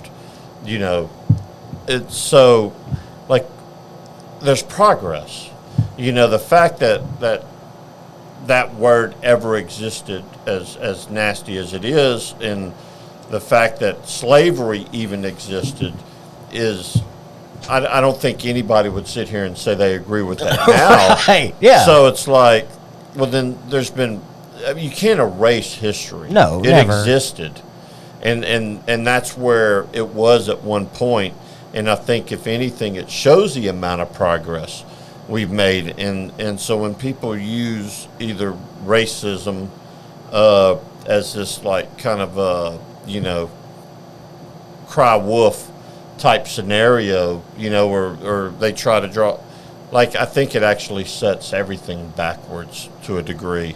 Like, I don't know, and y'all may feel different, but I know a lot of people, and lucky to call a lot of people friends.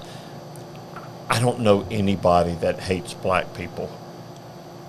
I don't know anybody like that does, but like, I think the national media would like you to believe that it's just for rampant, and that everybody in the South is just wearing sheets over their heads, and They're not. and walking up and down the but street. that extends to everybody, whether you're Hispanic or Asian or black or whatever. I mean, like, let's be honest. Like you said, looking around at my friend group or whatever, I don't know anybody that just like hates that person. And I'll be honest with you. And yeah, there are people out there. Don't get me wrong. Sure.